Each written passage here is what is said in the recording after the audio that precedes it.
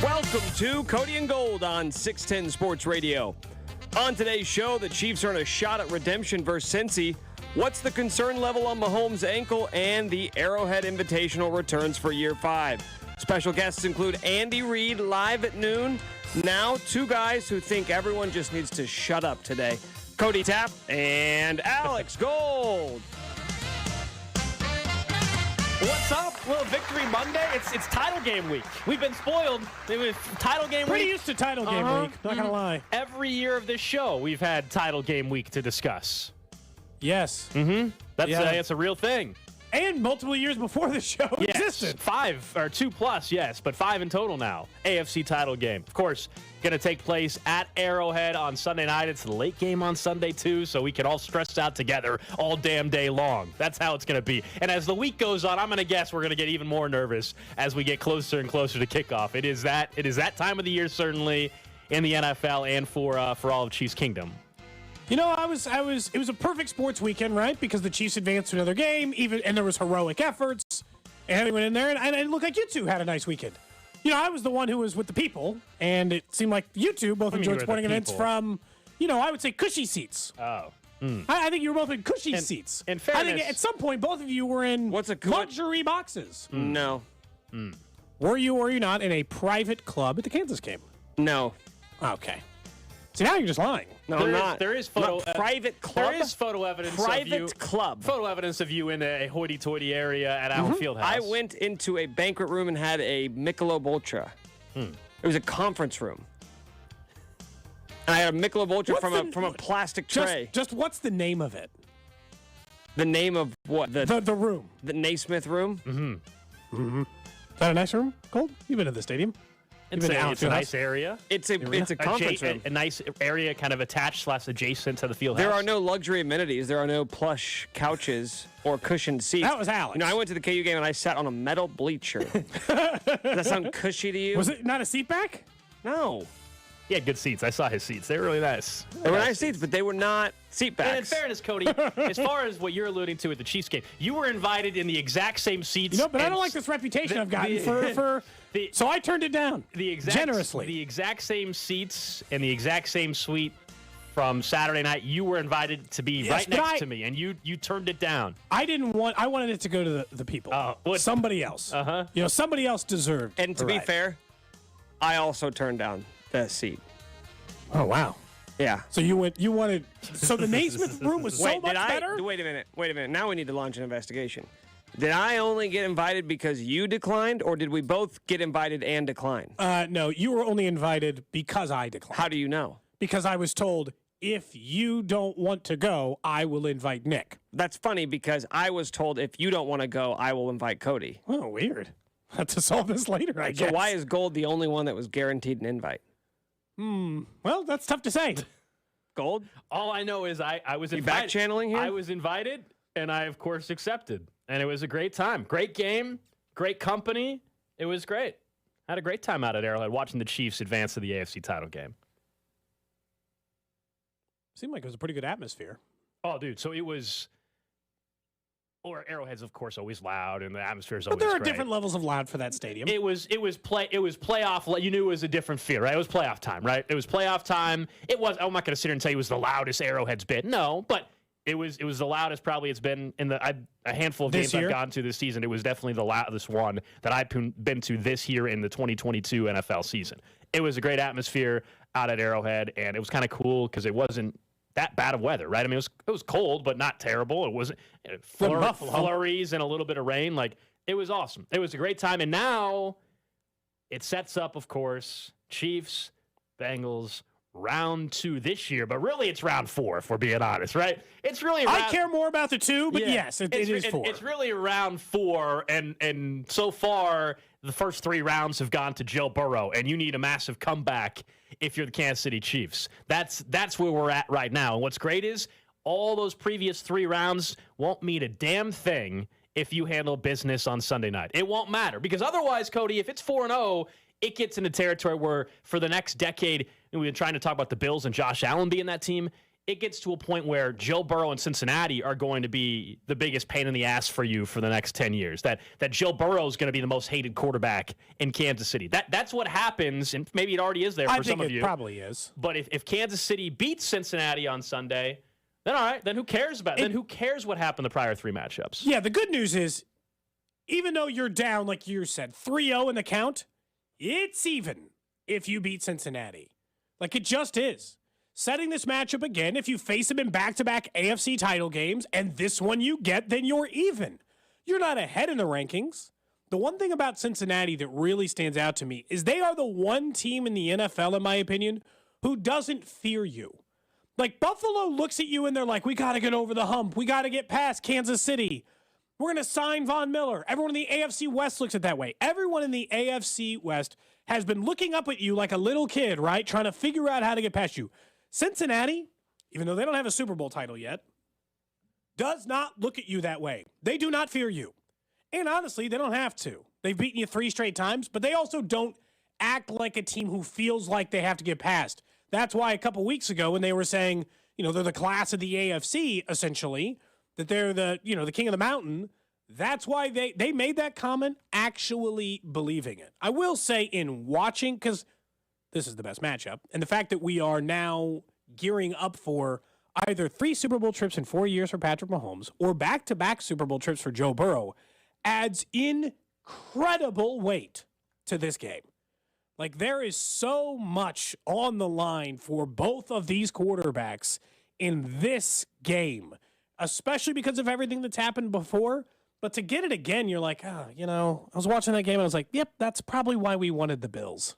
Like, yeah, not to knock them, not so the Bills aren't a good team, but that's why you wanted to play the Buffalo Bills. 100%. No, I mean, I think we had seen the difference in Buffalo since the Chiefs played them the first time, right? Both the Chiefs are better, but Buffalo lost Von Miller, as you were laying out there, Cody. It's just a team that wasn't nearly as, daunting of a challenge, it appeared, and it kind of got confirmed. I never understood why Cincinnati was a 6-point underdog to Buffalo. Maybe you thought Buffalo was going to win, and I probably still did to a certain extent because it was in Buffalo, but Buffalo should never have been 6-point favorites in the game. It made no sense whatsoever. We had talked about Cincinnati being the best team in the AFC for the last 2 months. They started off on offense, right, where they had ended in the last game. So, yes, as much as I'm happy that it's not a neutral site game and everything like that, yeah, I think Cincinnati certainly is the tougher opponent. It's not even close. This is the tougher path for you to get back to it. But there's, if you're in that Chiefs locker room, there is much like when we've talked with Dane and Hughes and other former Chiefs players about this. In that locker room, not that you need more motivation because it's a trip to the Super Bowl on the line, but knowing that 3-0, yes, but all of them have been by 3 points. Like, it's not as if Cincinnati's in games you led by double digits in all 3. Yeah, Cincinnati didn't do what they just did to Buffalo. Cincinnati, in any of those 3 wins, did not kick your ass. No. As you said, it was actually the opposite. The Chiefs were up 18 points in the AFC title game last year. And obviously, in this regular season matchup, the Chiefs had the ball up and then the Travis Kelce and a really rare mistake by Kelce. I think the problem is they match up really well with Kansas City. And I think that we'll see how that plays itself out. I think Kansas City can move the ball against anyone, although we'll probably talk about their defensive coordinator later in the week, who now all of a sudden is getting a reputation for doing a better job of stopping elite quarterbacks better than just about anyone else in the entire NFL probably at this point. And the way that I look at this matchup is, like, for whatever we were talking about the Jacksonville game. Remember we got to, like, Thursday or Friday, and we're like, man, there's no juice. No one's saying anything. We're just kind of, like, going about the motions, ho-hum. And I was like, it's a year too early for this Jacksonville team. Mahomes was on one leg for a portion of it. This game, day one, it has every possible storyline. I mean, just lay them out. You just talked about the fact that they played 4 times and they haven't beaten them. The Super Bowl thing I just said, 3 Super Bowls in 4-year appearances for Patrick Mahomes, or back-to-back Super Bowl appearances for Joe Burrow. Then you can go back and probably revisit this at some point. Oh, I don't know, the Justin Reid conversation leading into and then after that last Cincinnati game. Like, there's every part of, there's tuna in a can. It doesn't matter. Like, it's all. That's right, the tuna. It's all part of this conversation between these two teams. And honestly, Cincinnati might do the most talking in the entire NFL. So you're not going to have a hard time finding bulletin board material if you're the Chiefs. You could have just scoured the internet for the last 8 weeks to discover it if you want to. It's not going to be hard to find. I just look at that team and I'm like, this is going to be a fight. There's no lead I'm going to feel comfortable with. There's no amount of this game that I'm going to feel safe. This is going to come down to the final possession of the game at some point. Just feels like we're already barreling towards that.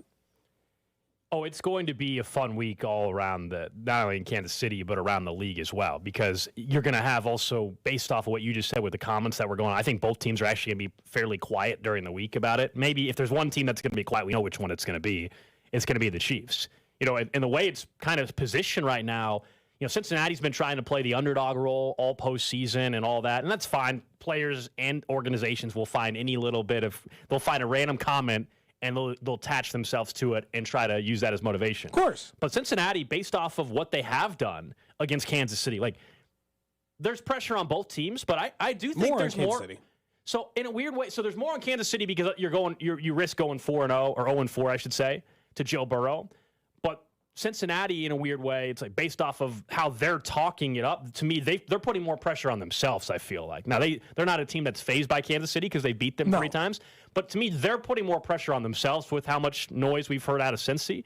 But yes, from a big picture, Kansas City has more from the narrative angle to lose, if that makes sense, right? If you go 0-4 against Burrow and it's back-to-back AFC title games and you're building that you lose to Cincy, then they're better than you. Oof.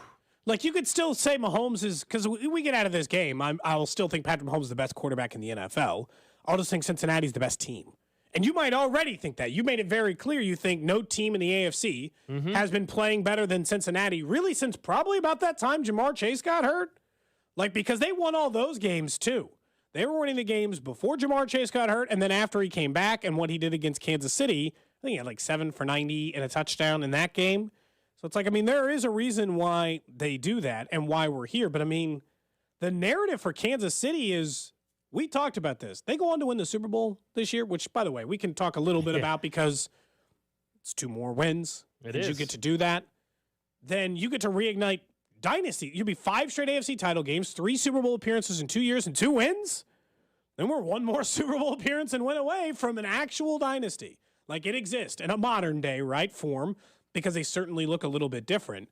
Like, I think there's a lot to what, this Cincinnati game kind of decides for the Chiefs. The way facing them kind of decides for them if it's you and everyone else or if it's you and Cincinnati and they're a huge problem for you. Specifically them. That every year we have to go into the postseason the way we used to against the Patriots and be like, please not them this year.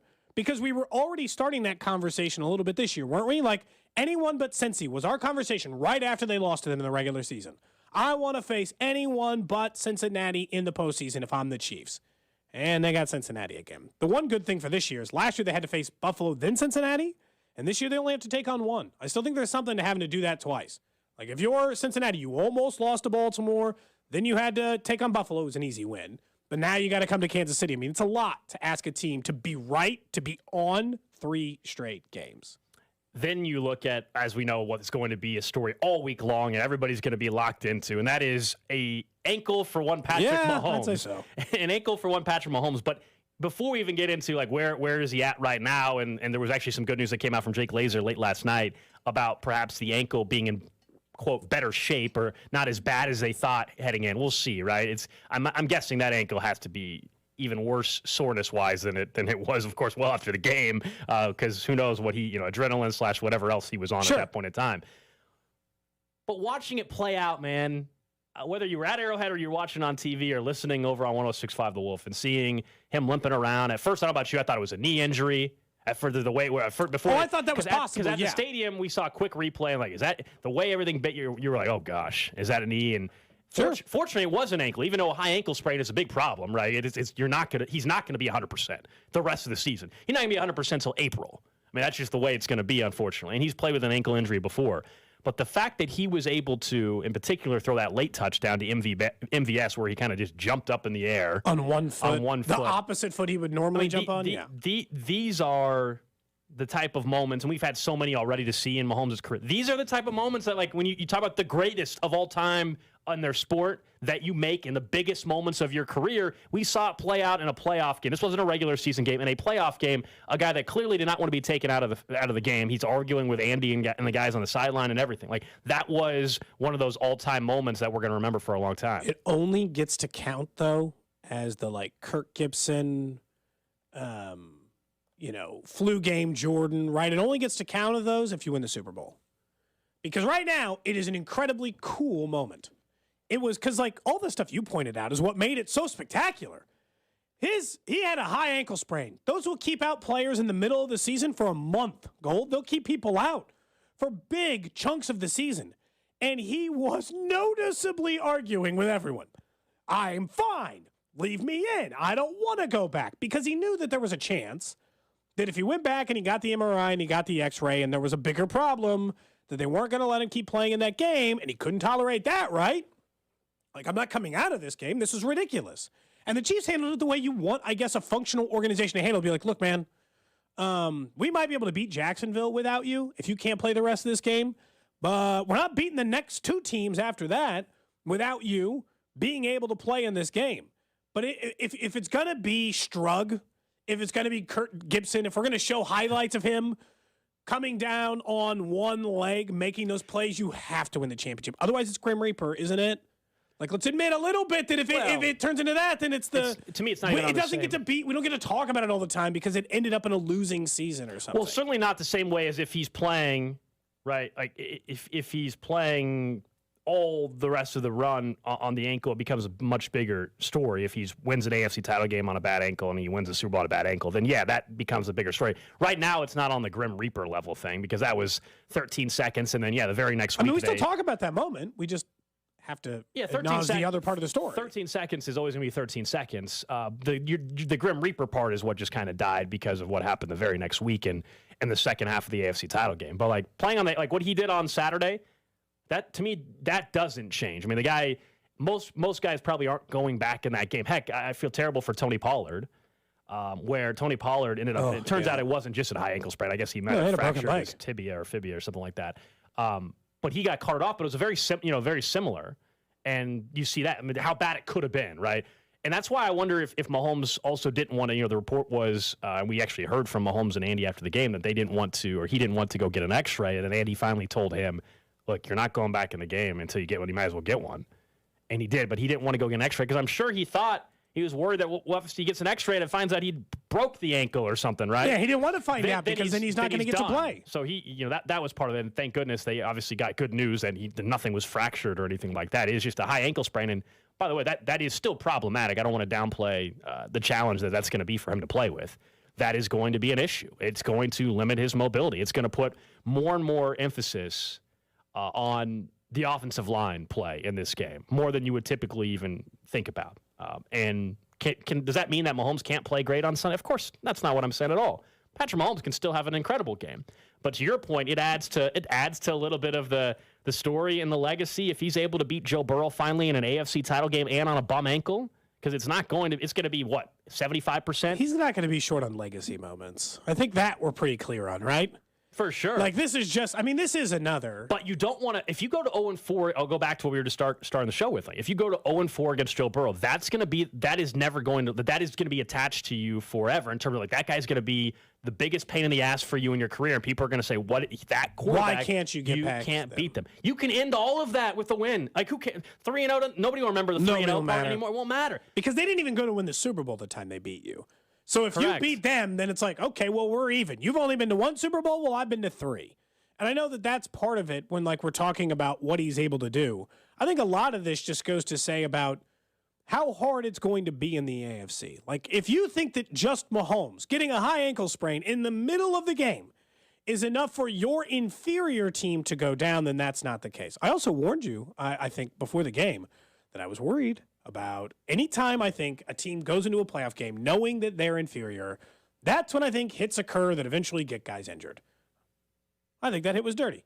Okay, I think that he went It wasn't down a dirty and hit. threw his weight down and didn't have to. I don't think it was dirty. I understand. Like, you're probably in the majority opinion It because was our a natural dirty hit. He didn't have to do it. He was standing up and then he just fell down on his ankle. Our natural reaction as sports fans, and I get this is not unique to Kansas City, and I've been guilty of it as well. I think our natural reaction in all sports, when especially if it's a star player of yours gets hurt and it wasn't a complete non-contact injury, we always think that if the tackle was involved, it must have just been a dirty play. I actually don't think this was a dirty hit by Arden Key. That caused, yes, his weight certainly. Nobody's denying what happened. He landed. Sure. We all saw it. He landed on his ankle. Ow! Oh my God! I can't. How on earth he even limped off the field? I have no. Let alone play a football game. I'd never walk Mahomes, again. Mahomes is just. Take All those guys on the field are just different, and Mahomes is obviously even more different than everybody else. But it was. What are you supposed to stop midair? Like sometimes I think midair. He wasn't like leaping through the air. He was standing up. I think nobody was pushing him from behind or from ahead. I think sometimes we assume these guys though are supposed to just stop all their momentum like that, and I don't think that's always realistic. And we assume that that's a possibility, and I don't believe that always is the case. And I think most people probably agree with you, Cody, because I saw the reaction immediately of people saying, look, kind of like a questionable hit. Like, that was the immediate reaction. And then if you watch it a couple different times, I don't think it was a dirty play. That's all. Nick, you want to break the tie here? Not a dirty play. So just not dirty. Show, huh? Not dirty at all. Completely agrees with you. Well, here's the thing, too. We do this all the time where you slow a play down and watch it like frame by frame and say, oh, what was it? The game is not played in slow motion. Like, these guys are running around as fast as they possibly can. It doesn't help that and to think that as he's falling down, he needs to we had the same conversation about Chris Jones. Like, what's he supposed to do? He's trying to tackle the quarterback. Now he's supposed to redistribute his weight in midair as he's trying to tackle Derek Carr. You can't have that take and then also say, but this guy should have moved differently. No, I can. And he should have. Chris Jones was just tackling someone normal. Also, it probably didn't help that Arden Key, like a quarter later, hit someone helmet to helmet through spearing them in the air. So that didn't help his cause. To me, it's like if you're guilty of one dirty hit, you might be more inclined to do multiple. You're thinking, I'm going to get like a 2-for-1. Players who tend to not play, a clean football game might do it more often. Here's the thing. Not everything's a dirty play. Not everything is malicious. Everything. I just said this one was. It's not like as though everybody's always out to get the Chiefs. Come on. This is kind of like conspiracy theory, flat earth type stuff. Come on. Like someone text flat earth type stuff? I think it's more likely that the earth is flat than that was a dirty hit. Well, there's just no way that's true. This text, again, I know Nick and I are in the minority on this opinion about the play. Someone else texted in 913-586-7610 and said, he saw the ball leave Mahomes' hand. It was dirty. Again, in that he's looking right at it. You think Arden Key in that moment has any bit of time to think about? I just don't think we're being realistic about the play. That's all. I've watched other guys stopping them. I watched Mike Dana not hit a guy because he saw him release the ball, or he thought he did, and he should have hit him. I don't even think Cody believes it's dirty. No, I do. I do believe it's dirty. I don't think you believe the things that you're saying. Go back on my Twitter account and see what I said about the hit at the initial moment. Dude, just because you tweeted it out doesn't mean I think you believe it. I think you know. You think I'm just sitting out stuff I don't believe? Now, yes. I will say it's a big week. I do think. Shock jock. I do think that on Sunday against Cincinnati, if Cincinnati, I'm an opposing defender, I do think you have to watch how that ankle is with Cincinnati. I do think Cincinnati. Twisting under the pile? I do think if Mahomes gets tackled, that ankle's getting a little more extra pressure on that tackle or twisted. That kind of stuff, 100% is going to happen on Sunday. I'm not naive to think that's not going on. But, man, I just don't think that one was dirty. But I'm worried about Cincinnati landing on that ankle or twisting the ankle. Well, I think the Bengals are going into this week saying, let's make Patrick Mahomes run. Let's make him get out of the pocket. Let's see how he can move after about a week. This is where we'll have all week to talk about. But man, if Orlando Brown Jr., Andrew Wiley, Joe, the whole offensive line. Gonna need you to play a little better. There's never been a more important game for that offensive line. You spend all this title money. Game, and your quarterback is he's not going to be anywhere near 100%. There's no way. So you got to. No way. I mean, he is Patrick Mahomes. He's not going to be 100%. Yeah, dude. He's like part Wolverine. Like every great quarterback is also a freak, like a superhuman. I understand. They would describe him like they're a medical marvel. Right. Who knew? He can play through it, and it still wouldn't surprise me if he throws for 320 and 3 touchdowns.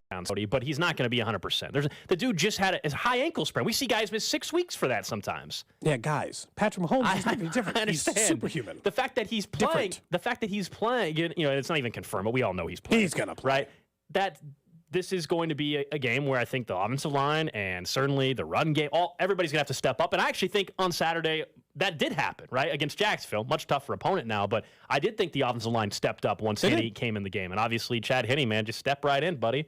Step right in and make some big-time throws, with the few that you're asked to make. And he does. They ran the same play that they did in that 4th-and-1 conversion against the Browns with Chad Henne. Basically the same play, except it was for 3 yards, so maybe a little deeper route. Other than that, he didn't cut the route off as quick. Otherwise, it was the same thing. Nobody would dirty hit Chad Henne. Never. This one, though, definitive. It's 37 years old out there. Who knows if he's going to retire at the end of the year, and he gets in the game, another divisional round game, and kind of stabilize. 98-yard drive with a roughing the passer penalty. He did his job. We'll talk more about the hero that is Chad Henne and the comments I may have made preseason here in a moment. Mm-hmm. Our NFL playoff coverage brought to you by Metro Ford. View our inventory online at kcmetroford.com. It's a hell of an accomplishment that I don't think we should take for granted. It tells us how this AFC has been laid out for the last decade. That's next. Cody and Gold on 610 Sports Radio. Brought to you by Gann Asphalt and Concrete. For asphalt, concrete, and parking lot maintenance, Gann Asphalt and Concrete. One contractor, all things parking lot. Trusted in Kansas City since 1994. Online at GANNasphalt.com. There's a reason why you should choose Gann Asphalt and Concrete, and that's because they've been in the business for over 25 years. You want someone who is locally owned and operated to trust with those big commercial projects. Now, you can get a free consultation, and they're going to give you an idea of what these projects are, and they'll take care of it from start to finish, whether you need big parking lot pavings overdone or just a little bit of repair or maintenance. Gann Asphalt and Concrete is the local company you're gonna want to trust with those needs. They've handled so many big projects in Kansas City, and they're ready to handle yours as well. Go to GannAsphalt.com and look for yourself. That's GANN Asphalt.com, and see some of the projects and clients they've already worked with. Whether it be, again, that asphalt paving or concrete services, you know that they can handle your product. Go to Gann Asphalt, GANN Asphalt.com, and see for yourself. This is an important notice to consumers facing $10,000 or more in credit card debt, medical bills, or other unsecured debt. You may not be required to pay it all back because there are special programs now in effect that will significantly reduce the amount you will owe if you qualify. This is not bankruptcy or a debt consolidation loan. These programs, which the credit card companies like to keep secret, exist to aid American consumers struggling with overwhelming credit card debt by offering tremendous savings and real debt relief. Accredited Debt Relief has established a special hotline for you to call and learn what savings you qualify for. They've helped qualify consumers with over $1 billion in debt and are A+ rated with the Better Business Bureau. So don't wait. Get the relief you need during these hard economic times. For this free information, call the Accredited Debt Relief Hotline now. Call 800-585-8282. 800-585-8282. That's 800-585-8282. Join Mark Patrick seminars and lose the weight or stop smoking guaranteed for only $49.99. Seminars Wednesday, February 22nd, Shore Stay Plus by Best Western, Kansas City, or Thursday, February 23rd, Holiday Inn and Suites, Overland Park West, Overland Park. Weight loss 5:30 p.m. Stop smoking seminar 8 p.m. Guys, fellas, men, are you ready? I mean, Roman ready for Valentine's Day? Some say it's the sexiest day of the year. Flowers, chocolates, candlelit dinners. That's all great. But I think we all want something a little more physical, too. Because a strong sex life can deepen your feelings of intimacy with your partner and lead to increased happiness. So if you're prepping for Valentine's Day, right now is the perfect time to check out Roman. Roman has genuine medication that helps you achieve and maintain a strong erection. Roman has discreet wipes that help you last 4 times longer in bed. Roman has testosterone testing and treatment. Treating low testosterone can help revive your sex drive. And better yet, with Roman, everything is online. There are no waiting rooms and no hassle. Roman sends everything right to your door with free shipping and in discreet packaging. So men, for better sex this Valentine's Day, go to ro.co/vday. Do it today and get 20% off. That's ro.co/vday. When a cold comes on strong, knock it out with Vicks DayQuil Severe for max strength daytime relief. Just one dose of Vicks DayQuil Severe starts to relieve 9 of your worst cold and flu symptoms to help take you from 9 to none. Power through your day with Vicks DayQuil Severe, the daytime non-drowsy, coughing, aching, fever, sore throat, 9 to none medicine. Use as directed. Guys, fellas, men, are you Roman ready for Valentine's Day? Right now, generic Viagra, aka Sildenafil, is just $4 per dose at Roman. Just complete a free online visit with a U.S. licensed healthcare professional. If medication is appropriate, Roman sends everything right to your door with free shipping and in discreet packaging. Go to ro.co/Viagra to get generic Viagra for just $4 per dose. Do it by February 8th for 20% off and guaranteed shipping by Valentine's Day. That's ro.co/Viagra. I'm Larry Mullins, host of the podcast Your Weirdest Fears, the show that explores the odd things that make your heart stop. I am so scared of the Grinch. He is bad vibes. We talk to everyone from therapists to exterminators to Lizard Man. I was 25 when I actually got my tongue split. I have one tattoo that covers my entire body. Listen and subscribe on the Odyssey app or wherever you get your podcasts from.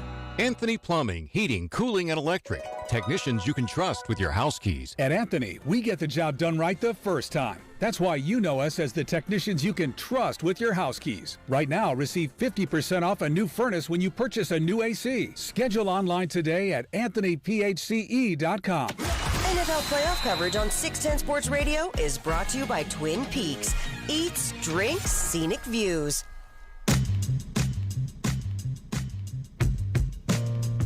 All right, back here on Cody and Gold. Just getting started on a Victory Monday, one of the biggest Victory Mondays, of course, you could have. Getting set for the AFC title game on Sunday evening out at Arrowhead, of course, against Cincinnati. We will continue to talk about Cincy coming to town and some of the comments that the Bengals made after the game already. Certainly taking a certain strategy publicly as they have for much of this postseason already.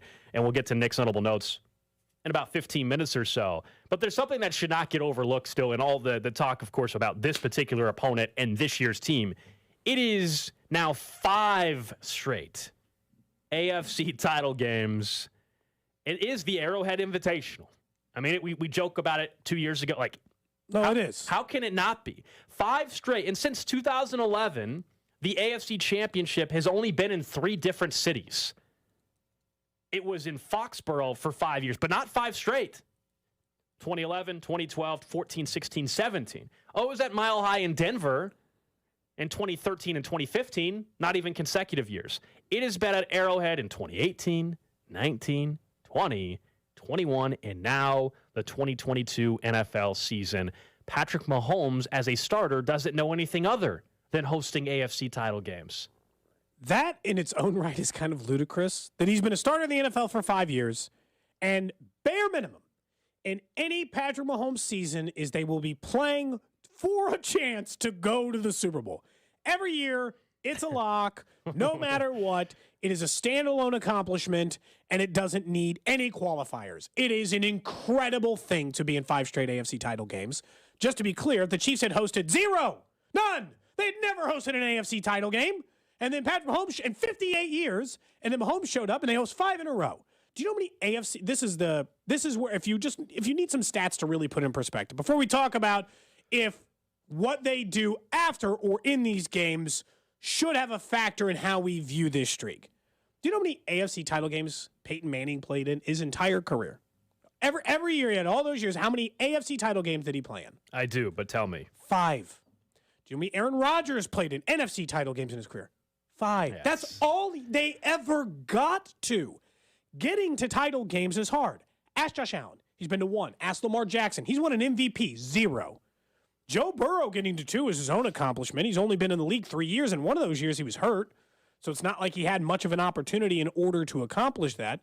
And so when you look at where this team is, it is a standalone accomplishment. It is an amazing feat to have this opportunity, because you can't win the Super Bowl unless you're playing in this game. I view this the same as getting to the Elite 8 in the tournament. Like, oh, they lost the Elite 8. I'm like, if you're not in the Elite 8, then you have no chance to win it anyway. Yeah, I mean, it's remarkable. It needs to always be brought up and understood, like just how special, as I think we all know, of the time we're living in KC sports history and watching what Mahomes and Andy Reid and this entire staff has been able to do for 5 straight years. But I do think with that 5 straight, thank goodness you got the one in your back pocket, that one ring in your back pocket. Yeah, because then there is some of that. Like we know how this stuff works, and way narratives change. you can compliment on the 5 straight, but then what is the response probably going to be from people if the Chiefs don't get there? Most of the people who are doing that are opposing fan bases, and they don't have any rings. So this is a useless. It's not even an opposing fan base thing. It's just when the same debates we would have prior to recent, with Brady and Manning and any of these guys was, okay, the appearance. Same with Rodgers. Did they underachieve or not? Did Breeze and Sean Payton not win enough? When they were there, did they miss out on only getting the one ring? I mean, this fits into it. Versus if you get to a 3rd Super Bowl in 5 years and you end up winning your 2nd Super Bowl, then you've not underaccomplished. Then of course not. If you lose in back-to-back years to an AFC title game to Cincinnati, 5 straight AFC title games, ridiculous. But you don't get to another Super Bowl, and we're sitting here in 28, and you still don't have another ring. People are going to say, "Wow, what a missed opportunity!" Right? 5 AFC title games.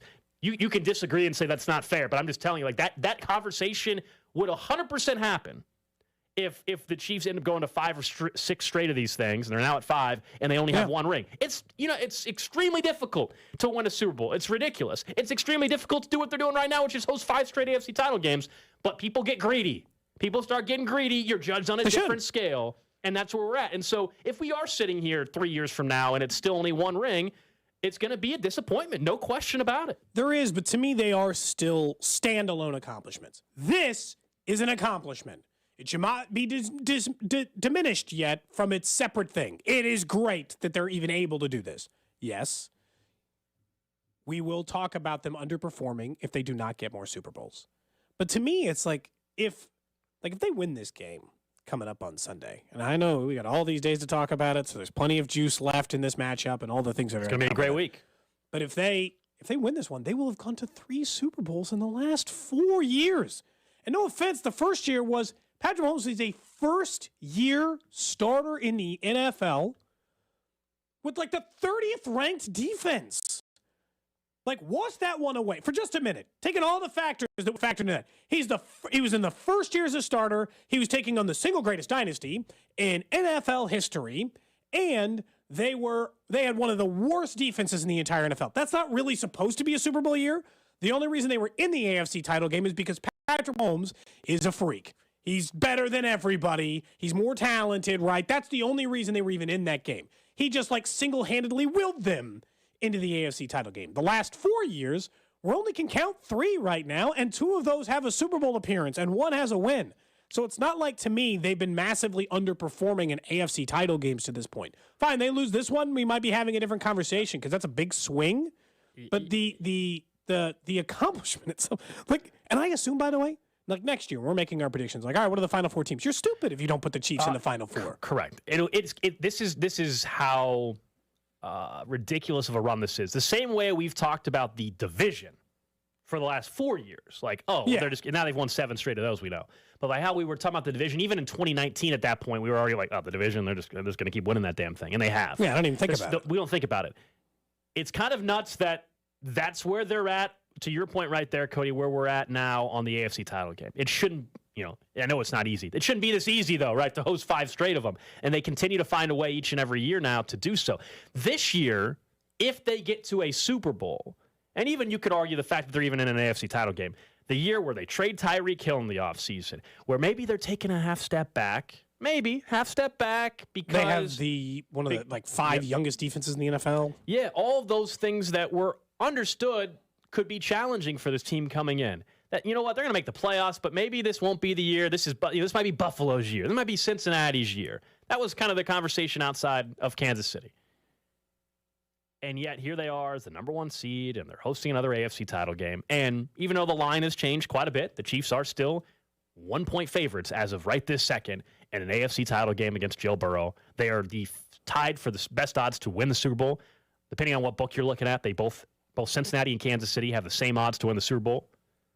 If we go back to August, it's been an incredible season already. But now we're greedy. You're this close. We're doorstep. You're this close. You want the Super Bowl appearance, and then of course you're gonna be greedy again, and of course say, let's go win the damn thing. It's so easy to get complacent, and you don't even mean to. But the division, right? It's easy to just be all right, cool, they won the division. We barely had a conversation on this show about winning the division again. It's they won it again. So what happened in that game, and what about the playoffs, right? Because 7 divisions in a row is an incredible accomplishment. By the way, these things are connected. Being able to win your division every year means you get home playoff games, which means it's easier to get to the AFC title game. These things are not exclusive from each other. The reason why the Patriots were able to get to so many AFC title games and Super Bowls themselves is they won their division. They got bye weeks a lot. They got to play a lot of home playoff games. They got to play less playoff games than the other teams. Winning the division and then getting to the AFC title games are forever interconnected. And at this point, it's like one team does still stand in their way because Cincinnati has had their number and stood in their way from going to a Super Bowl. Nobody stands in their way to getting to this game. Like, they get to this game every year. Like, it's penciled in, locked no matter what, which means every single year, the rest of the AFC has to tell themselves there's only one spot for the other 15 of us. That's it. One. Only one of us is going to find a way in, and we're going to have to play the Chiefs in that game, and it's going to be at Arrowhead. That's going to be a daunting notion going into it. It doesn't matter if you beat them in the regular season. Good for you, Buffalo. Doesn't matter. I don't even care. Buffalo can beat them again in the regular season next year. It means absolutely nothing to me at this point. We'll talk more about Buffalo here in about 20 minutes or so because, man, how they're feeling in Buffalo today after what occurred yesterday and after how they approached their clearly all-in offseason. And to your point about like, you're fighting for one spot, really, with what the Chiefs have done. Mahomes gets hurt. A 37-year-old Chad Henne leads a 98. That's supposed to be the moment to lose it. That is, right? That's exactly where it all falls apart, or it is supposed to, quote-unquote. 37-year-old, 98-yard drive, touchdown pass to Travis Kelce, who, by the way, had 14 catches in the game. Just for like 70 yards or some weird number. I think it ended up in the 90s, but yes. 14 catches, most catches in a playoff game by a tight end in NFL history. Just insane. But he, being Chad Henne, he gets so few opportunities. He doesn't get reps or anything like that during the week because you have Patrick Mahomes, understood ever. And this is twice now in the divisional round where this guy has just run the offense to perfection. They know what they're asking him to do. Nothing too crazy, of course. Simple, quote unquote, simple dump offs or whatever. To perfection. He steps in. The offense, changes, but it still moves. 98 yards, and not just like a 50-yard touchdown drive or a 70, 98. And they got pinned. And in this game, it allowed them also to get Mahomes' ankle checked out. Like, it's stable. Like, imagine and he comes out, they're back up at their own 2-yard line. They got to go 3 and out. Jags get the ball at midfield. Oh, it's like, oh boy. The fact that he just got a couple first downs was honestly a huge deal at the time, let alone going to get a scoring drive. So Chad Henne deserves all kinds of credit. And I thought the offensive line, as I mentioned, really stepped up once he came in the game as well, realizing that you don't have 15 back there to make some magic happen anymore. Like, Chad Henne's not going to make the magic happen, but he's going to execute the offense, and you can kind of simplify some things a little bit. And they did that. It was really impressive to see him do it now in 2 playoff games. So I want to remind you, Nick, I don't know if you recall, at one point in time on this show during training camp, Cody brought up, do the Chiefs need 3 quarterbacks on the roster? Do they need 3? They have Shane Buechele. No offense to Shane Buechele, but you were like, they don't need Chad Henne anymore. Cody, what is wrong with you? You said they didn't You said they didn't need Chad Henne anymore. Just allow me a moment. Okay. To take this second on the show to apologize personally to Chad Henne. I was wrong. Apologize to us, too. We were late into training camp. I think we were out of things to talk about for a very good Chiefs team, and I thought, you know what? Now's the time to fire off the take of who cares who the backup at Kansas City is. It's embarrassing. And it's embarrassing for us, too, because our names are attached to yours. So when you say something dumb, it makes us look bad, too. At the time, you didn't know it was going to be this dumb, though. We thought it was, we still didn't like, we thought it was kind of dumb at the time. And I really don't like it now. Yeah. We said, what are you doing? We said, look, this guy helped you beat Cleveland in the postseason. And I believe my exact comment was, who cares? Shane Buechele could make that 6-yard throw. And look, I regret that. I was son of a bitch. Look, I'd like to flip instead. And I would like to instead start a petition on this show to put Chad Henne in the Ring of Honor starting today. Not waiting until after he retires. He just belongs. Right. Now we're talking. Just put his number up there. He won them. He helped them win a game in which they eventually won a Super Bowl, and he might have done it again. Exactly. They win the Super Bowl this year. I think it is fairly obvious this show should start a Change.org petition to put Chad Henne in the Ring of Honor because he will have rightfully earned his spot. And you know what?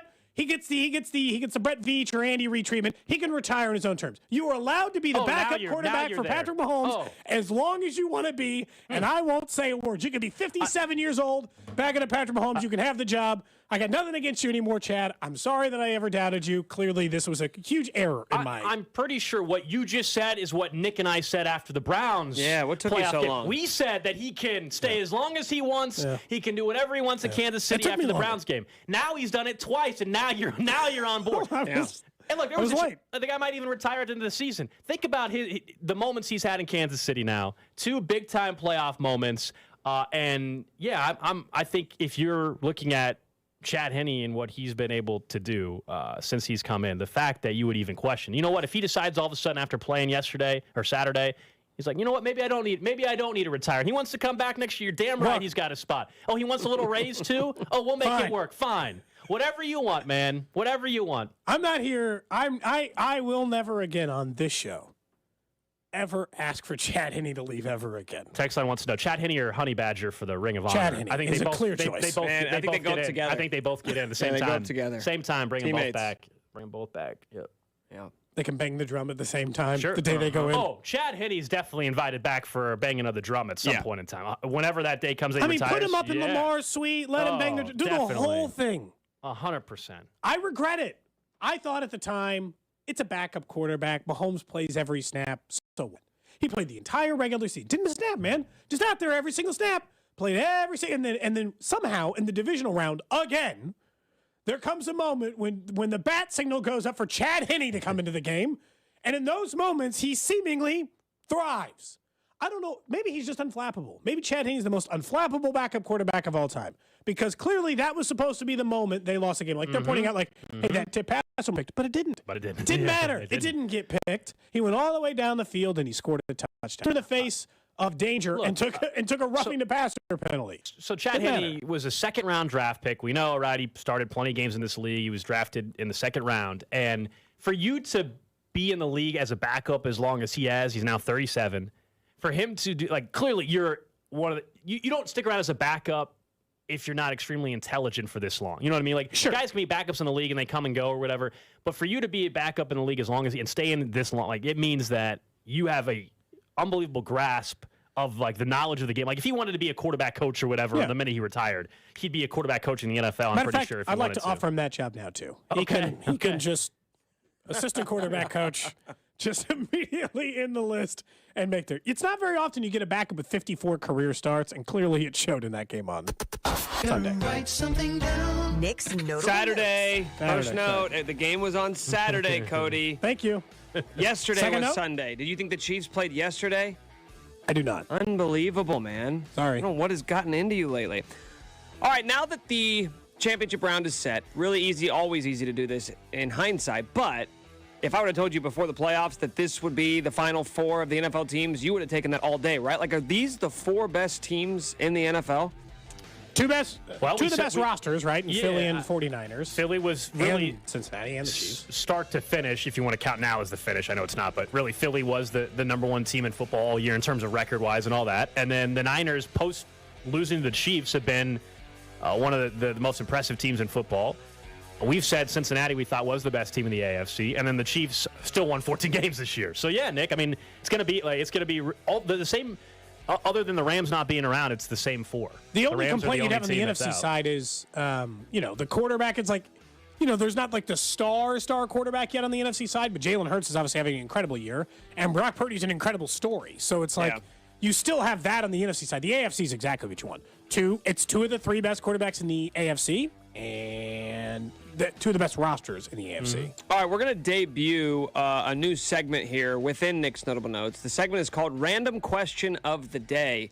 For you, Cody, for you, Gold, and for those of you on the text line, 913-586-7610, who suffered the more embarrassing loss yesterday, given expectations and given how the game played out? It's Buffalo. It's not close. Not the Giants? It's Buffalo. They got embarrassed. It wasn't the Giants on Saturday night. I understand they lost by a larger margin, I believe. But no, it was the Buffalo Bills.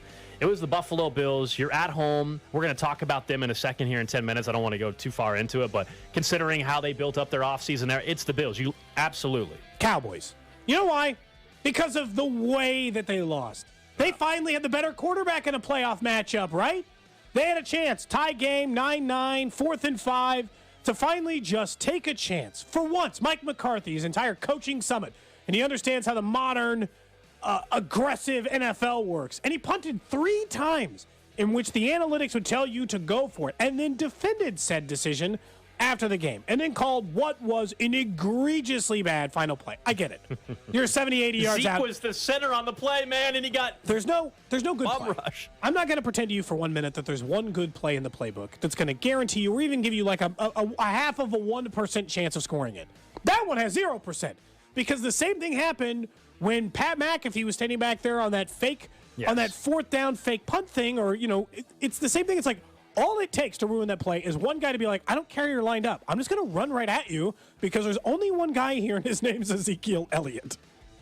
That was a funny play. By the way, I don't want this to get lost in the shuffle. Brett Maher or whatever. player of the game for the Cowboys. I give him credit. He, the extra point was blocked, which he was going to miss anyway, and then he made a couple field goals. He actually did. Like, he wasn't the reason they lost the game. Actually, what do you do if you're Dallas moving forward? Because it feels like that was such a crushing loss, but yet you're the Cowboys. You don't go to championship game. I mean, they've 27 years since they've been to an NFC Championship game. So it's this weird juxtaposition of, this is what we do versus, wow, that sucked, to feel like we need to go back to the drawing board here. I mean, they're still going to keep with Dak. It's just and they're going to stay with Mike McCarthy too. Yep, it should never have traded Amari Cooper. That was a mistake. Never have traded. Especially now that you know how much wide receivers cost. He was a bargain. Yeah, that was such a bad move. You know what's so weird about the Cowboys franchise is they're kind of a punching bag because they're this big brand, and Jerry Jones is this big boisterous owner. Yet they're always relatively competitive. They've made some really good draft picks, and you look at the way that they've constructed this roster, like, they're not a bad team yet. They're not smart. They have so many instances of like that yesterday. They're a dumb football team. I mean, that's it, and usually that goes back to your head coach, right? But like, they're a dumb football team. They're not smart. It happened the same way last year. We all remember like the spike or the kneel down or whatever it was against the Niners last year in the wild card game, and then it happened last night. It's unbelievable. Well, that's not very nice what you just said, but that's okay. Does anybody think they're a smart football team? No, but I mean, if you don't have anything nice to say, don't say anything at all. Cowboys are a dumb football team. They are. Gosh. Even their Twitter account last night, like their entire headline for the story was, he threw 2 picks and made huge mistakes. You're like, Dan, you're the team Twitter account. You could soften the blow. Does anyone feel like the Niners are just waiting to get rocked because they haven't exactly... That's what Bill said before the Cowboys game. They haven't exactly looked great these first 2 weeks. Meanwhile, the Eagles just demolished the Giants, which, again, we don't think much of the Giants, but that's what you're supposed to do. Just crush them. I wonder how great of a game that's going to be, just based off what we've seen from the Niners the last 2 weeks. Like, I feel like, what did you say last week, that Brock Purdy's about to turn into a pumpkin? I was waiting for it. Hasn't happened yet, though, and it's championship weekend. Dak sure did. Yeah.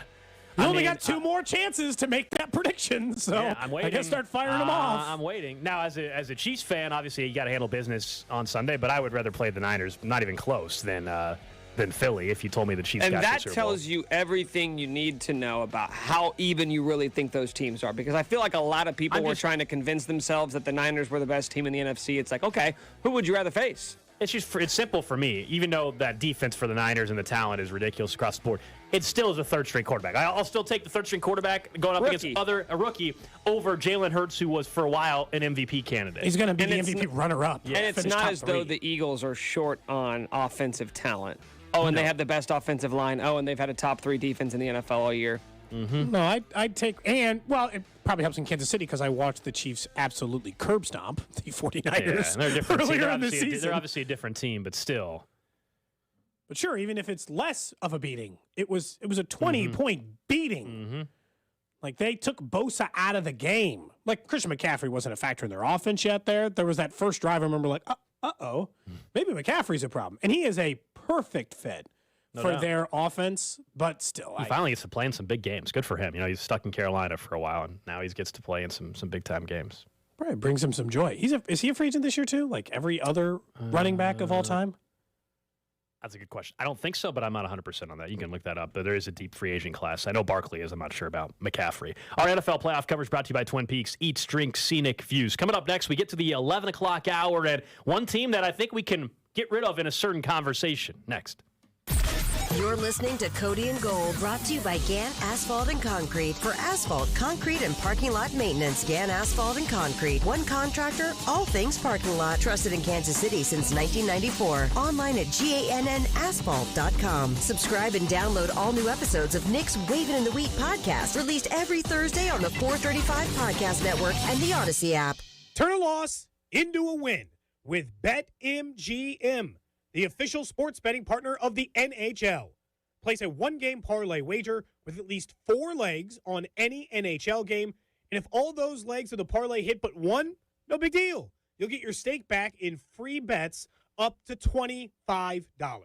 Just log into your account or download the app and sign up with BetMGM to get started. Again, place a one-game parlay wager with at least 4 legs on any NHL game, and if all the legs in the parlay but one hit, you'll get your stake back in free bets up to $25. Turn game time into showtime with the king of sportsbooks. Visit BetMGM.com for terms and conditions. Must be 21 years of age or older to wager. Kansas only. New and existing customers offer. All promotions are subject to qualification and eligibility requirements. Rewards issued as non-withdrawable free bets or site credit. Free bets expire 7 days from issuance. Please gamble responsibly. Gambling problem? Call 1-800-522-4700. In partnership with Kansas Crossing Casino and Hotel. This is for all you guys on Viagra. ED pills are no longer needed. The brutal side effects like 4-hour headaches, blurred vision, and that flush feeling can all be put behind you with our treatment. Here at West Coast Men's Health, we have a better approach to ED. Acoustic wave therapy creates blood flow circulation by safely removing the plaque in your arteries and restoring function naturally. Guys, let me be clear.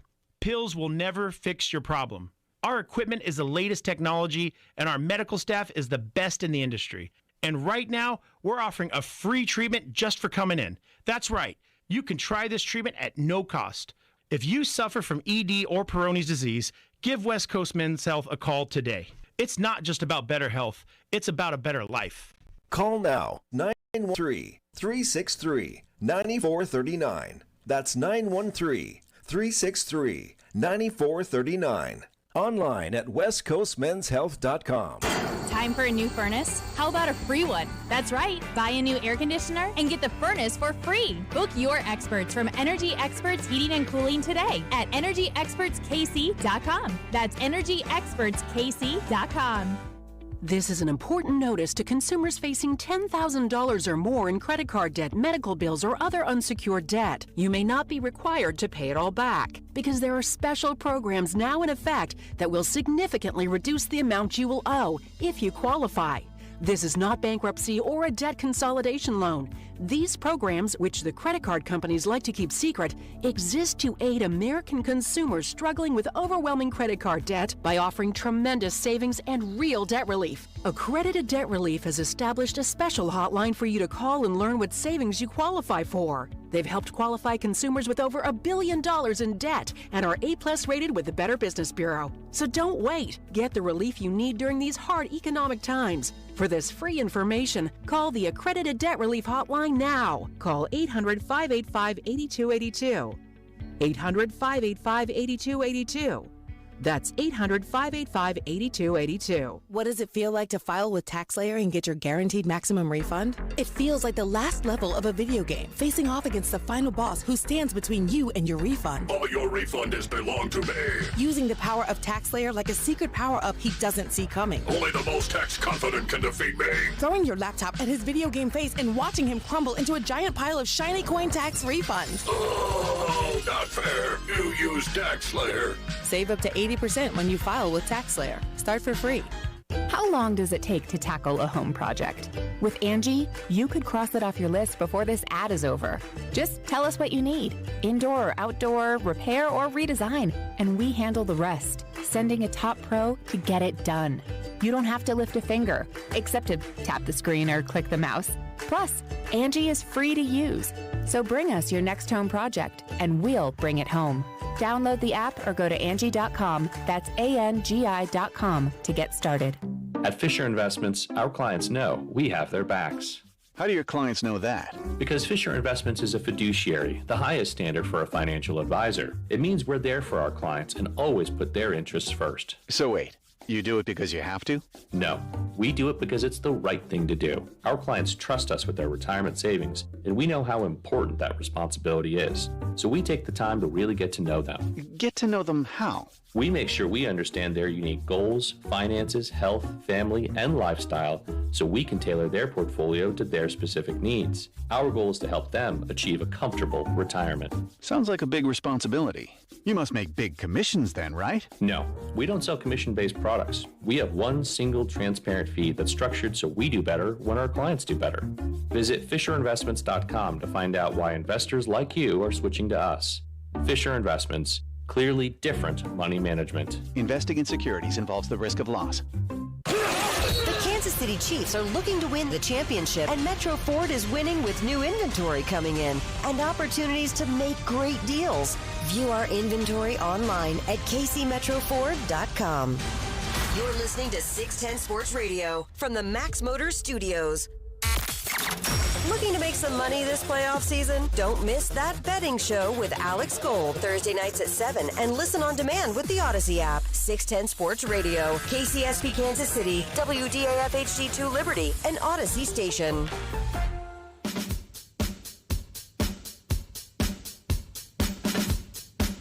Hour number 2 here on Cody and Gold. 1 hour from now, we head out to Arrowhead. Get to hear from Chiefs head coach Andy Reid. I'm sure we'll get a little bit of an update now. It's been 2 days, not normally the one game. It's 2 days after the game. Maybe a little update on just what they're just getting in. Well, I would hope. Haven't talked to Pat yet. I mean, usually that's what I think we would hear, but it's been 2 days, so maybe there's a chance. I mean, again, the report from Jake Laser last night was that he's hearing that his ankle, Mahomes' ankle, looked better than they thought it would when he went in on Sunday. So we'll see. We're going to hear from Andy coming up at noon right here on 610 Sports Radio. Thanks again, by the way, to everybody that came out last Friday. We had a blast on Red Friday out at Rally House. MJ Melendez, Michael Massey co-hosting the 1 o'clock hour. It was great to meet some of you guys, and thanks for coming out. That was a lot of fun. We don't do a ton of shows out in the public, if you will. So it was a lot of fun to be out there, and obviously the game, of course, went the way we all were hoping it was going to go, too. Well, I mean, absent the injury part, yes. But you know what but I it was mean. it was I feel like one of the things that even off the air after the show had ended, MJ and Michael Massey were having and maybe you had a conversation with them because you guys were all at the game together on Sunday or on Saturday. The part that, it's like you kind of like to see what Kansas City's capable of when your team's really good. And I know the Royals, this young player, this group is not really responsible for the losing that occurred before. Of course. They've barely been with the team. Michael Massey with the team 2 months last year. Right. MJ Melendez, right? These guys have barely been with the team. It's not on them to have made this team all fixed based on previous losses from other players. But it's like you can get a taste of how big Kansas City can support. Because I don't remember, I was talking a little bit with Massey about it. Because they were talking in the show, they were talking about seeing all the photos from the wild card game in the World Series. And I've been to, you and I went to the Super Bowl in Miami. I've been to a lot of different sporting events, big games, loud environments in several different sports. I've never been in a louder stadium or arena than Kauffman at the wild card game ever. And that includes World Series games. I don't remember a stadium or arena ever being louder than in that moment. And so I hope for their sake the Royals start winning some baseball games this year. So with what happened this past weekend, and yesterday in particular, with Buffalo, I think if we're taking a look at now that it's the Chiefs and Cincy, of course, for the AFC title game, if you're the Buffalo Bills, this was the all-in season, get it done. If you don't get it done this year, then you got to reset a few things. Obviously, you got your quarterback. Josh Allen is still one of the best quarterbacks in the league. But, you got, I guess, Jordan Poyer and others that might not be with the team next year. You've got some contracts that are coming up, some decisions to be made with guys like Devin Singletary and others. You were all in. Von Miller is still going to be on your team next year, but he's coming off an injury. He's a year older next season. Your organization has never, in that entire city, I should say, has never had a championship. The city of Buffalo has never had a championship. And we said there was a lot of pressure in the postseason on Buffalo. We said this season it was all about Buffalo. That first game of the year, Cody, they went to L.A. and destroyed the Rams. Little did we know the Rams just weren't going to be a good football team this year. But Buffalo destroyed the Rams. Oh, wow. Okay. Oh, and then they came to Arrowhead, and they beat Kansas City. Beat them pretty good. Continue to raise expectations. The NFL tried to help them out a little bit by giving them a neutral site game opportunity if they would have beat Cincinnati. All of that was laying out for you. The nation was rooting for Buffalo, for that matter, even because of the story, of course, DeMar Hamlin. and they're in the exact same spot, Cody. No matter how they approach the season, no matter what went on, you won in the regular season against the Chiefs. Congratulations, throw the party. And you lost in the divisional round, though, and you're sitting at home again. Their problem is this is a two-team conversation now. The Bills no longer get to be part of it. The AFC title game we're going to see on Sunday, those are the only two teams that matter in the AFC for now. It is Cincinnati and it is the Chiefs. That's it.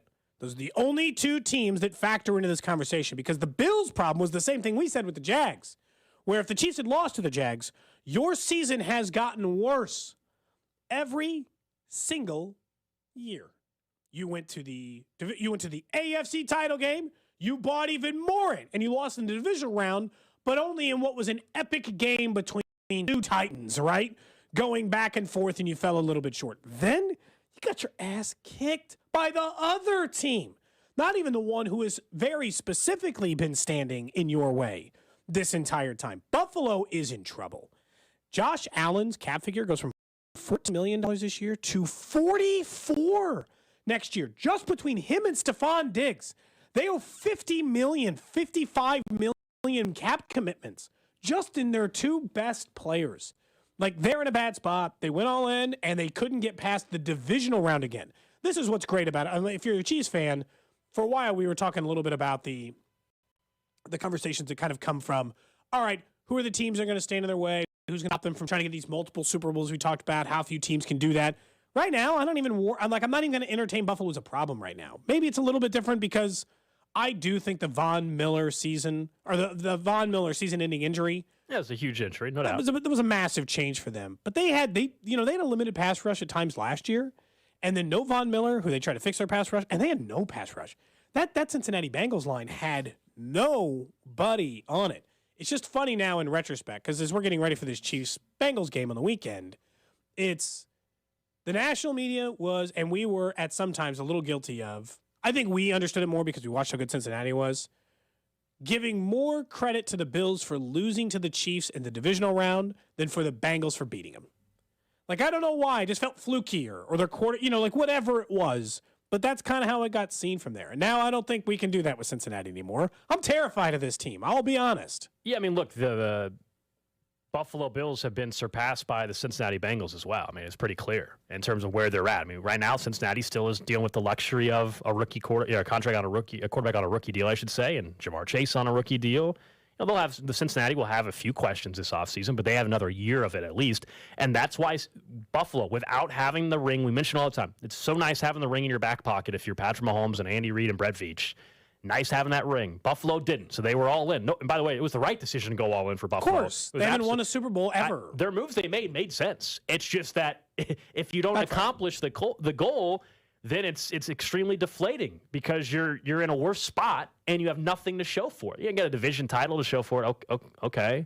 Your division is, by the way. And all of a sudden, we just saw what Jacksonville's done. I mean, Jacksonville was very competitive in the game against Kansas City. I think Jacksonville's got to feel great heading into next season. Is there a chance that Jacksonville pretty soon, if Trevor Lawrence continues to progress, that Jacksonville could be a bigger pain in the than Buffalo? I mean, these are real possibilities. I don't want to overreact too much to what we saw from Buffalo yesterday. Josh Allen is still one of the better quarterbacks in the league, but he hasn't won the big game, man. He has not shown that he can win a big playoff game, and the wild card round does not count. This is the difference between why you want to know why the Chiefs and Cincinnati, the two teams facing off in the AFC title game for the second consecutive year. Well, the Bills sit out. You want to know the difference between them? Two of those teams are drafting really well, and the other one isn't. The Bills have not drafted a Pro Bowl player in 4 years. We need to think about a Pro Bowl player. 4 years, Gold. They have not drafted a Pro Bowl level player. The Chiefs drafted one last year, this year, like whatever, right? This year? Like, they haven't gone to a Pro Bowl yet, but it feels like McDuffie or Karlaftis or those guys feel like they could be Pro Bowl caliber players, but at least last year we know they did because Creed Humphrey is an all-pro caliber player. There was arguments about whether Nick Bolton should be, and I get it. Like, when I'm saying Pro Bowl, it means actually went to it. But the Chiefs did it last year. They did it the year before that as well, and they did it the year before that. So, in Cincinnati, we know their recent streak of drafting. That's what sets these two teams apart. This is why they're facing each other, and why I guess I should have seen it the entire time. Like, going back to the very beginning of the season, I was convinced Buffalo had the best roster and they were going to be in the AFC title game with the Chiefs. But you heard me late last week where I'm like, you know what? I don't feel like I really feel that way anymore as much as I'm just rooting for my prediction to come true. It's like, well, I predicted that, so I guess maybe that's what I think's going to happen. And it was like, no. When we got these two teams, and there's a lot of heat between the two of them, we knew that it was going to be Chiefs and Bengals, and probably should have known this entire time because Cincinnati is incredibly talented. They match up really well with the Chiefs, and this is how we got back in the same game. The conversation we're having about how there's only two, you think even going into next season already at this point. Like, it's not the Bills won't win a bunch of games, but yeah. So, I mean, let's be honest. Then I think we have to be honest with ourselves a little bit. Not that Patrick Mahomes is going anywhere, but if Cincinnati does beat you on Sunday, they're 4-0 against you in their last 4 against Mahomes. They would have beat you at Arrowhead twice in an AFC title game. Like, next year, they should be heading into the season talked about as the premier team in the AFC. It should not even be a question whether they go and win the Super Bowl or not. No, but if they don't win the Super Bowl, their trash talk will feel hollow here. You'd be like, I mean, it's cool that you keep beating trash talking the Chiefs. Not that team. Sure. I disagree with that, Cody. Yeah, I don't think it'd be hollow. I mean, if they came to your building and prevented you from going to the Super Bowl in 2 straight years in the AFC title game, Cincinnati has. I mean, they already right now have the bragging rights. It could end very quickly, but right now they will have that all off season and all regular season next year. That's what's at stake too from that narrative. Like, if we're going to talk about moving out, we're moving out Buffalo from the conversation. If Cincinnati beats you again, you cannot have the argument that you're better than Cincinnati. Absolutely no, I don't think you're having that argument. But I think that there's a certain amount of, look how much better we all are than you losers if you don't have a ring.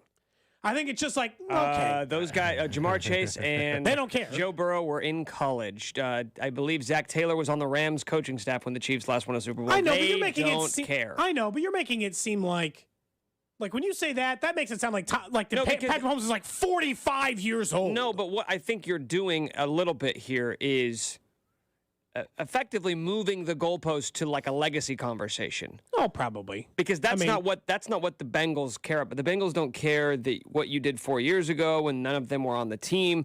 Yeah. They care about who is what right now. And if they beat you 4 straight times, 2 of them in the AFC Championship game in your building. This will be the most, even worse than the Tampa Bay. This will be an unbearable offseason if Cincinnati wins. Unbearable. Because at least the Bucs one is like we were just full of all these excuses. Don't really have a lot of excuses for this Chiefs team, do we? We thought we had built-in one before the season with Tyreek. We have that built-in one just in your back pocket. Just the ankle injury. The quarterback I know, with but the bad come ankle, on. We just saw what he did. That we're not going to let that be the reason we. I'm not going to let that be the reason. It'll get discussed, though. It absolutely will get discussed in that way. We just know. I mean, we just mentioned how you reacted and what you thought was a dirty hit. That's how fans react, man. That'll absolutely that's absolutely what would come up. You may disagree with it, but of course that would be discussed. You mentioned it'll be a miserable offseason. The Chiefs, while the expectation might have been different preseason, now if we fast forward to where it is, it's reality. They're in an AFC title game. They won 14 games. All this is going on. If you lose to Cincy, though, to me, that absolutely more devastating this go around. I know last year was unexpected, and you were up by 18. I still think this is more devastating this go around because it will be 4-0 against Mahomes if it happens. And they'll be going to back-to-back Super Bowls in your backyard. That part hurts. At Arrowhead for both games, you're going to let your fans watch them. Yeah, Joe Burrow smoking a cigar in your locker room in 2 straight seasons. Yeah, no. Yeah, I don't need that. That's why I said it would be a devastating postseason. Don't need that image again. Not at all. We'll get to the trash. Tell you what, if he smokes a cigar in the locker room, I think they should arrest him. That is against the law. I'm not letting it. We let it slide last year. Not letting it happen. Could you imagine? The KCPD just kicks in the door, and be like, "All right, come over here. We're gonna have to handcuff you." Yeah, they just arrest half the team. Amazing. I don't think that's gonna happen. Also, that would make us look like sore losers, I fear. Yeah, I don't even. It's not even in the cards. Down touchdown. Oh, is that? Wow. I didn't play that. Didn't mean to. Okay. I guess you better move on before Nick plays any more weird audio or yells at our coworkers in the main office area. So either way, that was something Nick did earlier. Well, they don't know what you're talking about. Wait, real quick. So we have a system where you can actually, from where Nick is at, you can communicate to the entire office area, or what we call our bullpen area. It's like a loud overhead speaker. And nobody uses a McCamey, and it's egregious when they use it. Nobody ever really uses it. We certainly don't. And Nick accidentally had like a laptop or something on the button that does that. So anytime you guys heard Nick talk at the 10 o'clock hour, it was also going out to the entire office. And none of the rest of the show. None of the rest, yeah. Including calling me a son of a bitch. So just all they heard was Nick. They had no context. All they hear is like, Cody, you son of a bitch. That's all they hear. Yeah, without context. Might sound a little strange. So that's what Cody's referring to. That'll be easy to take to HR. You heard him. Everyone did. Just right out in the main area. You're going to get an email here pretty soon, Cody. It says, I need to speak with you after the show. Something like that's going to happen. I didn't do anything wrong. I'm an innocent bystander, and Nick cursing me out in the bullpen area. There's one thing from the game Saturday that we haven't really got to, and I don't know if they're getting enough credit for it. And understandably, like Chad Henne's getting credit as he should. We've given him credit. But the Chiefs' defense in that game, I'm not even just talking about the great pick by Jalen Watson, because that was an incredible pick. The Chiefs' defense stepped up when they had to. Their quarterback's out of the game. They come up with a huge stop, even after the big kickoff return that Jacksonville was able to have. This defense put together the type of performance, that they're going to have again, by the way, in terms of that level. Correct. They're tackling better right now, and I don't want to jinx them, but that's what's changed. Like, what's so different about the defense in the last 3 or 4 weeks? They're tackling. What was the big takeaway from the Cincinnati game earlier? Anybody. There was that still shot, right, where the Chiefs had 4 guys around Jamar Chase. Around Chase, and none of them tackled him. They're tackling better. That is it sounds simple, but that is a huge deal right now for this defense. And they tackled really, really well against Jacksonville. Even when they completed some passes to Zay Jones or Christian Kirk, it was a 9-yard completion instead of letting it go for 20. Considering the circumstances, this was their best performance of the season. Because at the moment they were asked to step up, they knew that there could be a problem with their quarterback. That he might not be able to perform at the normal level he does. That he might not even be able to come back in the damn game at the time it is. And by the way, the defense got stuck in several bad circumstances. Twice because of special teams. They got put in a nearly unwinnable circumstance and let up a touchdown on one of those and stopped him in the other. So they were given a free touchdown in which they were asked to defend an area. They let Trevor Lawrence throw the ball 39 times. He didn't even get to 220 yards. They tackled. They were good on third down. They have, for the, month straight, won the turnover battle. They turned them over 3 times in that game. This, to me, was their best performance of the season. I understand there were probably more front-to-back dominating performances from the defensive line. But to me, the defensive line was really good in this game. But all the areas in which we had question marks, the tackling, the safety play, the linebackers, the things that have really been problematic, the coverage out of the young corners, the things that have actually been problematic for the Chiefs this year all showed up in a huge way against Jacksonville. I honestly think that this was their best performance of the season, even though there might have been ones where you're they dominated more. They knew in this moment they had to perform well. Yeah, they stepped up on a much bigger stage and more pressure and impact of what the game was. Because, I think you go back to even week 1, right? Again, what they did to Arizona or what they did even to the Niners when they were dominant. And a lot of that was the offense just couldn't be stopped, and so you took some off of the defense. But considering circumstances, this was a really impressive defensive performance. And what do you know? It's the playoff time, and Frank Clark, no big deal, just 4th all-time now in postseason sacks, just like we all thought he would be. He's tied with Reggie White, because playoff time, Frank Clark is just a different person, a different football player. He was talking going into the game. Yeah, there was a quote from, I think it was James Palmer. To James Palmer that he's feeling scary or something. I mean, what part did Jacksonville take advantage of? He got sacked 5 times again, which is what happened in the first matchup. He couldn't even, and I know he had more than 220 yards, but he had less than 300 yards even threw the ball, 40 times in that game or 50 times in that game. So it's it was 39, I think. And it's just when you go back through and you look at everything they did, they held down everybody. ETN didn't beat them. They turned the ball over multiple times. Everything they needed to do in that game was nearly perfect. I don't know what more. I guess the only part, because the biggest complaint, I think, at this point was the turnovers. To me, you're saying the tackling, but that's probably it. Trash of the day. All right, let's get to the trash of the day. If you listened at all last week to the show, and I hope you all did, you remember there was a certain sound that we played throughout the week, randomly, especially when there was awkward moments. Sure. And someone in Cincinnati, a Bengals fan, decided to do their own rendition, which I'm going to play it in a second. And then my initial reaction, I almost texted you, was, How come Cody couldn't do this for the Chiefs? This seemed like right up your alley. So this is a Bengals fan doing their own Whopper song. Touchdown, touchdown, touchdown, touchdown, running, passing, defense, touchdown, we rule who day. Jamar Chase is scoring touchdowns, Joey B has no protection, that's okay, give it to Mixon, we rule who day. We in the Bills season today, the Bengals, they're in your way, who day? Wow, I hate it so much. It's so bad, but I think you could have done a Chiefs version. Cody, now you know how we feel every time you debut a song.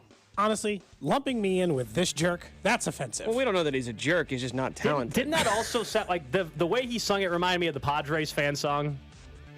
A little bit. I don't want to... Padres on the loose. Let's go, Goose. That's what's in. Oh, my God. Those both are so bad. So bad, yeah. What's the king of fan songs? Because it's neither of those. I mean, I appreciate somebody attempting the Whopper song. Rihanna should sing it. They're in your way. Who day? It's just so tough. It's just so tough to listen to. I almost feel guilty for subjecting our listeners to that. But then again, you know, they play Brett Veachtown on the morning show like once a week, and that's pretty rough. True. And they're selling T-shirts now. They're pushing merch. They have a professional recording of it now without Bob's voice. I mean, that helps. It doesn't solve the problem, but it helps. I actually think that's cheating. Cheating? Outsourcing your music? Someone offered. They heard that they thought the lyrics were so good. Doesn't matter. Doesn't matter. I'm just still wondering, Cody, why I didn't do a Whopper song? Why didn't you do a Chiefs version? What am I It's been supposed to... since June, man. Maybe if it was still Chiefs and Chopper, we could have made something happen. But that was about the last. But that's not. Chiefs and Chopper was already really good, though. So, like, that whole thing was already good. Didn't need to mess that up. If I was the Bengals organization, I would ban this guy from attending any games. You just kick him out. You shouldn't just be allowed to put stuff out there without repercussions. Do you think that he ran that by anybody, like his kid or something, or just like any person? Be like, hey guys, do you think people will like this? No. Think people will like this? I actually think everybody should have an idea, man. Everybody, we should all have one person that you just run those ideas by. Just one person. Run it by, and then see if they give the all clear. Who's your idea, man? Mine ends up being this show a lot. You guys shoot down a lot of my ideas. Yeah, this show, and then this show. I think generally it's this show and then my significant other. And I think the same would probably be you. Yeah, it's the show. My wife's probably too encouraging. She very rarely thinks my ideas are bad. Really?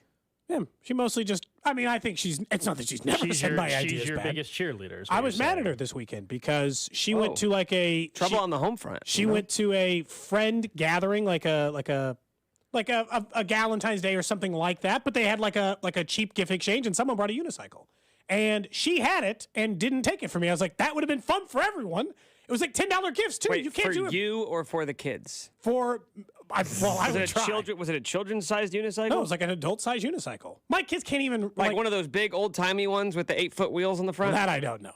That's a bicycle. Those are different. Those are cool. Someone text line says she thinks your ideas are good or she says they're good. There's a big difference. Big difference. Don't know. She's very supportive though. Right. Like More what does she supportive than you actually? two. What does she actually believe? That's what I want to know. More supportive than you two. It's hard to say. We just shoot you straight, man. We don't mess around. Because when you come to work, you're on your own, at least according to her. She is no longer associated with you once you're doing your on-air thing. But we are.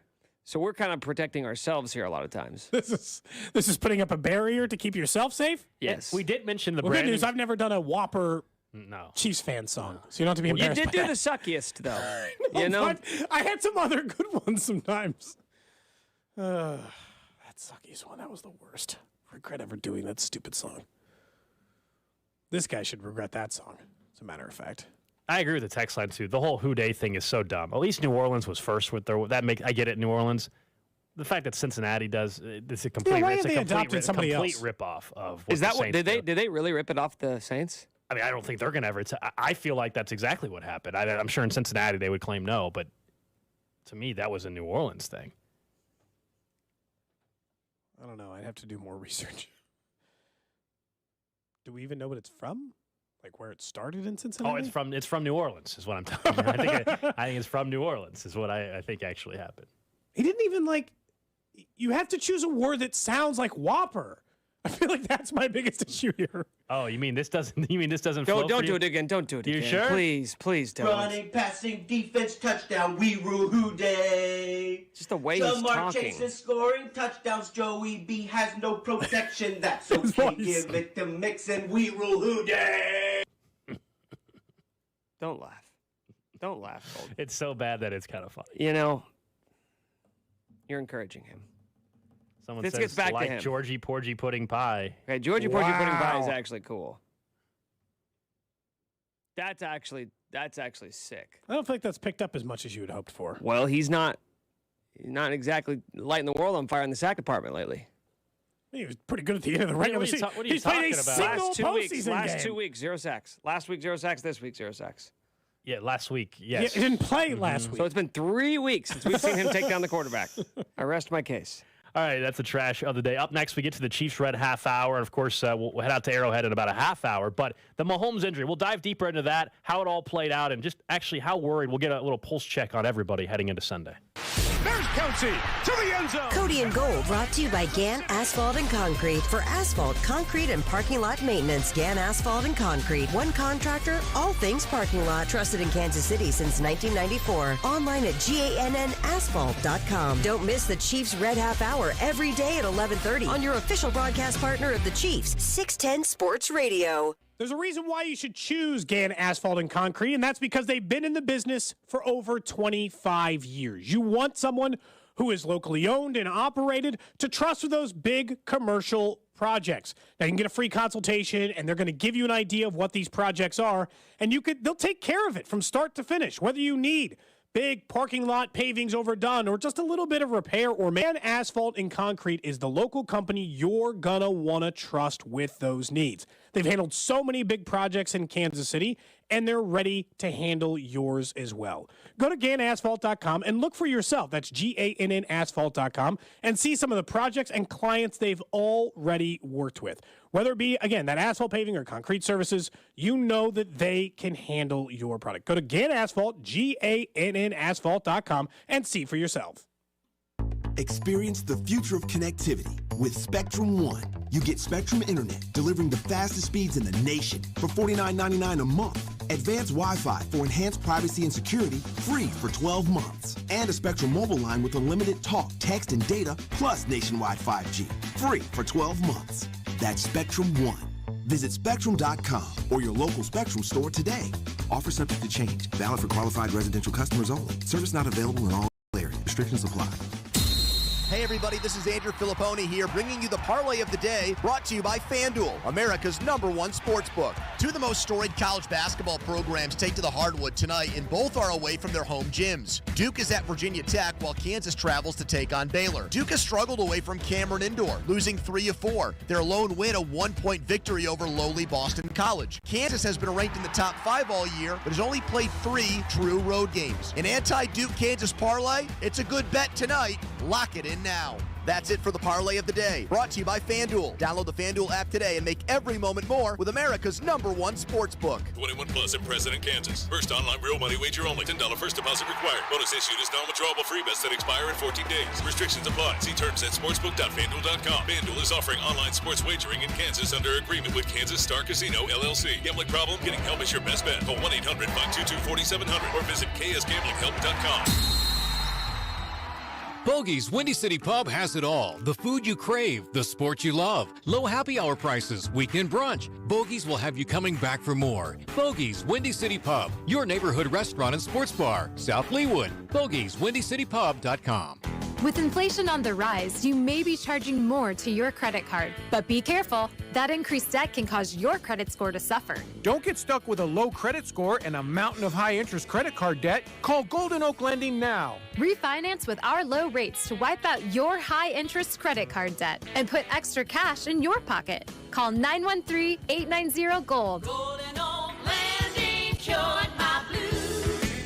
NMLS Email us 114-937. I stopped smoking with Mark Patrick's hypnosis when nothing else worked. 1 year later, my wife Michelle and I attended the Mark Patrick Weight Loss Hypnosis Seminar. In 2 months, lost 43 pounds, and she lost 18 pounds. And we feel great. Seminars Wednesday, February 22nd at the Sure Stay Plus by Best Western in Kansas City, or Thursday, February 23rd, Holiday Inn and Suites, Overland Park West and Overland Park. Weight loss seminar, 5:30 p.m. Stop smoking seminar at 8 p.m. Sign up at markpatrickseminars.com. If you own a business, this has been a bumpy ride. From pandemic to inflation, I'm sure you could use a break. If your business has 5 or more employees and survived COVID, you might be eligible to receive a payroll tax refund of up to $26,000 per employee. The challenge is getting your hands on it. Hi, I'm Howard Mackler, and that's why I founded GetRefunds.com to cut through the red tape and get you the money. The team of tax attorneys we have put together are highly trained in this little-known payroll tax refund program. We do all the work, charge not a dime up front, and simply share a percentage of the cash that we get for you. Businesses of all types can qualify, including those that took PPP, nonprofits, and even those that had increases in sales. We have helped return over $1 billion to businesses, and we can help you too. Just go to getrefunds.com/sports, click on Qualify Me, and answer a few questions. This payroll tax refund is only available for a limited period of time. Don't lose out on up to $26,000 per employee. Go to getrefunds.com/sports. That's getrefunds.com/sports. They say they'll get your biggest tax refund. Jackson Hewitt says your biggest tax refund guaranteed, and a chance to double your tax refund. Thousands in weekly prizes during the Double Your Refund sweepstakes. Your biggest refund times 2, twice the money, so forget about them. File your taxes on the double at Jackson Hewitt today.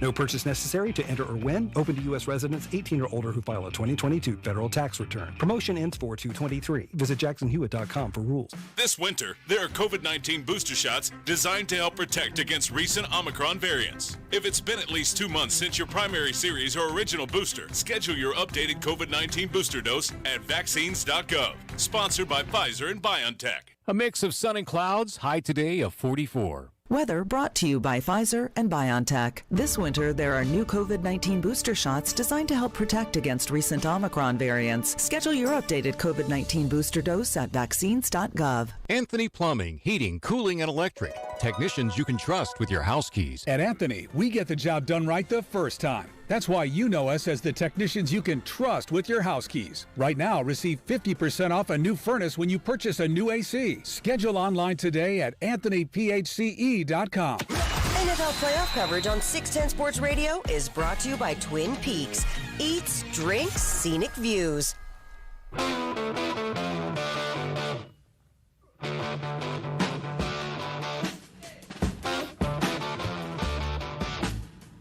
Back here on Cody and Gold, it is the Chiefs Red Half Hour, brought to you by Greenway Ford. It's a new day, a new way at the all-new Greenway Ford. We'll head out to Arrowhead in about 25 minutes or so. Going to hear from Andy Reid right here on your official broadcast partner for the Chiefs 610 Sports Radio. Good luck to everybody out there trying to get tickets for that. Have you seen already the ticket prices are $400 to get in the door? As you would expect. Yeah, so there was secondary market, of course, but those that were season ticket holders already basically got auto-charged, right? They got an email last night, auto-charged, same seats that you have if you already opted in, you're good. And then this morning at 9 o'clock was for Jackson County residents only. Then at 10 was for season ticket holders to buy additional tickets. And then about a half hour ago was the general public on sale. I haven't looked. I don't know if it's actually sold out or not, but I would assume so. But the ticket pricing, of course, for games like this are nuts. I just be interested to see how many Cincinnati fans make the trip down. They traveled last go around in a really good amount. I don't know if that was just the mics were picking up, but you could hear thinking of stealing who dat from the Saints, that you could hear the who day from Cincinnati throughout the broadcast there in Buffalo. Yeah, it was pretty noticeable, I would say, throughout the game, but we know that it's going to be, no matter what anymore, opposing fan bases, especially ones that are starved for Super Bowl wins, which Cincinnati has 0, if I'm not wrong, right? It's a franchise that don't have been one. to multiple Super Bowls. Yeah, but they haven't won one yet, right? I mean, you would think that this is everything then. You're sold out. It's like when the Royals were, even in 14 and 15, I know they had a World Series win, but it had been so long. You're just desperate for it. Will you guys be going? I will not. Well, I don't know. Wait, to the game on Sunday? I will be there, yeah. Are you buying tickets or are you being gifted? They have been purchased, yes. Am I the one paying? No, but they have been purchased. Sugar Mama? Looking for handouts. I am going with my mother. Oh, not that kind of sugar mama. I am different. And I wouldn't Different have even kind of answered mama. that way. Yeah, I am going with my mom, actually. Such a weird response to me asking sugar mama. It's the way you're saying, yes, I am going with my mom. Not exactly what I was asking. I understand, but yeah. I had somebody message me this morning that they had bought, I think, 2 tickets for $2,200 No, I believe it. on the pre-sale. Yeah. And that they think they're going to double their money. Possibly. I mean, the Chiefs already have the How dynamic. good are those seats? They already have some of the pricing bump. So, for example, the downstairs seats, depending on where whether you're at the 30 or the 10-yard line or the 50-yard line or whatever, before fees, you were looking at like $700 a pop, $650 a pop through the Chiefs. That's not on the secondary market. Those tickets, to Nick's point, are obviously going for considerably more.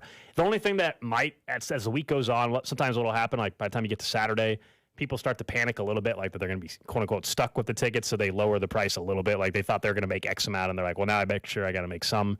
Or the weather. There's a chance of 40% chance of snow Sunday for the Chiefs game against Cincinnati. Yep. And it's going to be like 20 degrees or so. That kind of stuff might impact it. But look, it's AFC title game. Tickets are going to be outrageous. They're going to be at a premium. There's just almost no doubt at this point. How confident are you, though? Like, not for the Chiefs themselves, but Patrick Mahomes, we all know, high ankle sprain. That's not just magically going away. They can have amazing treatment all week, which he's going to receive all week on the ankle, and they'll get him to a point where he obviously will be in better shape than what he is today in terms of the ankle. But that is not something that is not going to impact his performance. They're going to have to be at their best at the offensive line, and maybe that even includes having some more protection in terms of every once. I don't know how often I haven't looked since Blake Bell's been back, how often they've gone with an extra tight end. All things are on the table in order to protect Patrick Mahomes.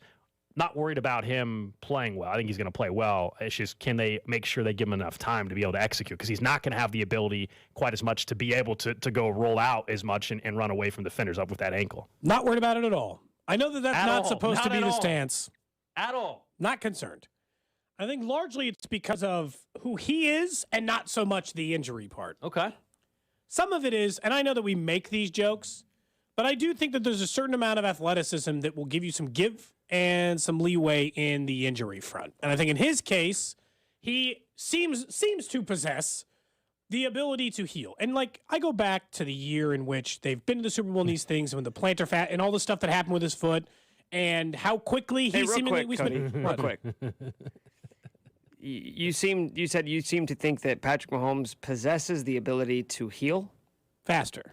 It's like the worst superhero ever. He can heal faster. That's Wolverine's whole thing. His wounds scab over, and you then they just go away described eventually. Wolverine. That is actually the best thing ever.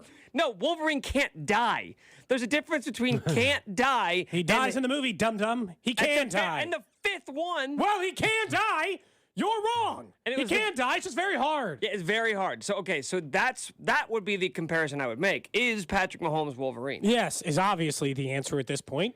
Look, I think he's... Because every time he gets hurt, he seemingly gets on the field or is at 100%. Way faster than every other player. Well, look what he was able to do, of course, in the game against Jacksonville. The fact he came back and ended up, getting the touchdown to MVS, which was a great throw, and he's on 1 foot. So we know he hobbled for a first down. Right. On the ground. He's going to still play very well. I expect that. What I'm concerned, though, is that if the offensive line breaks down, you don't have that same... You don't have the Mahomes escapability that you had before. You probably aren't having. Like, he's not going to be... I don't think he's even going to be 90%. Like, he's probably going to be in the 75 to 85% range in this game in terms of the ankle is, at least, in terms of just the mobility. Do I think that he can make a throw on 1 foot and all that? Yeah, because we've seen that happen time and time again. Yeah. So he's going to be at his best in terms of him, like, actually making decisions and all that. But there is a point where if they're able to get pressure on him, it is way more problematic on Sunday than, of course, what it would be if he was 100%. Yeah, you're saying it's more likely he would be sacked or brought down or get hit on a bad pass because typically we watch Mahomes just get away from defenders. But even in that game, he managed to get away from defenders. Someone says they have the exact opposite haircut. Times. Wolverine, the exact opposite haircut. Is Wolverine? It's the exact opposite. I have to think about it harder, but maybe it Someone says, isn't Russell Wilson Wolverine? Well, okay. But Russell Wilson, called himself that probably once. He did. No, it's because... He did say something like that, but he said it about himself, which makes it worse. That's true. Yeah. Mahomes has never said, I'm Wolverine. Russell Wilson said, like, I have Wolverine blood or whatever. If you want to know the truth, what I'm most, in terms of the injury discussion around Mahomes, like what actually, quote unquote, scares me the most is just that even though I don't think the Arden Key play was dirty, I am worried that because it's understood, like if you're a Cincinnati player, like, you go a little bit lower on the ankle, or you twist the ankle, you grab a little bit harder on the ankle, like that kind of stuff. I'm worried that it's more guys where it's the second quarter and he gets hit again, and then all of a sudden the limping is back heavily again, and all of a sudden he's got one hit, one tackle around the ankles. That's what's really kind of makes me nervous in terms of that, because as much as we've been praising Chad Henne, who continues to come in when needed and make big plays in divisional round games, I think we would all agree against this opponent, against Cincinnati, AFC title game, if you need him more than one single drive, it's tough enough. When Mahomes is out there against the Cincinnati team. Maybe I would feel worse, but there's part of me that feels better about this kind of injury. I certainly feel better about this kind of injury than over the last couple of years, because they are more equipped to run an offense that doesn't require Mahomes to do all the things that you're talking about. Like, we're talking about hand the ball to Pacheco, short passing attack, get the guys in space, use that. They're way more equipped to handle that than they've been in any of the years previous, because they run an offense more aligned with that ability than they have in years. I know when I'm saying like zero worry, but I honestly think Mahomes will, I don't think it's going to impact his performance in this game. I think he's still going to play like Patrick Mahomes. I agree with you if you can tell me that the offensive line is going to have one of their better games. Don't they know? Like, they seem to. That's what it requires, though, which I'm not saying it's not that they can't do that, but that's what it's going to require. You cannot have the floodgates open at left tackle or right tackle with your quarterback having the ankle injury. That is disastrous. If they can do a decent job of protecting him, and whether that is actually the tackles, maybe if Wiley struggles, you do have to have Blake Bell stay in and help a little bit. We know Jerick McKinnon already does that at times. He did a tremendous job. He's the best pass blocking runner. I also think that's why McKinnon did not have a huge receiving day in this game, is because I think he stayed in more than he had for that very reason that we're discussing here. And maybe that'll have to happen again. We'll see. Didn't stop them from scoring points or moving the ball or doing all the things they want to do. It's funny because instead they just said, you, Kelsey, it's you. I just think this game is already so difficult based off of the prior three matchups when Mahomes hasn't been banged up. For me to sit here and tell you that I'm not concerned that going up against this team, now your quarterback's also not going to be 100%. Like, it's tall. It's a tall task, man. It's a tall task. Doesn't mean they can't get it done, but it's a very tall task, and it does require one of the better offensive line performances of the entire season, I think. But they seemingly did that in the second half when they knew they had to. I know that sounds stupid, like, why don't you just play great all the time? But sometimes that is how this works. Sometimes in those moments when it's like, we need you, because the defense played better after he got hurt too. It's like, we need you. Right now, we need you. It's like the pressure on there. So, like, maybe you're right. Maybe in the middle of the game he gets hit and then he starts limping a little bit more. Then it's everybody's time to show up again. I don't know that they want it to come down to that. But I also think that when I listened to Jay Glazer's report on Fox yesterday, it was like, hey, man, it's way better. That's how he put it. He says way better than they thought. Way better. Yeah. He emphasized way. I think that's important to notice when we're having the conversation. It's not like he just said, that's way better than they thought. It's way better, right? He emphasized the fact that he thought that the Chiefs already assume on Sunday that it's like he woke up and they're like, wow, that's better than we thought it was going to be. So that's a great start. And then we got the entire rest of the week to heal and get there. I think by the time we get to game, there'll still be a little bit of a little hitch in his giddy up, right? But I still think overall you're going to see a nearly, like, I do think it might be more like a 90% Mahomes on Sunday, even though it's not supposed to work that way with high ankle sprains. I think this is also where the snow will be interesting. Like, if you're trying to make sure you're getting good footing in general, all that, like, this is where the snow could be something that might be a little bit more problematic than it normally would be.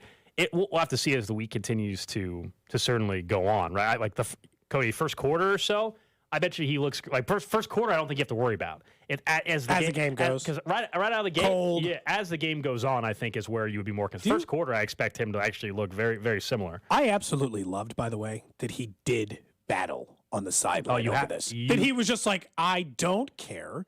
Keep me this game. And then I felt like he was standing, because he sits all the time during games. And in that game, when they're like, hey, man, we might not be able to play you, he just standing the whole time like, I'll never sit. I'll never sit again. It was like he was just doing it to throw it in their face. Because he didn't sit. That entire time, he stood on the ankle to try to, like, prove I can play. Do not keep me out of this He was having game. a deep discussion with Andy and Rick Burkhalter, the team trainer, and all. I mean, they were trying to get him, of course, to go get X-rays. He initially did not want to do so. He didn't want to miss time, or maybe he was also fearful that the X-ray would come back and say, or he's like, I'll go at halftime. Whatever it may be. And obviously, ultimately, he got the X-ray very quickly and was back on the sideline. And then they said, no, we're going to roll with Henne the rest of the first half. And then we all know Mahomes came back in the second half. And yeah, I think deep down, like Andy, like that competitiveness, like that is what makes part of what makes him so great too, though. Like that some of the great ones have that competitiveness, and you never want to be taken out. Competitive prick. Right, that's exactly the how Eric Bieniemy quote. How they've described him, no question. And thinking of guys stepping up too. I mean, this is probably a credit to Brett Veach certainly, but think about who stepped up just in that game. These guys have stepped up throughout the season too, but in that game, in that moment, a 7th-round pick in Isaiah Pacheco, really nice game from him, and I think they're going to have to, of course, lean on him yet again on Sunday, and a 7th-rounder to really seal the game by Jalen Watson, an interception by Jalen, a great pick. So not just that was a hell of a pick. Yes, super a wide receiver out there. I mean, it was a ridiculous pick by Jalen Watson. That is 2 times this year in particular. And look, Jalen Watson, he's a rookie. He's had his moments where he's gotten beat and all that, but Chargers, huge game, huge moment. Week 2 of the season. Playoffs, first playoff game ever. Pick 6 in that one, and then this one to seal the win. 7th-round guys. You feel really good, continue to feel really good about the drafting ability of where this organization is at. And go ahead. No, I was going to say, this is how you end up back in the AFC title game. You end up back in the AFC title game because you get picks right and you get picks that matter right. By the way, there's an unheralded Jalen Watson play that probably saved him 4 points, in which he made a tremendous open field tackle that forced Cincinnati into a field goal instead of a possible touchdown drive. Jacksonville. And we know how bad Kansas City's red zone defense has been. So one more first down there, that could very easily end up touchdown. And so this is obviously a Brett Veach compliment, because if you just look across the field for this draft alone, you're like, how did you guys get back to the AFC title game? You gave up so much. Isaiah Pacheco had his maybe best game of the year. He was great. He had his biggest run of the year. That moment, think about where everything was trending at that moment before he gets the 40-yard run or whatever it was. Man, still were iffy. You weren't sure about Mahomes yet. Big drive, and obviously he ran right into the back of his offensive line, and then had the vision, which is he's gotten better at that, right? Had the vision to bounce outside, and then he was off to the races and almost got the touchdown. Of course, was tackled at like the 3-yard line or whatever. It's just like when you look at his performance in Jalen Watson and Trent McDuffie and Karloff, you're like, I can't believe that they're relying on all of these guys, and in their first playoff game aren't being exposed. I know there could still be a problem against Cincinnati. That is a team that can take advantage of young defensive players across the board. But specifically that 2 7th-rounders would be such a factor in you winning a playoff game, because that's what it was. When Mahomes got hurt, you needed extraordinary effort from somebody else. And it came from the 7th-rounders. That's not the guys you're expecting to necessarily. It came from the 7th-rounders and Frank Clark, a guy who we openly were like, you're bringing him back? Like, this is a Brett Veach conversation more than anything else. Yeah, and the guy we haven't mentioned was just like, you've come to expect it. Yeah, the 7th-rounder stepped up, and that's what we're discussing. But then Travis Kelce, whether it was Henne in the game, whether Mahomes was in the game, he was sensational on Saturday. 14 catches? Are you kidding me? I don't know what on earth, by the way, the Jags were doing. I mean, look, Travis Kelce can get double-teamed, and he did a couple times, and he still gets you because he's that damn good. But honestly, Cody, how on earth do you let him get 14 catches? I mean, what? Well, in fairness, that's pretty much everybody. Here, Travis Kelce's... No, that was 14 catches, the most playoff catches by a tight end in NFL history. So, I mean, that is not normal. But here are his last 7 playoff games. 14 catches, 98 yards, and 2 touchdowns. 10 catches for 95 yards and a touchdown. 8 catches for 96 yards and a touchdown. 5 for 108 and a touchdown. 10 for 133, 13 for 118, and 8 for 109, and 3 more touchdowns in there. So he almost has 13. Dude, it's just like who he is in the postseason. Yeah. He's one of the single greatest postseason performers in NFL history. Yeah, he almost had 1,300. He does now have well over that, but going into the game, he almost had 1,300 postseason yards. But in his playoff career, and he hadn't had a touchdown. We talked about this on Friday's show, looking at betting and everything. He hadn't had a touchdown since week 13, and he gets the first touchdown of the game. Yeah, 6-1, first touchdown of the game. He ends up getting 2 touchdowns in the game. And the Jags, they were the 4th worst team to tight ends in football. So that's how the 14 happened too. But 4th worst team against tight ends, and even the week before, Gerald Everett of the Chargers had his way with the Jags defense. So what Travis Kelce continues to do, in particular the postseason, he's at his best when it matters most, and that's what the great ones do. This was this was a really well-constructed roster. Like, we go back through and you're like, well, you had to do some things on the cheap and some things had to be rookies and some things had to be this. But when you look at that game, that's when you see how it worked. Like, it's all coming together. Special teams still an issue. that part of the roster, I still got some questions. But I'll give Butker a little bit of credit, though. He showed up. He was Butker again. Those were needed, too. I mean, look, those were. I know they ended up winning by, the two. They would have been fine. But in the way the game was going, you needed those kicks. And even on the kickoff, he actually is the one that made the tackle, I think, on the kickoff return. It was a shorter kick, but if he didn't make the tackle, probably a touchdown. So I give, that was nice. It was nice to see. Like, get a little confidence back for everybody. Take a slight deep breath. Guy made a couple long field goals, obviously made the extra points, so that was much needed. I know we were all concerned about that heading into the postseason. Instead, it was still Dallas's kicker, Brett Maher. Are the special teams back? Is it time to say that? that? I think Butker is a nice confidence builder, but I'm not ready to say the whole special teams go ahead unit and say is just good to go. It'll feel good. No. So you're still nervous that could cost them? Absolutely. Is this one of those my deals? primary concern. Is this one of those deals where you won't not be concerned until the Chiefs are hoisting the Lombardi Trophy and there's confetti falling down? Or have lost a game because of the special teams? Yep, that's it. Well, I'll end that conversation there. Well, there's only 2 games left, Nick. So yeah, there's only 2 of them left. Oh, well said. Travis Kelce now, third all time in postseason receiving yards, 1,389. He's actually tied with Rob Gronkowski, oddly enough. One behind Gronk in postseason receiving touchdowns, which puts him only 980 yards behind Jerry Rice for first place. So still got time. Based more. on my numbers of him never aging for at least the next 5 years, let's say 3 playoff games a year. Okay, so 100 yards per game. That's what he's getting. It's 300. I mean, he can pass him. Hey, Cody, have you ever considered that maybe Travis Kelce is aging? He's just really, really tough and plays through injuries? Nope, haven't considered that to this point. Right, because that would be illogical compared to what you believe, which is that Patrick Mahomes. So let me just quick recap here. Patrick Mahomes cannot be injured, and Travis Kelce cannot age.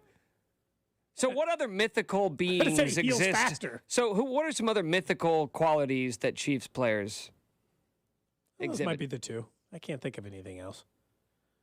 Give me a couple of days. Okay. We'll get to somebody. I'm sure. I know you will. I know you will. Just give me a couple of days. We'll get there. Still plenty of time left. I think it was our boss that actually was going through quarterbacks as superheroes over the weekend, was tweeting it out. I think he said, I'm going to get him in here? AFC quarterbacks as action stars. Andy can wait. Let me get him in as here. action stars. As action stars. So he tweeted out, he says, Mahomes is John Wick, thrilling, versatile in killing methods, and almost superhuman. Oh, wow. He's getting detailed with it. And John Wick is always, injured, the entire movie he's hurt. He said... just plays 70,000 people shooting at him. He's just, stabbed and shot the entire movie. It doesn't matter. Spec then tweeted, he says, Allen is John McClane, takes the beating, keeps on going, it's never pretty. Okay. Burrow, any Jason Statham character. Silent assassin who doesn't get enough credit. That's how he described the quarterbacks as action stars. Didn't even give Brock Purdy a spot, huh? AFC quarterbacks. Oh, I see. AFC. We can get his We'll thoughts get on his the NFC quarterbacks later. I think that'd be fair. Yeah, that'd be great. All right, coming up next, we're heading out to Arrowhead. Going to hear from Chiefs head coach Andy Reid. Maybe a little update on the ankle for one Patrick Mahomes right here on 610 Sports Radio. You're listening to Cody and Gold, brought to you by Gann Asphalt and Concrete. For asphalt, concrete, and parking lot maintenance, Gann Asphalt and Concrete. One contractor, all things parking lot. Trusted in Kansas City since 1994. Online at GANNasphalt.com. Don't miss Alex's That Betting Show every Thursday night at 7 o'clock. Right here on 610 Sports Radio and the Odyssey app. If you are a local business owner, it's probably been a bumpy ride from pandemic to inflation. Did you know that if your business has 5 or more employees and managed to survive COVID, you could be eligible to receive a payroll tax rebate of up to $26,000 per employee? Not a lot of people know about this. It isn't a loan. There's no payback. It's a refund of your taxes. The challenge is getting your hands on it. How do you cut through the red tape? Get your business the refund money? Well, go to getrefunds.com. That's getrefunds.com. AFCChampionshipGame.com. The team of tax attorneys they've put together are highly trained in this little-known payroll tax refund program and have already returned $1 billion to businesses, and they can help you as well. They do all the work, no charges up front. You simply share a percentage of the cash they get for you. Businesses of all types can qualify, including those who took PPP, nonprofits, even those that had increases in sales. To find out if your business qualifies, just go to getrefunds.com, click on Qualify Me, and answer a few questions. That's getrefunds.com.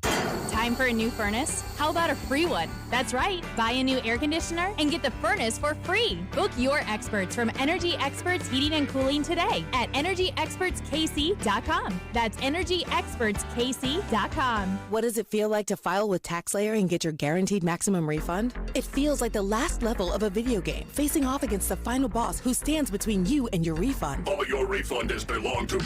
Using the power of TaxSlayer like a secret power-up he doesn't see coming. Only the most tax confident can defeat me. Throwing your laptop at his video game face and watching him crumble into a giant pile of shiny coin tax refunds. Oh, not fair. You use TaxSlayer. Save up to 80% when you file with TaxSlayer. Start for free. How long does it take to tackle a home project? With Angie, you could cross it off your list before this ad is over. Just tell us what you need, indoor or outdoor, repair or redesign, and we handle the rest, sending a top pro to get it done. You don't have to lift a finger, except to tap the screen or click the mouse. Plus, Angie is free to use. So bring us your next home project, and we'll bring it home. Download the app or go to Angie.com. That's ANGI.com to get started. Every pro is an MVP to us. As a Lowe's MVP's Rewards member, you can earn bonus points when you shop select products and brands. Redeem them for exciting rewards like tools, sports memorabilia, gift cards, and more. Join today to become a member and start earning. Bonus points calculated before taxes and fees after applicable discounts, if any. Subject to program terms. While supplies last. Points expire at end of calendar year. Visit Lowe's.com/MVP's bonus points for details. We all know the game isn't over till it's over. So next time you need parts for your car, don't call it quits. Go to eBay Motors. They have 122 million parts to take your car into overtime. Get the right parts at the right prices. ebaymotors.com. Let's ride. Do you owe more than $10,000 in back taxes? Good news. There's a new way out. It's called the Fresh Start Initiative. Call U.S. Tax Shield. A+ rated with the BBB. 800-391-5660. Free consult and let U.S. Tax Shield protect you from the IRS. Meet Joe A, Hi. Joe B, Hello. and Joe C. What's up? 3 everyday Joes perfecting their banking with Chase. Joe A is locking his lost debit card with the Chase mobile app. Joe B is cruising toward his new ride with AutoSave. And Joe C's Chase Bear is helping him budget to go back to school. Tools that help protect, support for what's next. One bank that puts you in control.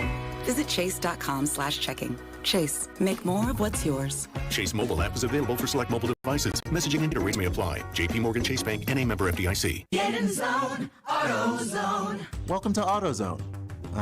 Thinking about gas mileage? If your check engine light is on, it may be affecting your MPGs, but the free AutoZone Fix Finder service can help. With the most complete free warning light report backed by technician-verified fixes, you'll know what's affecting your gas mileage and more, and you don't have to drive too far to find the fix. The free AutoZone Fix Finder service is available at all 6,200 stores. Get in zone, AutoZone. See details at AutoZone.com. The weather has changed, so give yourself the peace of mind with new windows from the Window Source of Kansas City. Take advantage of our great financing options available, best price guarantee, and Energy Star rated products installed by our certified master installers. We are locally owned, family run, and we would love to work with you. Give us a call at 913-333-6706. That's 913-333-6706. Or go to windowsourceofkc.com for a free estimate today. The Kansas City Chiefs are looking to win the championship, and Metro Ford is winning with new inventory coming in and opportunities to make great deals. View our inventory online at kcmetroford.com. You're listening to 610 Sports Radio from the Max Motors Studios. Derek Johnson knows playoff football. Derek Johnson came on the blitz and decleats Mariota. Catch him every Monday at 7:30 with Vesco in the Morning, right here on 610 Sports Radio, KCSP Kansas City, WGAF HD2 Liberty, and Odyssey Station.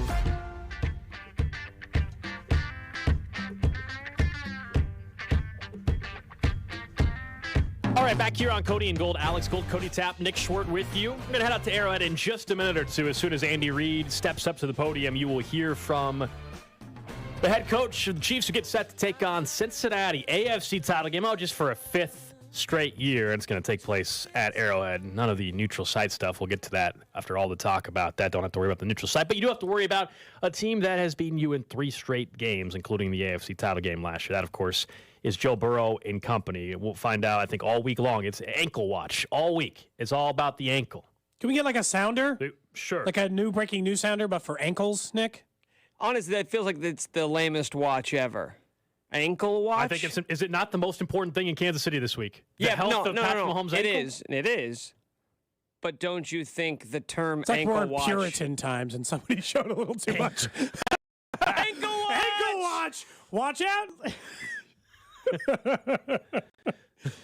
I kind of like it. Also, Gold. What? We had 2 giant boxes of chips delivered to us, generously from a listener. Yeah. Look on the live stream. These giant Arden Mary's bags full of chips. Hey, will and you would have bought showcase... some? I love Arden Mary's. Will you showcase the crunch on those? Oh, they're very Just crunchy give me a little chip. give me one crunch. Wow. Okay, that's an A-plus crunch. That is an A-plus crunch, Gold. Arden Mary's kettle chips are great. What flavor is that, though?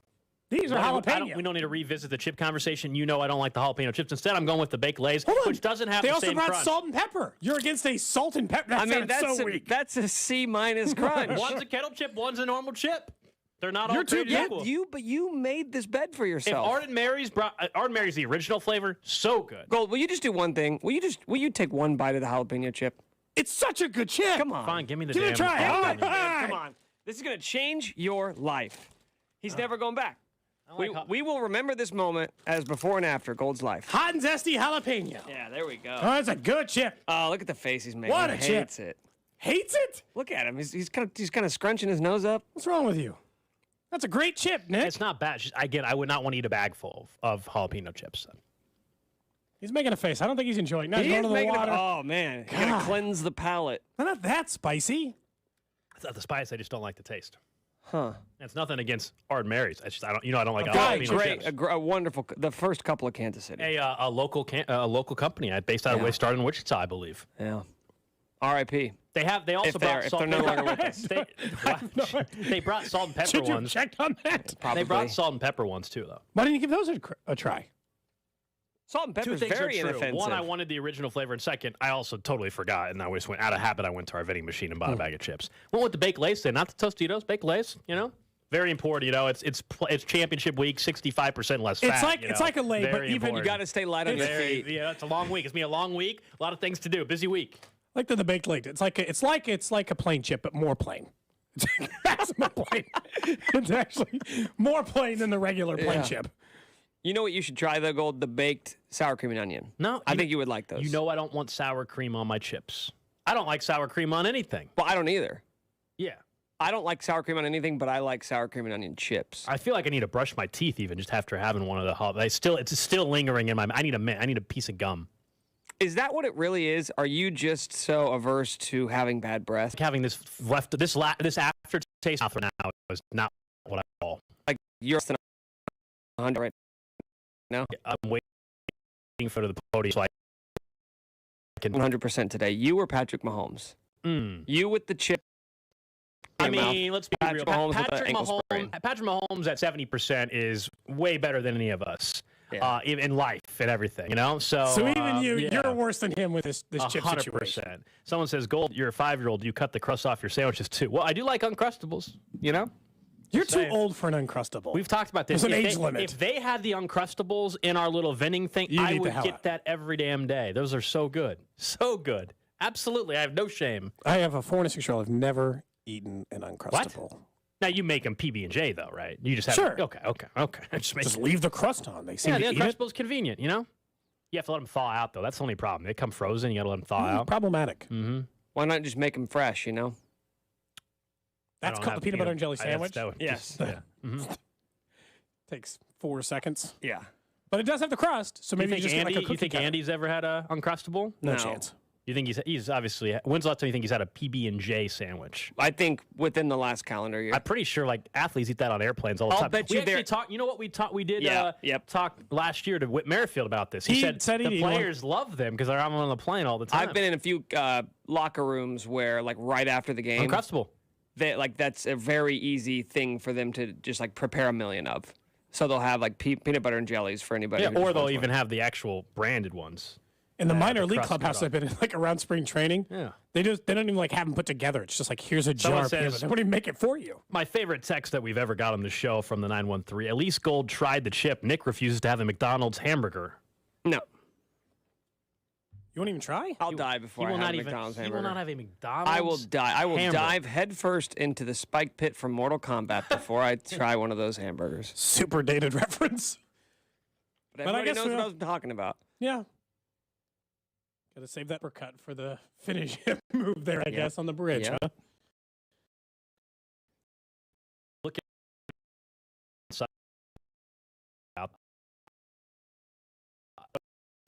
points.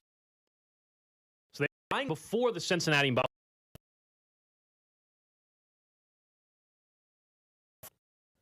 Lines 3 points over at DraftKings, and it went down immediately. Within about 20 minutes, we saw it move down to 2. 1.5, 1, and now depending on where you look, it's either Chiefs -1 or Chiefs -1.5. It's pretty crazy the line movement that happened. But remember, like the unknown about the injury for Mahomes, and in the past we always would say, oh well, you're at home, you're getting 3 points. That's not the case anymore. That's not how the odds makers view home field advantage anymore. It's not a shot at Arrowhead or anything. That's just in general across the board. It's more like 1.7 points. All right, if we're going to get like to the exact number. So it makes sense right now, Cody, if the Chiefs are 1.5 point favorites, it's basically saying it's a pick 'em. I think that's an accurate depiction of the game. The Chiefs would be underdogs if they were in Cincinnati. They are the favorites narrowly because, and we know this, whatever the lines you used to think, like it used to be 3 points at home, all the odds makers say that it's not that anymore. It's more like 2 points at home. So if they're a 1.5 point favorite, they're essentially saying this game is even. It's even money, and you can take your chances one way or the other. And I think that that's right. 3 was too high.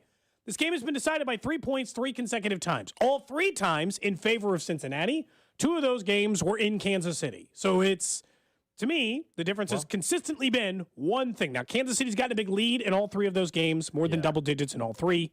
But they're still stuck in this area where it's like, where do you draw the line? Because I saw people, and I didn't think it was wrong, who said, hey, if you see this thing open up before to come out, if you see this thing open up at 2.5, 3 points in favor of the Chiefs, that was my guess. Then you should be placing money on Cincinnati, just from a value perspective. Well, that's what happened. I mean, right now, over at MGM, 85% of the money right now is on Cincinnati. That's why we've seen the line move. Now, that doesn't always happen. Remember, all the money was coming in on Cincinnati against Buffalo, but it had reverse line movement. Buffalo's spread increased. Buffalo ended up as a 6-point favorite at kickoff, despite more money coming in on Cincy. That happens. This is a wild It's number. reverse lineman. They were taking a stance. Obviously, they were wrong. This is why I always laugh when everybody's like, Vegas always knows. No, they don't. No, but they're pretty good at it. They are very good at it, but they have also screwed up on 2 big lines. Remember, so it was not just yesterday where Cincy was a 6-point dog. They went outright. Thought it was too big of a number. We talked about that last week. And then the Monday before, Dallas and Tampa.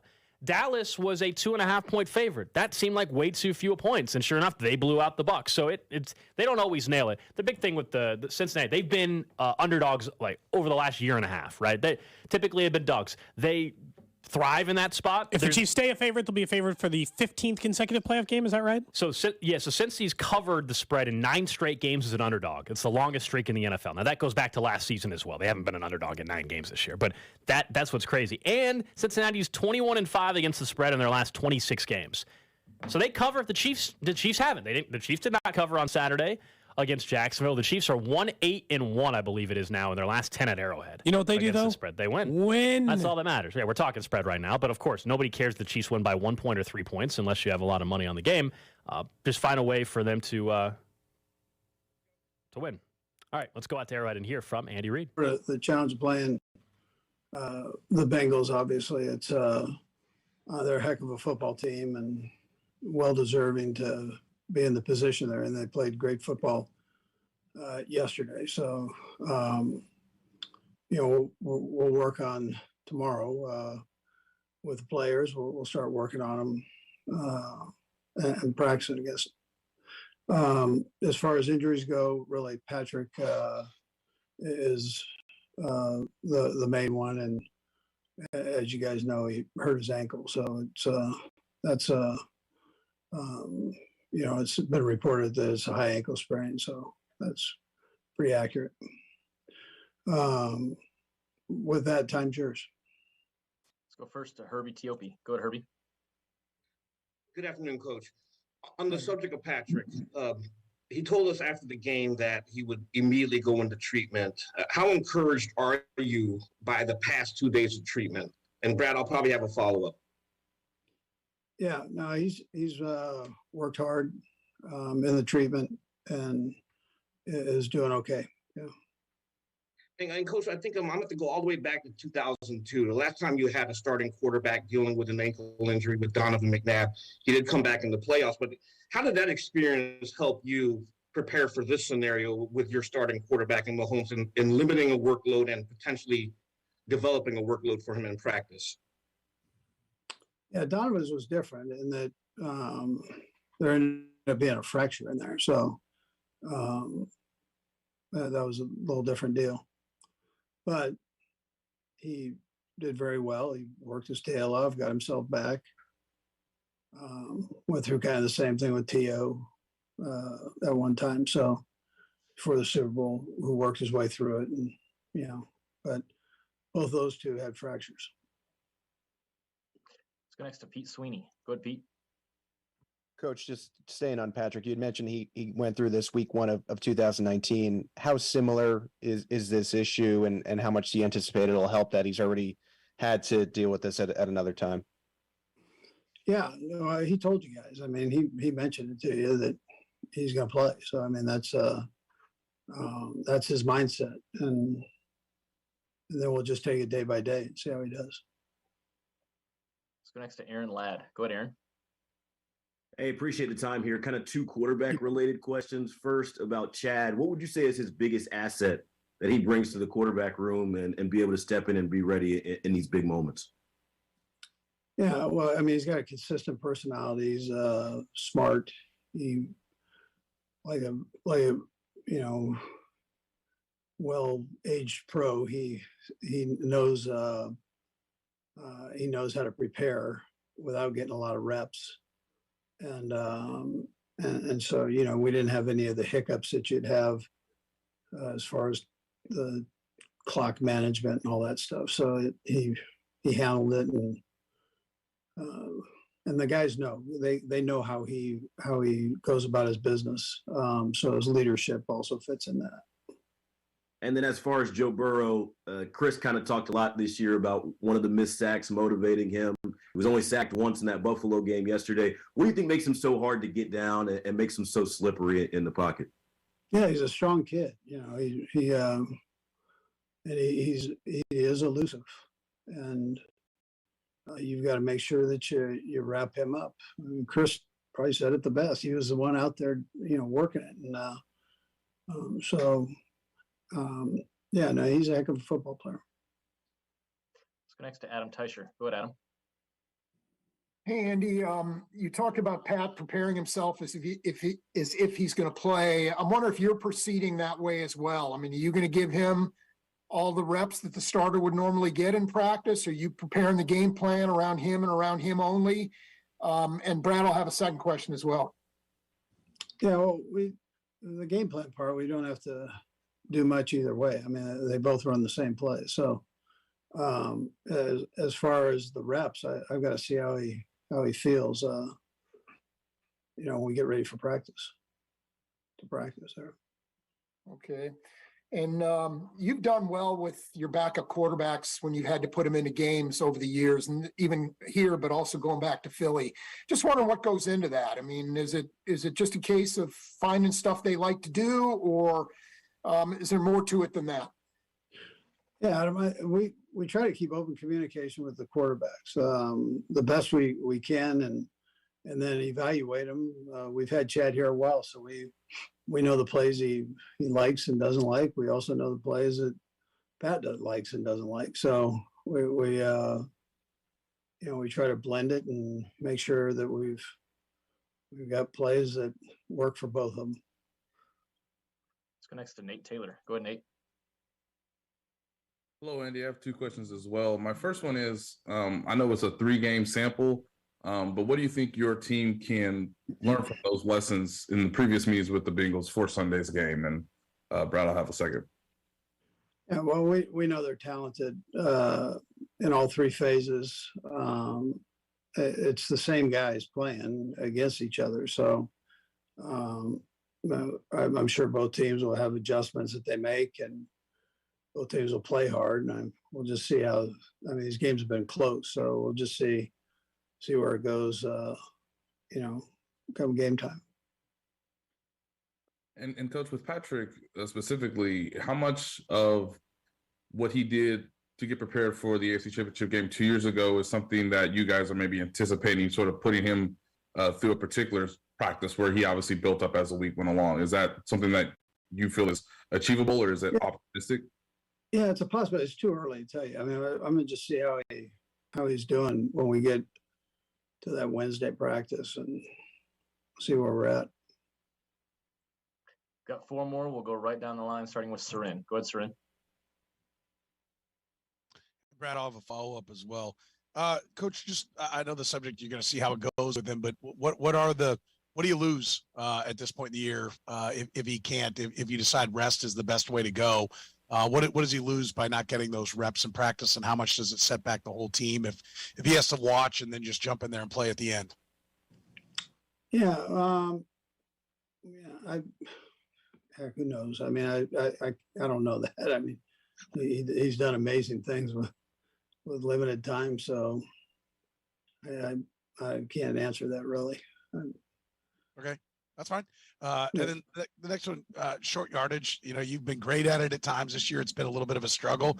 I was wondering, this is a different dynamic. You had to kind of retool the offense without Tyreek Hill.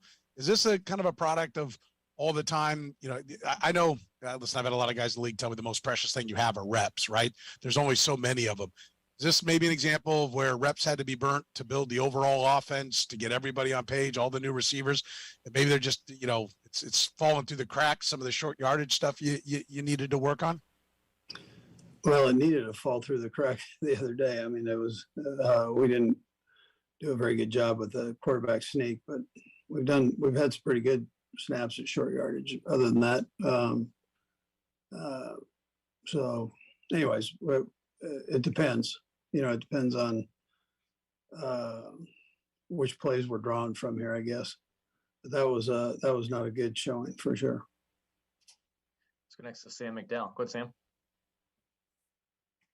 Hey, Andy. A couple quick things, but you referenced in post game that Patrick had that ankle injury against the Jaguars in 2019 opener.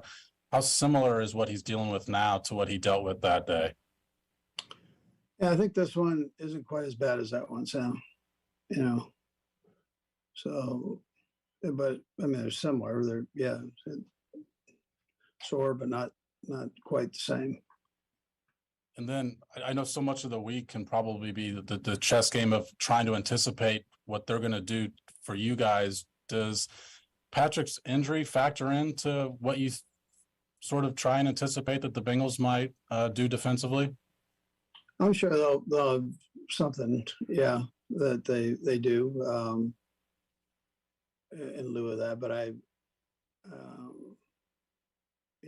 not going to chase a bunch of different things. We should have things covered in our protections and that, no matter what. Let's go next to Nick Jacobs. Go ahead, Nick. Andy, whenever you get the chance to watch Lou Anarumo's defense and what he calls characteristic-wise and everything, what kind of stands out to you and what kind of impresses you with what he's done the past 2 years? Yeah, first of all, he's done a great job. He puts his guys in good position to make plays. He has a variety of different coverages and fronts that he works with. His players understand him. Zones are tight. They do a good job of man-to-man. So well-rounded scheme that he has. Last two, James Palmer and then Vahe. Go ahead, James.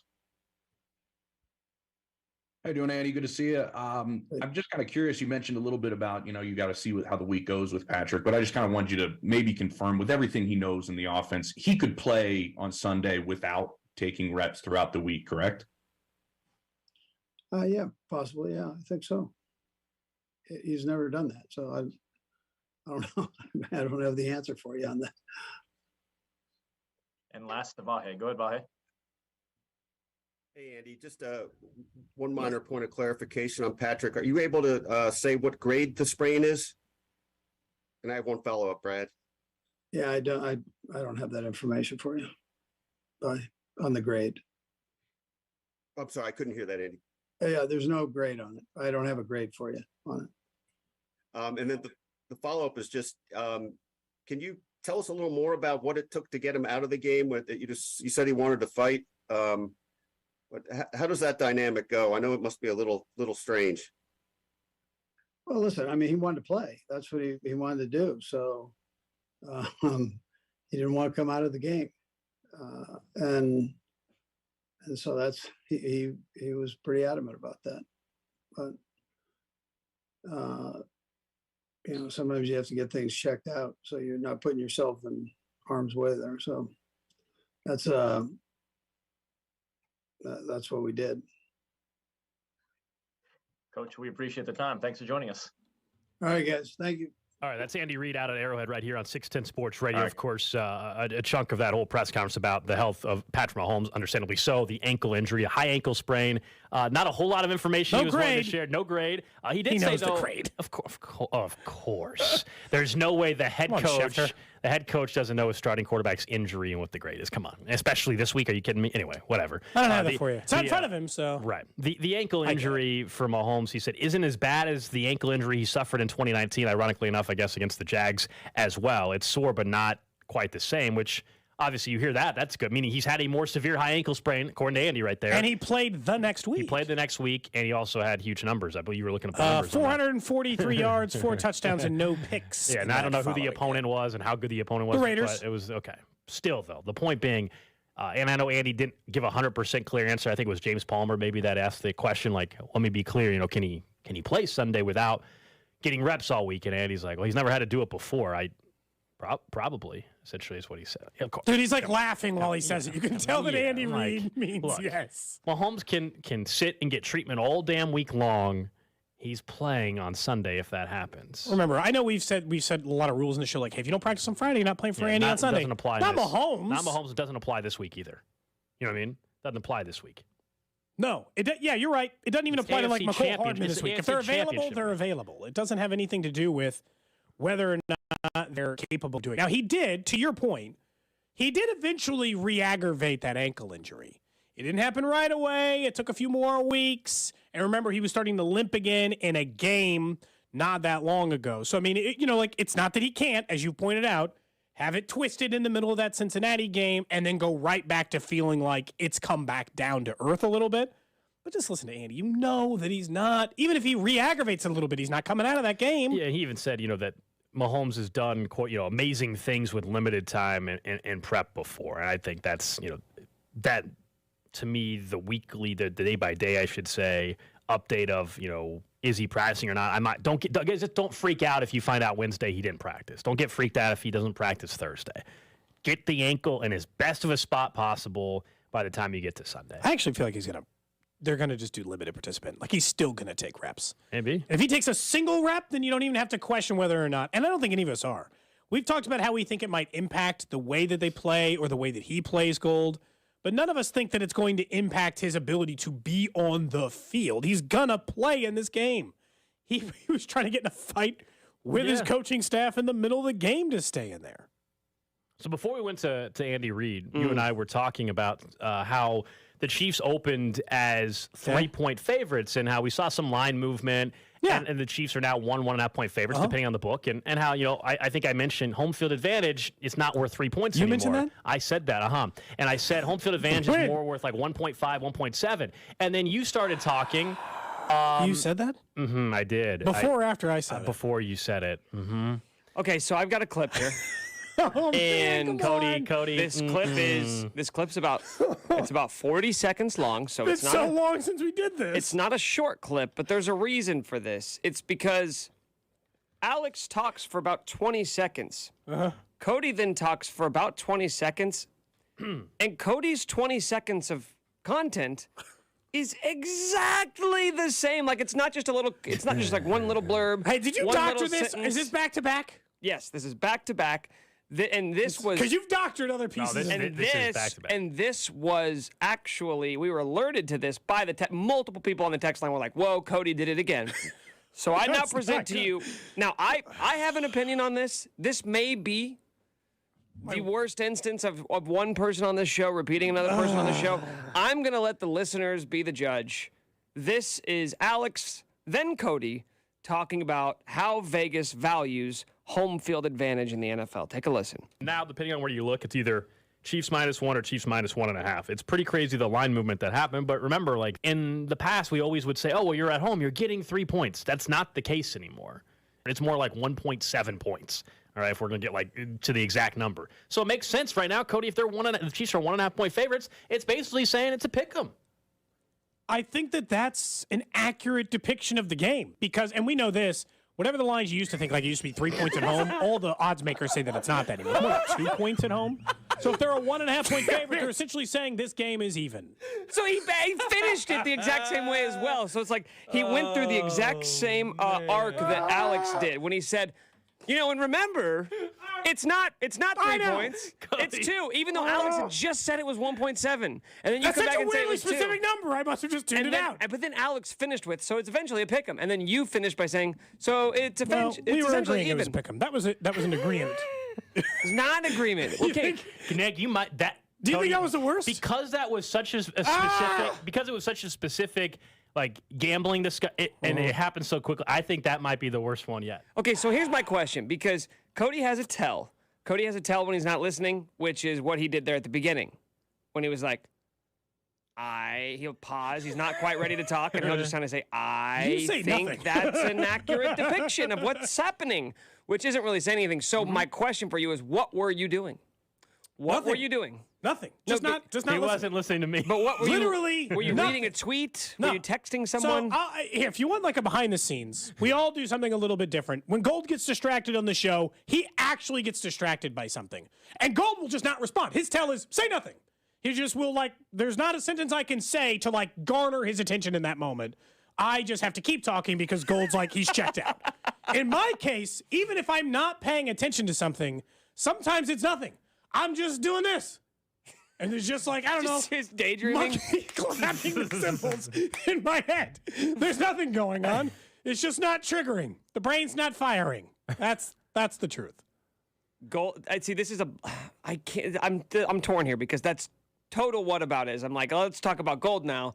But you're right, because I've seen both of those things happen, so I don't know whose side to take. Well, on this case, his, because I was wrong in this moment. You can call Gold out if he's ever guilty of it, but it's not. It's not today. I think if we're keeping a tally here, it's not good on my. You're lapping him. You're only you've done it twice, which is not nearly as many times. I've done it twice. Gold's done it once or twice. You've done it 8 times. Yeah. The ratio's bad. God, you had been on such a hot streak too. I was having a good run. You know what? It's been a little bit. Much like Cincinnati's run against the Chiefs. He's back, folks. Eventually. He is back. It's playoff time. New year, new me. Or old me. Cody was just making sure everybody understood about the Vegas line. Yeah, new year, new me. New year, old me. I wanted to make sure everybody was on the same page. Really making sure everybody understood that. Our NFL playoff coverage brought to you by Centric. Learn more at centric.com/610. Up next, though, there is something that has happened consecutively that should not be pushed aside like it's nothing. We'll tell you what that is next. This is Cody and Gold, brought to you by Gann Asphalt and Concrete. For asphalt, concrete, and parking lot maintenance, Gann Asphalt and Concrete. One contractor, Talks about all how we things think it parking lot, impacts trusted in the way Kansas that they City play. since 1994. Online at GANNasphalt.com. Don't miss Royals first baseman / NFL insider, Vinny Pasquantino. This football season with Cody and Gold. My Twitter is about to unload of football tweets. First He's having a good run. You know what? Free on Sunday. It's go time. 610 Looks like Sports Cincinnati's Radio. running against the Chiefs. Matt Coker here from West Coast Men's Health. Playoff time. Guys, if you're New year, taking new me. Viagra or any other pill for ED, I want you to ask yourself this question. Do I want to continue to do this for the rest of my life? If you're like most men, the answer is no.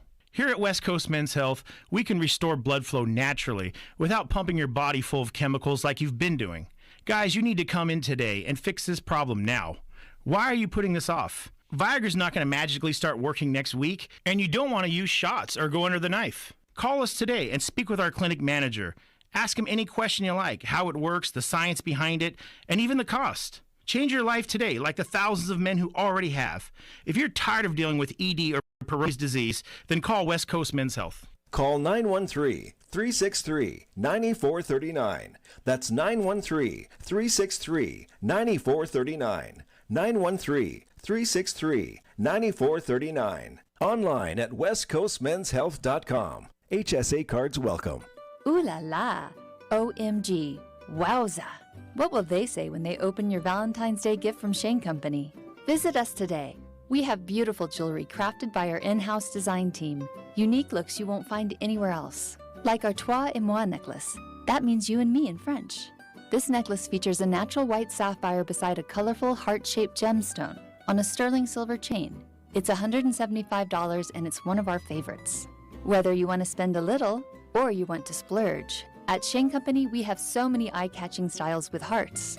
Or surprise your loved one with a gift that features the romantic colors of Valentine's Day, like our jewelry with natural, vibrant pink sapphires, red rubies, or purple amethyst. For more ideas, browse our Valentine's Day gift guide at shaneco.com. Shipping is fast and free. When they open your gift, it'll be love at first sight. Now you have a friend in the jewelry business. Shane Company and shaneco.com. Every pro is an MVP to us. As a Lowe's MVP's Rewards member, you can earn bonus points when you shop select products and brands. Then redeem them for exciting rewards like tools, sports memorabilia, e-gift cards, and more. Join today to become a member and start earning. Bonus points calculated before taxes and fees after applicable discounts, if any, subject to program terms. While supplies last. Points expire at end of calendar year. Visit Lowe's.com/MVP's bonus points for details. We all know the game isn't over till it's over. So next time you need parts for your car, don't call it quits. Go to eBay Motors. They have 122 million parts to take your car into overtime. Get the right parts at the right prices. ebaymotors.com. Let's ride. Do you owe more than $10,000 in back taxes? Good news. There's a new way out. It's called the Fresh Start Initiative. Call U.S. Tax Shield, A+ rated with the BBB. 800-391-5063 for your free consultation and let U.S. Tax Shield protect you from the IRS. Hey, I'm Andy. If you don't know me, it's probably because I'm not famous.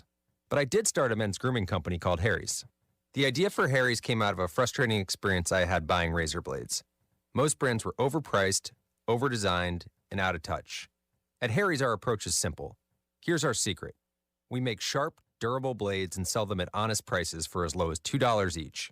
We care about quality so much that we do some crazy things, like buy a world-class German blade factory. Obsessing over every detail means we're confident in offering a 100% quality guarantee. Millions of guys have already made the switch to Harry's, so thank you if you're one of them. And if you're not, we hope you give us a try with this special offer. Get a Harry's starter set with a 5-blade razor, weighted handle, shave gel, and a travel cover, all for just $3 plus free shipping. Just go to harrys.com and enter code FRIEND at checkout. That's harrys.com, code FRIEND. Enjoy. When you can't stop, there's Vicks VapoRub. Vicks VapoRub sends powerful medicated Vicks vapors right to the source of your... so you can experience cough relief and breathe easier.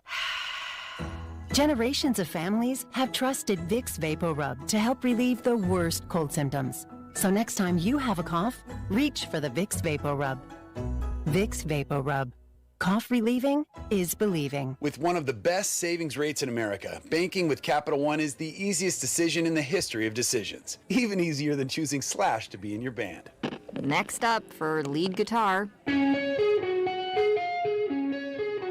You're in. Cool. Yep, even easier than that. And with no fees or minimums on checking and savings accounts, is it even a decision? That's banking reimagined. What's in your wallet? Terms apply. See CapitalOne.com/bank for details. Capital One NA member FDIC. NFL playoff coverage on 610 Sports Radio is brought to you by Twin Peaks. Eats, drinks, scenic views. Back here on Cody and Gold, we're going to get to the random question of the day in a few minutes. We got a question for our guy Nick, though. Trying to sabotage us? Yeah, you trying to sabotage both Cody and I? What do you mean? A lot of people texted in and said our mics were on. We checked, mics were never on. And we weren't saying any words. So were you playing? So what were you playing? No. Audio of us? No.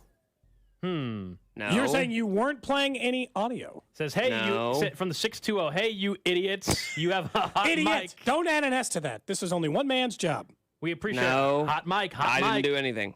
Our No. mics, we double-checked. They were My never computer, on. my computers, both my monitors were off. Cody and I heard the audio, though. I did hear it. Were you or were you not, right when we went to break, playing audio from a computer on that side? No, it must have been a malfunction. Both my computers were off. I was just in queue. So unless there's some sort of the 610 Ghost is back. Which is for the possible. playoffs. Which is possible. I believe it was. We don't want the ghost of last year's playoffs. It happened in January last year. It did. We don't need the ghost of last year's postseason. Maybe there's some sort of. It's like a Y2K situation. None of our technology in the building can handle switching over to a new calendar year. I think they do some sort of inventory and they're deleting stuff and they're changing computer settings and I don't know, man. It's scary. All I know is I'm just scared, is what it really is. I hope we're okay. I just hope we're okay. I think we're fine. I feel like that you were playing something and you didn't have it in queue and you had it. No, in yeah, play. you said that. You had I had just heard you say that. You had just played, Nick. You had just played a piece of audio from your computer. You had just played it from your computer on your side. Hey, Cody, will you relax? Will you just relax? You've been yelling a lot today. I will say, definitely a lot. You're just fired up, right? Is that what it is? Yeah. Because you definitely... Victory Monday. You definitely have been screaming Get today. it out now. Get it out now. Don't take this home to your kids. Is it therapy for you just to yell at us? I think it is. It's like he can finally be his true self. He tries to be such a pleasant person the rest of the day. He's like, now these jackwagons can get it. We'll get to the random question of the day coming up in about 8 minutes or so. I think it is important, though, as it is a huge week, right, in Kansas City. It is championship week. We've been spoiled by it, though, right? This is 5 straight AFC title games for the Chiefs. They're all at Arrowhead. And even if you just go back and look at the history of how this has just been an unbelievable run of 3 teams, though, since 2011, 3 cities. So since 2011, only 3 different stadiums, 3 cities, have hosted AFC title games. The Patriots did it 5 times since 2011, Cody, but they didn't do it 5 in a row. They did it in 2011, 2012, 14, 16, 17. I mean, the Broncos did it 2013 and 2015. But since 2018, 18, 19, 20, 21, now 22, the AFC title game has resided at One Arrowhead Drive. And we joke, but it really is true. It is the Arrowhead Invitational in the AFC. I don't think it's like anymore. Like even if you were an opposing fan and you were annoyed by that nomenclature, do something about it, right? Chiefs fans can say whatever they want about hosting AFC title games right now because they host them all in one building. I think the part of it that stands out the most to me is that it's Mahomes. Look, they've been a really good team under Andy Reid with Alex Smith. Andy Reid has been to 4 straight NFC title games with Donovan McNabb. So it's not even saying that Andy Reid's not capable of this. Patrick Mahomes has only been a starter for 5 years in the NFL, and in all 5 of those years during the AFC Championship game week, he was kicking it at Arrowhead, getting ready to play another game there. That is a Patrick Mahomes stat as much as it is a team stat. I know that he wouldn't say that because that's not the kind of thing he would typically say, but let's be honest.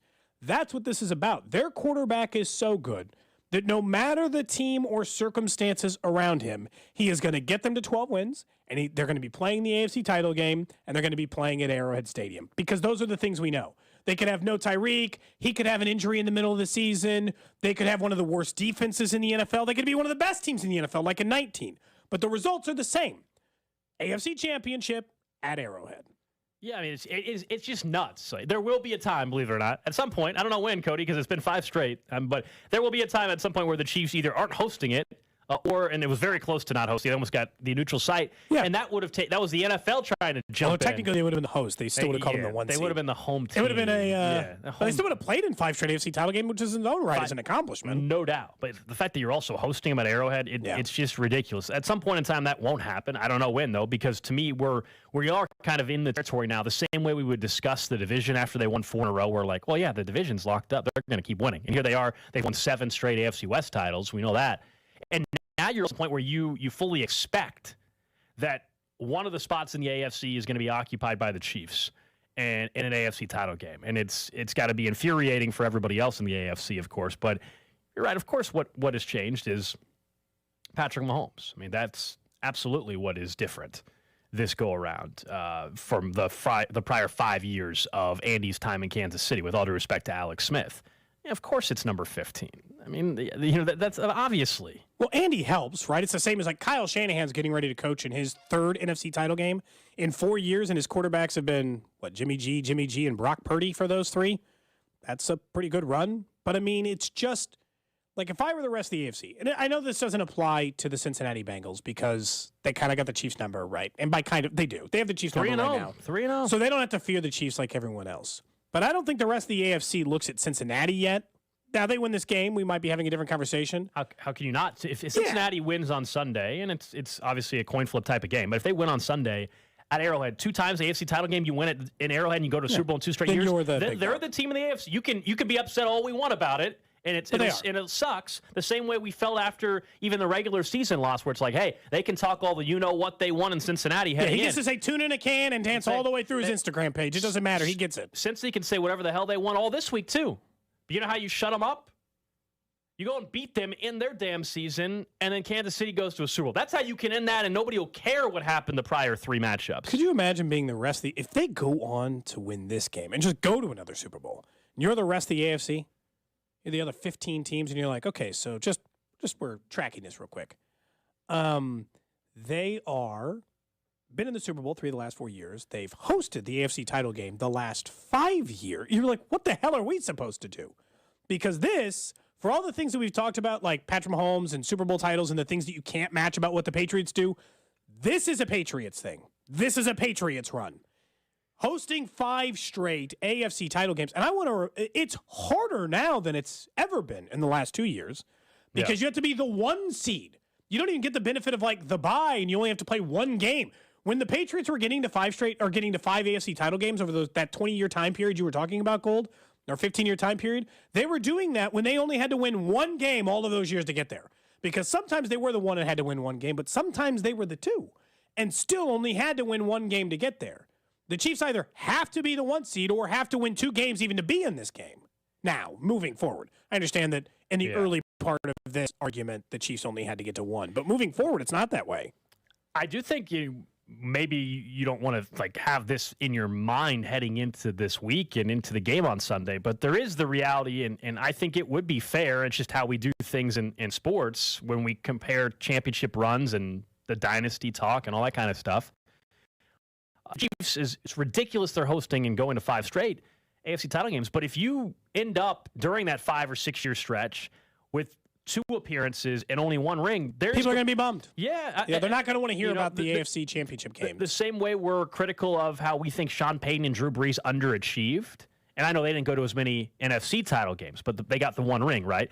If we fast 4 years down the road and Mahomes and Reid only end up with 1 ring or 2 Super Bowl, it'll absolutely be a national conversation, and it'll be fair. It'll be why can't they close it? But to me, this is But if you get there this year, then you're able to say at that point 3 Super Bowl appearances, and so I think it cleans that up a little bit. For you and Nick, this is the Bill Self argument. The people who used to just use it as this negative every year, be like, Bill Self just always losing the Elite 8. I mean, he's in the Elite 8 every year. You can't even win the championship unless you're one of these final 4 teams. So at the very least, I know it's easy to be like, well, if they don't win it, then it's a negative. It's like they're putting themselves in a position to win a Super Bowl every single year. They get down every single year to just having to win 2 games. That is better than any other team is regularly putting themselves into these conversations. And we've looked at the most recent Super Bowl winners at quarterback. There's not a bunch of teams winning a bunch that aren't you right now either. So you are at least putting yourself in better positioning than anyone else in the NFL regularly to be in that spot. Yeah, I think we'll probably feel a lot better about the 5 straight AFC title games if they go on to win the Super Bowl this year. Right, you don't want to because it'll be 3 Super Bowl appearances in 4 years and all that stuff. Yeah, you don't want to be sitting here 8 years from now and saying, remember when they went to 5 straight and they had quote unquote just the 2 appearances and 1 ring?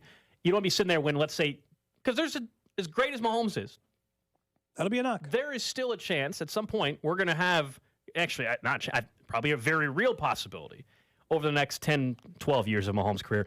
There's going to be a couple years, Cody, where they don't get to an AFC title game. Like, are you sure? They're not going to go to 15 straight. Spoiler. I'm willing to bet that. I know it's really going out on a limb. I get to keep the 5. I got to get the 10 more. So you want to capitalize while you're there. You know you're there. Like this year, out of all years, was the year where I think people had come to grips to a certain extent. Feels like stealing one a little, doesn't it? I know. It shouldn't, but it does. It feels like stealing one. If there was a year where they weren't going to get to an AFC title game, it felt like going into the season, this might be that year. We all didn't buy into the talk that they weren't going to win the division, that Denver was or whatever, but. We all thought, all right, maybe they make the playoffs, they lose in the divisional round, and they're 11 or 12 win team. They lost Tyreek Hill. They're taking a slight step back, yada, yada. That, of course, didn't happen. So it is remarkable, out of all years, too, that they're in the AFC title game again this year and end up with 14 wins. But at the same time, like, you get greedy, right? You get greedy at this point. You said steal, however you want to phrase it, greedy, steal one. Like, the fact that the Chiefs, in a year where the Bills were all in, off-season moves. And just on like 5 rookies. The Bills have nothing to show for it this year. No. The division title, congratulations. Congrats. You've been doing that. You beat the Chiefs in the regular season. Congratulations. Hope you enjoyed that party too. And you're going home on the divisional round weekend.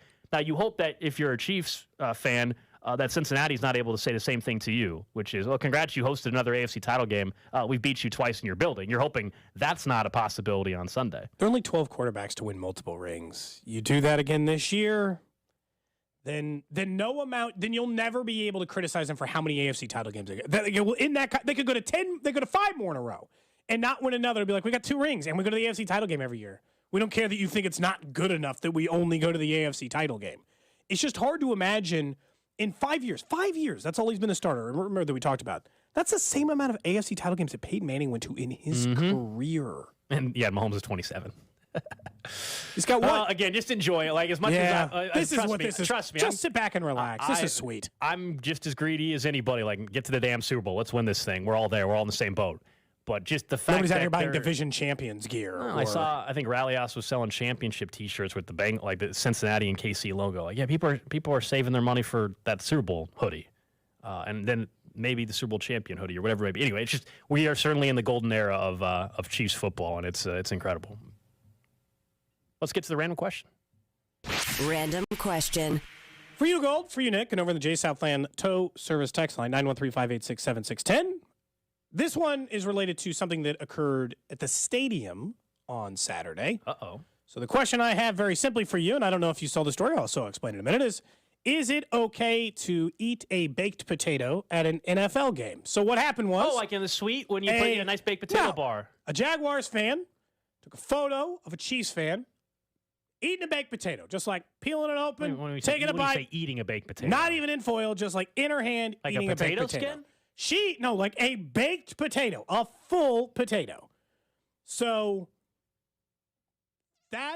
then she had caught him taking the photo. So she had clapped back a little bit on social media saying, yeah, I saw you. I enjoyed the baked potato and the win. So are we okay with this? Is this acceptable behavior to both sneak in and then eat a baked potato inside of Arrowhead? I'm just more fascinated by, I want some more background, the thought process of baking the potato clearly at home or whatever, and because it wasn't a raw potato or anything. Like the thought, was it to keep your hands warm throughout much of the game, or were you just like, you know what, baked potato? I'm a big baked potato fan. Like, baked potato just sounds good to have during the game. There was no sour cream, no butter, no cheese, no bacon. Just look like a potato, a baked potato, healthy, starchy, full of vitamins. And how long do you think it kept her hands warm? That's really I think she might have kept her hands warm for an entire half. You open up. Probably had warm hands and then had a second half snack. I really have no issue with this at all. Kudos to her for having the foresight. The Bills fan base, though, that brought potatoes to football games. We talked about this a couple years ago. I think, yeah. The fans brought potatoes into games, sweet potatoes, for good luck. And then you wanted,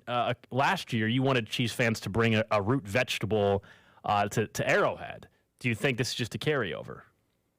Ooh, you know what we did? What was the? Someone brought like a turnip or something. Yeah. Or no, not rhubarb or something. I don't know what they brought in. Some sort of root vegetable. I don't recall the one, but it's not important. We did ask them to do that. So I guess as the show, we have regularly supported food being brought into the stadium. I mean, if you can bring movie snacks Have you snuck in food to Arrowhead before? Not into Arrowhead. I mean, but I think that it's more than appropriate to sneak candy into a movie. Or Sure, we've all done. We've all been there. I mean, who amongst us? I refuse to shame this woman for sneaking in a baked potato. I don't think we're shaming her at all.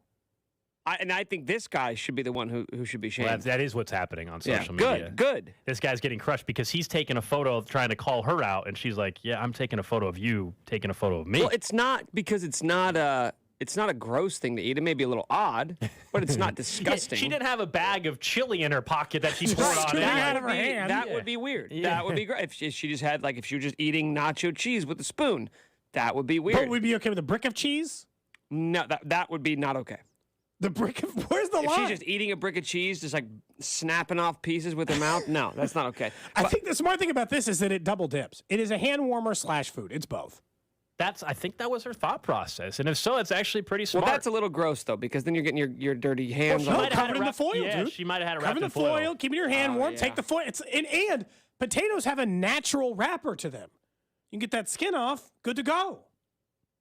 Yeah, but she was eating. I mean, she ate the skin. It looked like. I'm not gonna lie, guys. I've been crushing these jalapeno chips during the break or during the segment. Oh yeah. Like my nose is running. It's so hot. They're spicy. I still have that taste in my mouth. Oh man, just ruined for the day now. It kind of is, honestly. I need It's a good I need a chip. piece of gum. it's a good chip. I ate one, and then I ate two, and then I ate 75. So you don't want any of these chips. We got all these chips, and you don't want any of them. I might grab some of the salt and pepper ones, but I guess we're each gonna have like 10 bags of chips. We had the whole chip discussion last week. I told you I'm not a huge fan of jalapeno. But chips. you just said you like baked potatoes. That's pretty much what potato chips are. Yeah, that's why I like original chips. You're exactly right. There's nothing closer to a potato than an original potato chip. Some people put jalapenos on their baked potato. Some people do. I'm more of a butter only on the baked potato kind of guy. Butter only on the baked potato. I love baked potatoes. But you know baked what? potatoes I think we should try and get everybody to bring a baked potato to the game. Just this is the same thing as a root vegetable. Yeah, but baked Let's potato. get as many people into the stadium. What are we gonna? And then we'll all eat it in between the first and second quarter. Right at the end of the first quarter break. Right at the end of the first quarter break, everybody takes a big old bite into their baked potato. Well, Gold, you're going to the game. Are you willing to sneak in a baked potato? I mean, I can if you would like. Yeah, I think I would. I would like that as well. Is your mom going to the game, you said? So will she sneak in a baked potato? She will be going to the game. Or will you sneak in two? If you sneak in two, will she eat one? I doubt that.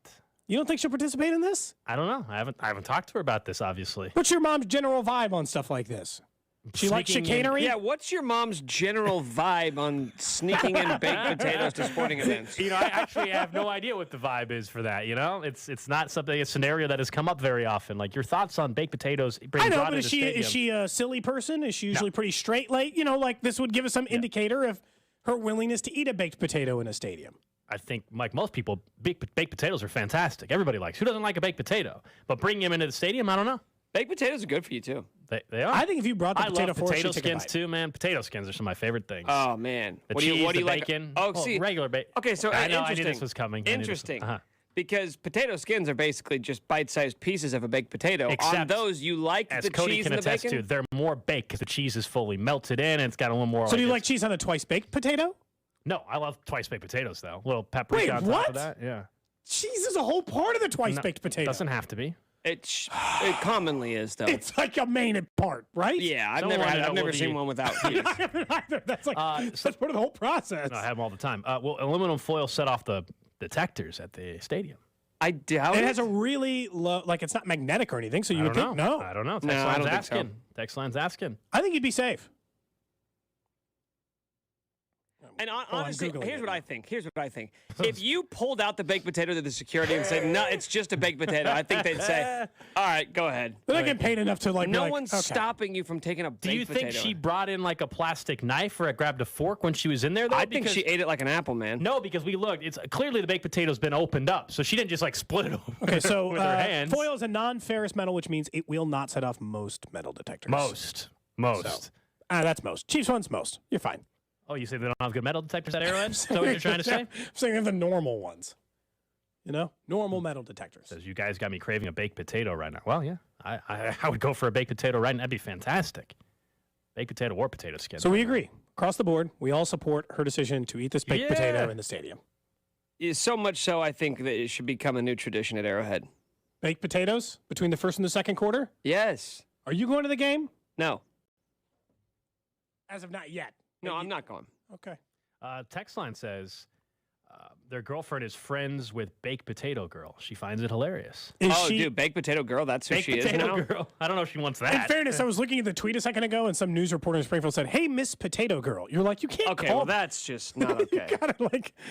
We got to decide on a nickname here. Is that where we're going with Baked Potato Girl? I don't know if she wants that's someone that claims they're friends with her said she is okay, or she finds it hilarious. Well, more people. That's what we're calling for now. I should say. More people in between the first and the second quarter, as many people as we can, eat a baked potato. I think we need, at least 100 people to make a scene? Yeah, you're trying to get on TV, right? That's the goal here. Enough people where all of a sudden they cut to a shot and Correct. everybody's just eating a bunch of baked potatoes. And they're like, what is going on? Matter of fact, tell us exactly where your seats are so that people can do it near you. As many people as possible. I think 104? 104? Yeah. All right. Everyone's meeting in section 104, right at the top. Someone said you guys Everybody are with their concerned baked about potato. sneaking a baked potato into a game. Potato party. We've brought a 750 of Jameson in multiple games. Exactly. They're not trying to fight this. Hashtag potato party. Hashtag potato party. We want 100 people to commit right now. So tell us you're going to the game and that you will bring a potato. Can we get Patrick Mahomes to comment on this, do you think? He has been willing to comment on the absurd before. I mean, talk to Carrington. I'm assuming Carrington gets to talk to him at some point this week. Yeah, no? so if do you think Carrington would ask that? No. Why not? I mean, he once asked Clark Hunt if he could go to it, so I don't know. That hasn't happened either. Nobody asked. But he asked. Yeah. That's all we want. That one, he's more likely that because that's like a once-a-year interview. Mahomes, he's got to talk to every week. So I don't know if Carrington will ask. Hey, just randomly, real quick, Patrick. I don't know if you saw the lady brought a baked potato into the game. Do you think all fans should bring baked potatoes in? You guys won. That's how you pitch I think it's good it. luck. Because He'll say I got hurt in the game where the baked potato was there. But if he says she didn't eat the potato until after, she didn't eat the baked potato until after your injury. Yeah. And then you came back in and won the game. And Patrick Mahomes is a superstitious guy. We know that. He is. From the 816, real quick, I'll answer this question. It says, has Alex ever snuck in a Chipotle burrito to a game? That's a negative. I have not. It's not a bad idea. It won't stay as warm as the baked potato. It'd be pretty cold pretty quick. But, man, would that be a great burrito. Oh, man.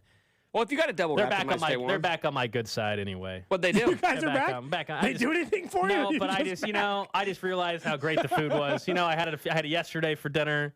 I just realized. You high five him on the way out the door. So weak. He got his one free bowl. It just caved. You're not the best negotiator. I'm loyal, too loyal, they would say. Loyal to a fault. That's right. All right, coming up next, we get back into thinking of the injury to Patrick Mahomes. We'll talk more about the ankle, the latest from Anthony Reid on that. Stepped up. Cody and Gold on 610 Sports Radio, brought to you by Gann Asphalt and Concrete. For asphalt, concrete, and parking lot maintenance, Gann Asphalt and Concrete. One contractor, all things parking lot. Trusted in Kansas City since 1994. Online at GANNasphalt.com. With inflation on the rise, you may be charging more to your credit card. But be careful. That increased debt can cause your credit score to suffer. Don't get stuck with a low credit score and a mountain of high-interest credit card debt. Call Golden Oak Lending now. Refinance with our low rates to wipe out your high-interest credit card debt and put extra cash in your pocket. Call 913-890-GOLD. Golden Oak Lending, cured my blues. NMLS 114937. Join Mark Patrick seminars and lose the weight guaranteed only $49.99. Hypnosis designed to destroy unwanted cravings, late day eating binges, boredom eating, stress eating. Also stop smoking with Mark Patrick. This hypnosis is designed to destroy your desire to smoke without cravings, irritability, weight gain, or your money back. Wednesday, February 22nd at the Share Stay Plus by Best Western in Kansas City. And Thursday, February 23rd at the Holiday Inn and Suites, Overland Park West in Overland Park. Weight loss seminar 5:30 p.m. Stop smoking seminar 8 p.m. Sign up at markpatrickseminars.com. Hey, it's Josh Klingler. I've been shopping at Hy-Vee since I was a little kid, and the values keep getting better and better. Did you know one way Hy-Vee saves us all money is with the low price lockdown? Hy-Vee does the research and guarantees the lowest price on hundreds of items for an entire year. Just one of the many big values at Hy-Vee. I love saving at the gas pump by swiping my Fuel Saver card with every purchase. I'm doing my shopping anyway, so get that extra value when I get gas is a huge plus. Plus. And speaking of Plus, go get yourself a Hy-Vee Plus premium membership for extra fuel savings, along with free home delivery, your own personal shopper, and other free items. You also need to try this month's $20 meal deal at Hy-Vee. It's an easy meal for two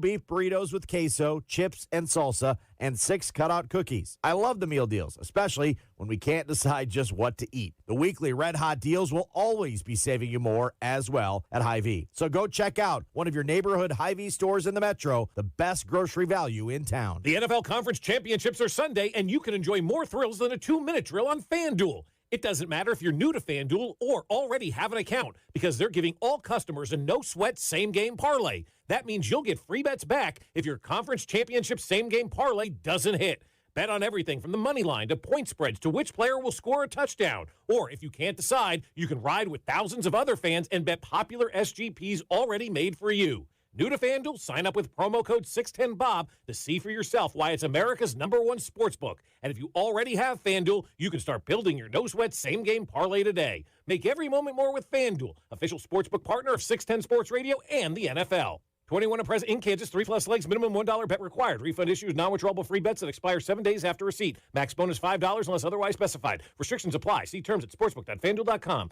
FanDuel is offering online sports wagering in Kansas under an agreement with Kansas Star Casino, LLC. Gambling problem? Getting help is your best bet. Call 1-800-522-4700 or visit ksgamblinghelp.com. This is a special alert to all Americans who own a vehicle with less than 200,000 miles with an auto warranty about to expire or with no warranty coverage at all. Due to a decline in the economy, CarShield is announcing a low-cost month-to-month vehicle protection plan that is now available to the public to save any driver out-of-pocket expenses on future auto repairs. Call now to find out how you can pay almost nothing for covered auto repairs. Yes, you heard that correctly. Pay almost nothing for covered auto repairs. An open phone line has been established for all drivers to call for a free quick quote. Call 800-989-8906 now. Drivers who are covered will not have to pay for covered repairs again. This protection plan is at an all-time low. Additionally, drivers who activate this vehicle protection today will also receive free roadside assistance, free towing, and car rental options at no additional cost. Call us for your free quick quote today. 800-989-8906. That's 800-989-8906. What do you have to lose? Call 800-989-8906. Again, 800-989-8906. When you hear Diamonds Direct, it's not just a catchy name designed to give the illusion of value. Our name is who we really are. Diamonds Direct was started by diamond cutters a quarter of a century ago. At our very core is a commitment to cut out the middleman and deliver extreme value and exquisite diamonds. Today, that's more true than ever, with our direct access to diamonds straight from the mines. Diamonds that we then cut and polish. Exquisite diamonds up to 15 and 20 carats in all shapes and sizes. It's an advantage other jewelers only dream of. By overseeing the entire process, we know for a fact Diamonds Direct is truly direct. So this year, as value becomes more important than ever, rest assured that Diamonds Direct's unique status in the world diamond market guarantees you the best no middleman direct importer price, period. And even with this extreme value promise, at Diamonds Direct, you still get an unbeatable selection, transparent education, a luxurious shopping experience, superior customer service, no compromises. It's not having a cool name or clever advertising, it's the truth. Diamonds Direct, your love, our passion. At Fisher Investments, we do things differently, and other money managers don't understand why. Because our way works great for us. But it may not work for your clients. That's why Fisher Investments is a fiduciary, obligated to put clients first. It's the highest standard for a financial advisor. So, what do you provide? Cookie-cutter portfolios like the rest of us? No cookie-cutter portfolios here. Fisher Investments tailors portfolios to meet each client's goals and needs. But you do sell investments that earn you high commissions, right? And make commissions when you make trades for your clients? No, Fisher Investments doesn't sell any commission investment products. We never earn commissions on trades. So what's in it for you? Fisher Investments fees are structured so we do better when our clients do better. When it comes to helping clients achieve a comfortable retirement, we're clearly different. Visit FisherInvestments.com to find out why investors like you switch to us. Fisher Investments, clearly different money management. Investments in securities involve the risk of loss. The Kansas City Chiefs are looking to win the championship, and Metro Ford is winning with new inventory coming in and opportunities to make great deals. View our inventory online at kcmetroford.com. You're listening to 610 Sports Radio from the Max Motors Studios. Don't miss Nate Taylor with Cody and Gold every Tuesday at 1 and The Drive every Friday at 4 right here on 610 Sports Radio. KCSP Kansas City, WDAF HD2 Liberty, and Odyssey Station. 1 o'clock hour here on a Victory Monday. Cody and Gold hanging out with you for the next hour. Then we hand things off to C-Dot on The Drive.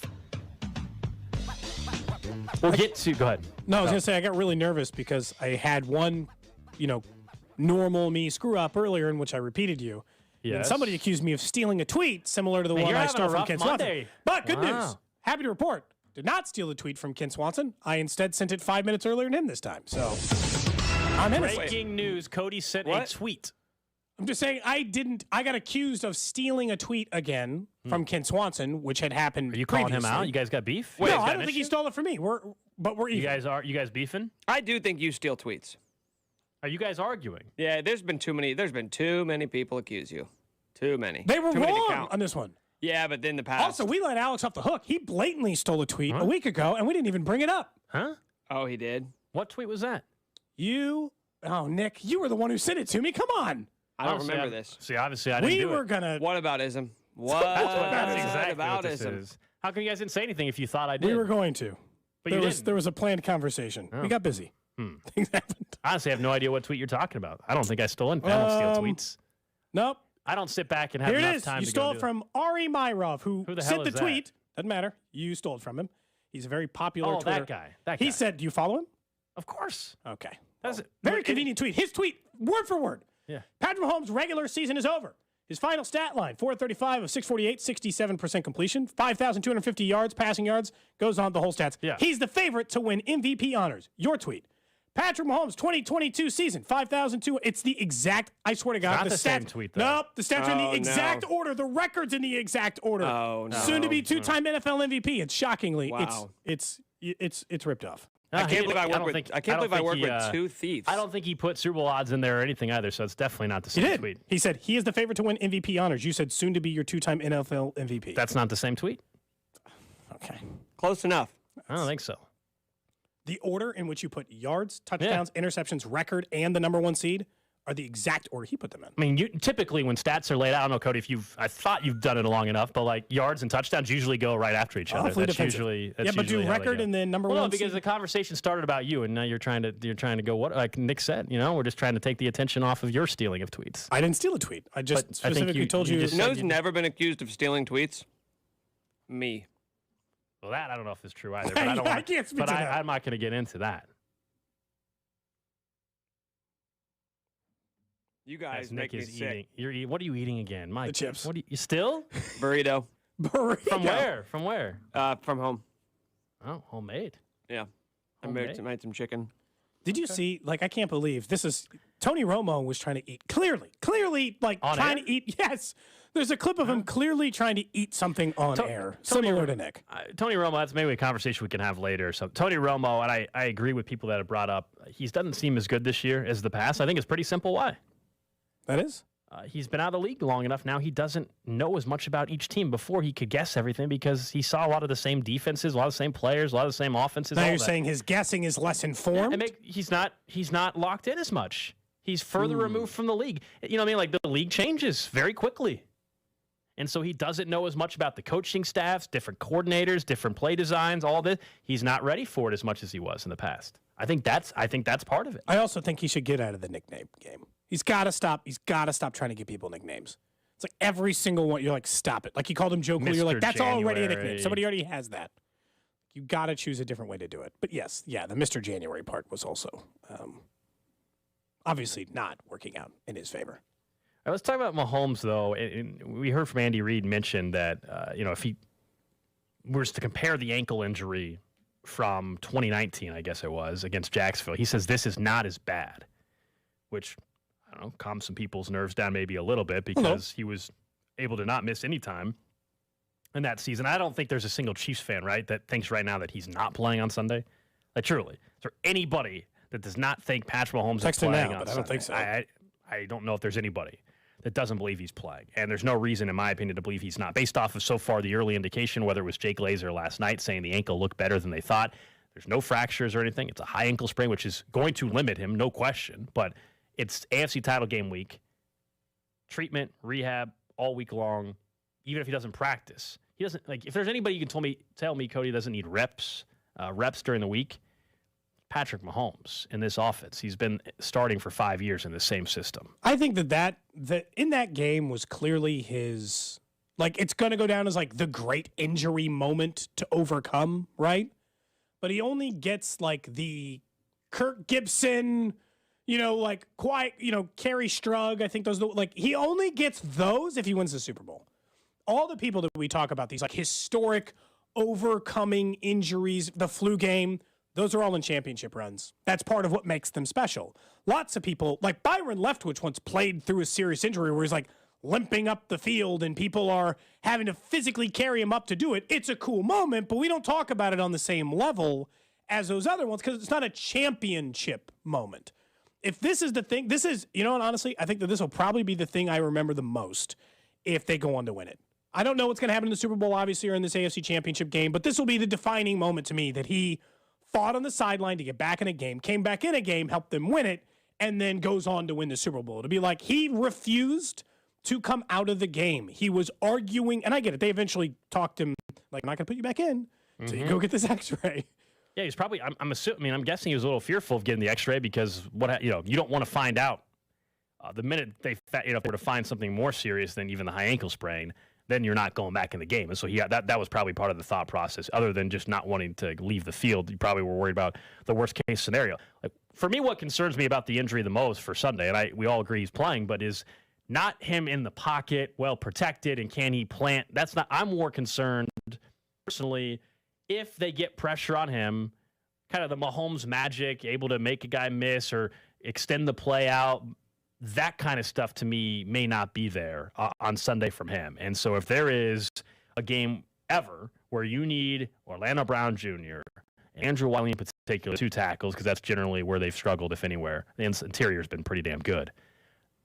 That is going to be there to watch. And look, I'm sure Andy Reid, whether it's initially or adjustments prepared to make them, McKinnon's always stays in already at times to block. Blake Bell's available. Remember, they got 4 tight ends available now. Jody Fortson could be taken off IR if they needed him. Like, talk about blocking and bringing an extra blocker. I think they'll have some wrinkles. You think we're going to ask him to play a different style?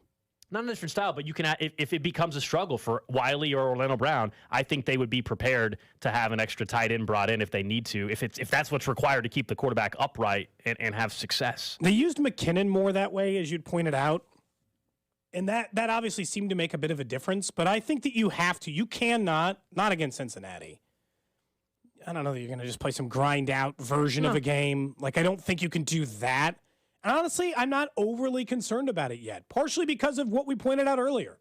He's had high ankle sprain before. He played the next week in a regular season game. So anybody who wants to go to bat and be like, you know what? He wouldn't even be playing if this were a regular season game. They'd leave him out. Wrong. He had a high ankle sprain that Andy Reid described today as being more severe than the one he has now. I think it was a different ankle, but still, or the other. It was the left ankle that time. It's the right ankle this time. So it's a different ankle, but it's it's still a high ankle sprain, something he's had before. He said that it was less bad than the one before, and he played the very next week against the Raiders and went for 443 yards and 4 touchdowns. We should have a counter going this week. I don't know if Nick is still over there, but I think he might win and got some chips or something. But we should have an ankle counter. How many times are we going to say ankle this entire week on the show? By the end, do we think we get to 1,000 times by the time we get to Friday? How many are we at right now? Like, if somebody went back and listened to the entire 4-hour show today, how many times do you think we will have said the word ankle by the time it was over? Well over 100 times. Don't you think? Probably. I suggested a sounder that said ankle watch. Did Nick really leave? He did. I don't know where he did leave. Where? Who knows, man? Where did he go? I have no idea. He's gone. He'll be back at some point. No, but like bad combination, the burrito and jalapeno chips? Maybe. The ankle certainly is going to be the entire focus this week, and understandably so. You're talking about your best player, the best quarterback in football, and his mobility, but it's more just like, what does it actually prevent him maybe from doing? And I think it's more the magical type stuff. Doesn't mean they can't win without that. No, that's not what I'm saying. It's just the task is tall. This is a hell of a football team they're going to play, number one. Even we've seen what's happened when Mahomes has been healthy and how tough of games those have been. Yeah, close margin of defeats, 3 points in each game, and the Chiefs are slight favorites in this game. But I just want to know what that particular protection scheme is going to look like. Do you think no matter what, you'll remember this as being like he played through a significant injury kind of game? Like, will you remember that way, knowing that it's just a high? Because if you'd found out, obviously, it's like the Tiger Woods, right? And he had a torn ACL and he played the rest of that. He went on to win went on to win a major, even though he was suffering through a very serious injury. Like, in the end, it is a high ankle sprain. It's a very serious injury. It limits your mobility. I think what stands out to me is that he was still making plays. He's still making, because that first drive of that game yesterday was incredible. He was doing everything, right? I mean, he was doing jump passes. He's throwing quick sidearm underneath. He's running for first downs. He was perfect. It was like Mahomes in all of his glory, right? Here's everything he's capable of doing, all in his bag of tricks, all to go down and score a touchdown. It looked perfect and flawless and easy. But then it's like when he's still making like jump passes later in the game, but on the other foot, the one that you wouldn't normally jump on in order to, throw darts to MVS in the back of the end zone, that to me felt different. He still ran for a first down, even though he could barely move. He stood on the sidelines for the remainder of the game to try to make a point. Like, I think that I'll always kind of remember it that way, even if it's not the same as as serious as some of those other injuries. It's the NFL, man. It's hard to play quarterback with a high ankle sprain. Can I give you guys some bad news? Sure. Real quick. And it requires the Chiefs winning, though, on Sunday. That's good news. The bad news with it, this from footballzebras.com. Wait, is that a real reputable site? Absolutely. Oh, dude. It is the... Oh, I'm sorry. That's... the officials website. According to who? It is footballzebras.com. The officials. Okay. According to them, based off of the assignment patterns and deductive reasoning, they can predict, comfortably they say, that Carl Cheffers will be the referee for the Super Bowl in Arizona. That is a report from footballzebras.com. Well, that's just the worst news ever. Mm-hmm. We're trying to have a nice Monday. I don't know. I think like a negative. I think Super Bowl at that point. I think them saying like Patrick Mahomes fractured his fibia would be worse. The contenders are Bill Vinovich and Carl Cheffers. Where'd you go? Why'd you look at me like that? Because you left. We looked at you and you left, man. Where'd you go? I have to do. I do stuff, dude. You just left in the middle of the segment. I was gone for 90 seconds. No, minutes. I think maybe 4 or even 5. 3. It was probably. not. No, it wasn't. It was About 3 literally minutes. 90 seconds. We mentioned to you. I'll take the over. We need. Let's make a bet. I'll take the over 90 seconds. How are you going to prove it? What do you mean? We've got video evidence, right? Wait, were 3 cameras up at the time? No.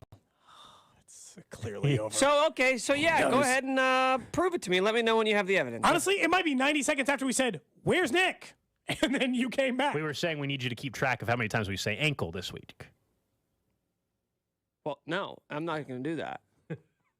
But what if we asked you? No, that's too hard. It's too hard. Do you? Either way, It's too hard. Yes. I hope the footballzebras.com is wrong. I don't want him officiating a Super Bowl. He officiated 1 Super Bowl for the Chiefs. Yeah, that's right. That's right. What if Carl Cheffers is the Super Bowl referee? The Chiefs win. He calls a perfect game. Like the Chiefs just have. Like, will we let it go? Yeah. Will we let it go if there's only like one? Yeah. If that happens, yes, then we can move on. So there's only like one penalty called against the We Chiefs. can move on if the Chiefs win the Super Bowl with a game he's officiating and it's not and he doesn't screw it up. Yep.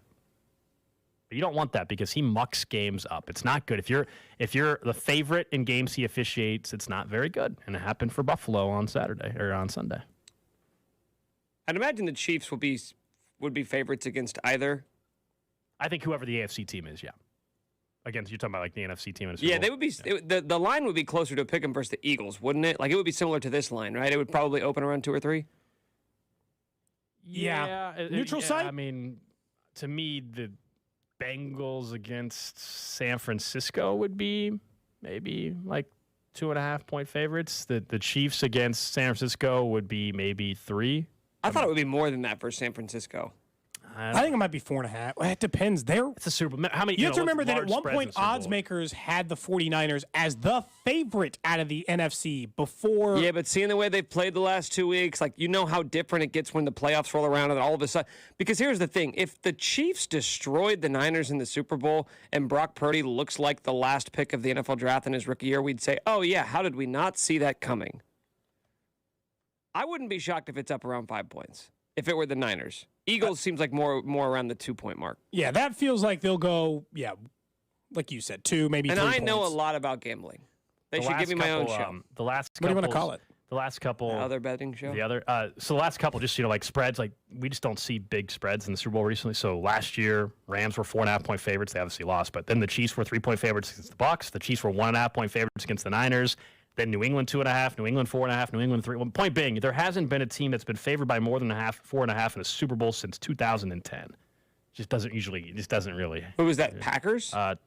2010, the Colts, actually. 5-point favorites against the Saints. New Orleans ended up winning 31-17. Yeah, that was the one. That was the one ring that Breeze and Peyton won together. Yeah. So anyway, we'll worry about that later. But yeah, definitely don't. I hope that report is wrong about the officiating. Chiefs have to take care of business first and foremost. But it is a verified Twitter account, so I mean, Oh, it's not a fake site. It is definitely a real It looks very well put together. FootballZebras.com. It really is all about officiating. It's definitely. But I just don't want crybaby over there officiating. There's no foul in the play for a block in the back. Timeout. Cannot have him doing the Super Bowl. Not against the Chiefs. Hey, choose someone Chiefs else. won that game, though. People forget that. They did win against the Raiders. People forget that. They did. Mm-hmm. Chris Jones would have set a career high in sacks instead of tying it if it wasn't for that guy. What if that game motivated him, though? Like, what if... To get more sacks? What if he wouldn't have played so hard had that moment not happened? So really what you're suggesting is that we should thank Carl Sheffers, like a letter writing. No, I'm just saying we don't know. You never know. I'll tell you what. Butterfly effect. We as a show that if they get to the Super Bowl and Carl Sheffers is the referee and they win and he calls a perfect game, we can start a letter writing campaign telling him thank you. We don't need to do that. He still sucks. A letter writing campaign. We don't need it. When's the last time you wrote a letter? Oh gosh. 10 years. Yeah, I don't even know. So now not only are we going to write one, handwritten letter? Yeah. Handwritten. That shows that you care. Yeah, no, I know. That's the point. I appreciate that, Bill Snyder. I don't know the last. He just blocked me and sent me a letter. Oh yeah, did you ever resolve that issue? No, I'm still the blocked. beef that you have with Bill Snyder? No. I still can't believe that you were feuding with a legend in his 80s. Feuding. Do anything. He blocked you for a reason. It doesn't just happen by accident. To get blocked by Bill Snyder. Why did you do what you did to him? Again, I don't think I did anything. You tweeted I out a went back and GIF. checked, still blocked. You were clout Making fun of chasing a during the 19-year-old national. Yeah, kid. exactly. During the national semifinal game, you're clout chasing. He didn't like it. You think that Bill Snyder? Why did you send saw out the that GIF when tweet? you knew Cody that Bill Snyder would see it? I know Bill Snyder would see it. He didn't follow me before. Well, he's a former football coach, so of course he's going to be paying attention to what's going on. I think Snyder just scrolling Twitter. Yeah, of course. He's got his laptop next to him. He's Yeah. watching all the tweets He watches come the in, games like the know? rest of us do, man. Ice Not cold only beer am in I- one hand, cell phone in the other hand. Not only am I still blocked, it remains the second to last tweet he's done anything about. It's up on his Twitter account still.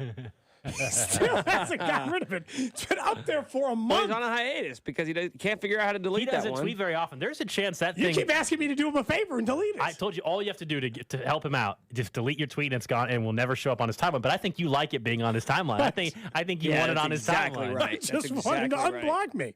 He wants to. If I'll delete the tweet if he'll unblock me. That's the terms? Those are the terms. Have you communicated that with his people? I don't even know his people. Just get in touch with K-State PR department. You guys want to have him on this week? Yeah, I do. Preview the big game? Definitely. Ask him about K-State basketball. Whatever. Even though he coached football. Are there Yeah, any lots of things that he's not any- experts on. Are there any K-State, I mean, like serious questions, are there any K-State players, former K-State that are still out of the 4 teams? Honestly, I'm trying to think real quick.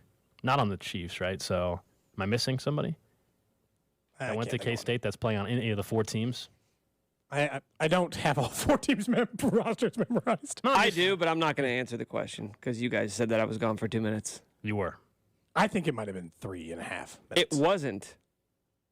It wasn't, okay? It's also very So drop it. suspicious. You So haven't said drop it where. now. Where? I'll drop it. Just tell me where you were.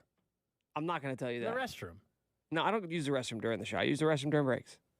Except for that time last week when you had to use the restroom during the show. Oh, For the yeah. emergency. He was, Well, the that's guy was emergency. sick. The guy was sick at that Emergency, point. yeah. He was sick. You're going to badmouth him for being sick? No, I was saying that time was fine, but he was saying he never uses the bathroom during the show, and that's true.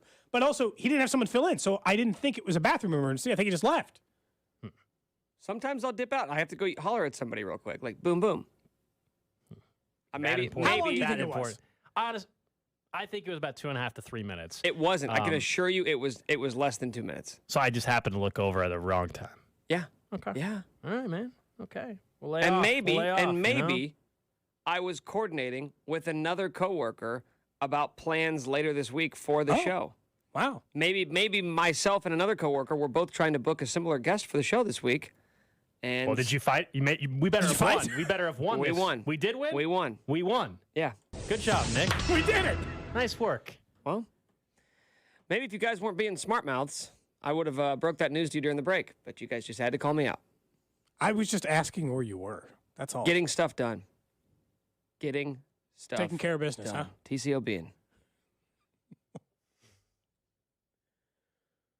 Do you guys not have anything else to talk about? I mean, so many things we can still talk about, but now it feels like we're in the weird flex time of normally we should take a break in about a minute. Mm-hmm. It's like, well, we don't want to get into like a fresh thing. That feels too soon. But we don't want to break too soon because we got told we shouldn't break too soon. So now what do we do? What do we do with this minute of time is really what we're down to. Do we joke? Do we let you talk? Do we ask you where you were more? You already said that. Do we make fun of more tweets? It just feels like, mess around. It's just like do whatever you want. No one cares. That's all I got. You got to fill the rest of the 40 seconds.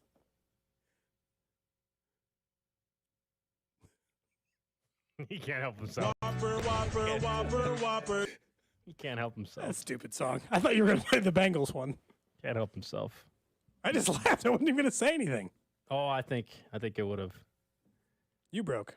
All right, coming up next, we will get to what's trending, and then we will get back into exactly who stepped up and what it means for the faith in this organization drafting going forward. That's next. You're listening to Cody and Gold, brought to you by Gann Asphalt and Concrete. For asphalt, concrete, and parking lot maintenance, Gann Asphalt and Concrete. One contractor, all things parking lot. Trusted in Kansas City since 1994. Online at GANNasphalt.com. Subscribe and download all new episodes of Nick's Wavin' in the Wheat podcast, released every Thursday on the 435 Podcast Network and the Odyssey app. Spring is around the corner, which of course means you're going to start on those projects around your house. Let me tell you about a company I absolutely trust with those. That's the window source of Kansas City. Give my guy Pierce, give his dad Gary a call. It's a father and son locally owned team who are going to make sure they take care of those projects for you. Last year we did this brand new entry door. It's beautiful. It matches. It just added an element to the front of the house that we needed. And we knew the year before we wanted to take care of the windows in our home because they were original to the house built in the 80s. And they didn't even do like the vinyl ones. They're all wood framed, chains down the side, never going to stay open, mess of a window. And we knew right away when we bought our forever home, we needed a company we could trust to take care of a big project for our home. And there was no better one than the window source of Kansas City. They've got a lifetime warranty, a best price guarantee, and great financing options for you when you're working through your window choices. If you need new windows, you need the window source of Kansas City. 913-333-6706. Or if you're in Lawrence or Topeka, call Gary, 785-320-2045, or head over to windowsourceofkc.com. This is for all you guys on Viagra. ED pills are no longer needed. The brutal side effects like 4-hour headaches, blurred vision, and that flush feeling can all be put behind you with our treatment. Here at West Coast Men's Health, we have a better approach to ED. Acoustic wave therapy creates blood flow circulation by safely removing the plaque in your arteries and restoring function naturally. Guys, let me be clear. Pills will never fix your problem. Our equipment is the latest technology, and our medical staff is the best in the industry. And right now, we're offering a free treatment just for coming in. That's right. You can try this treatment at no cost. If you suffer from ED or Peyronie's disease, give West Coast Men's Health a call today.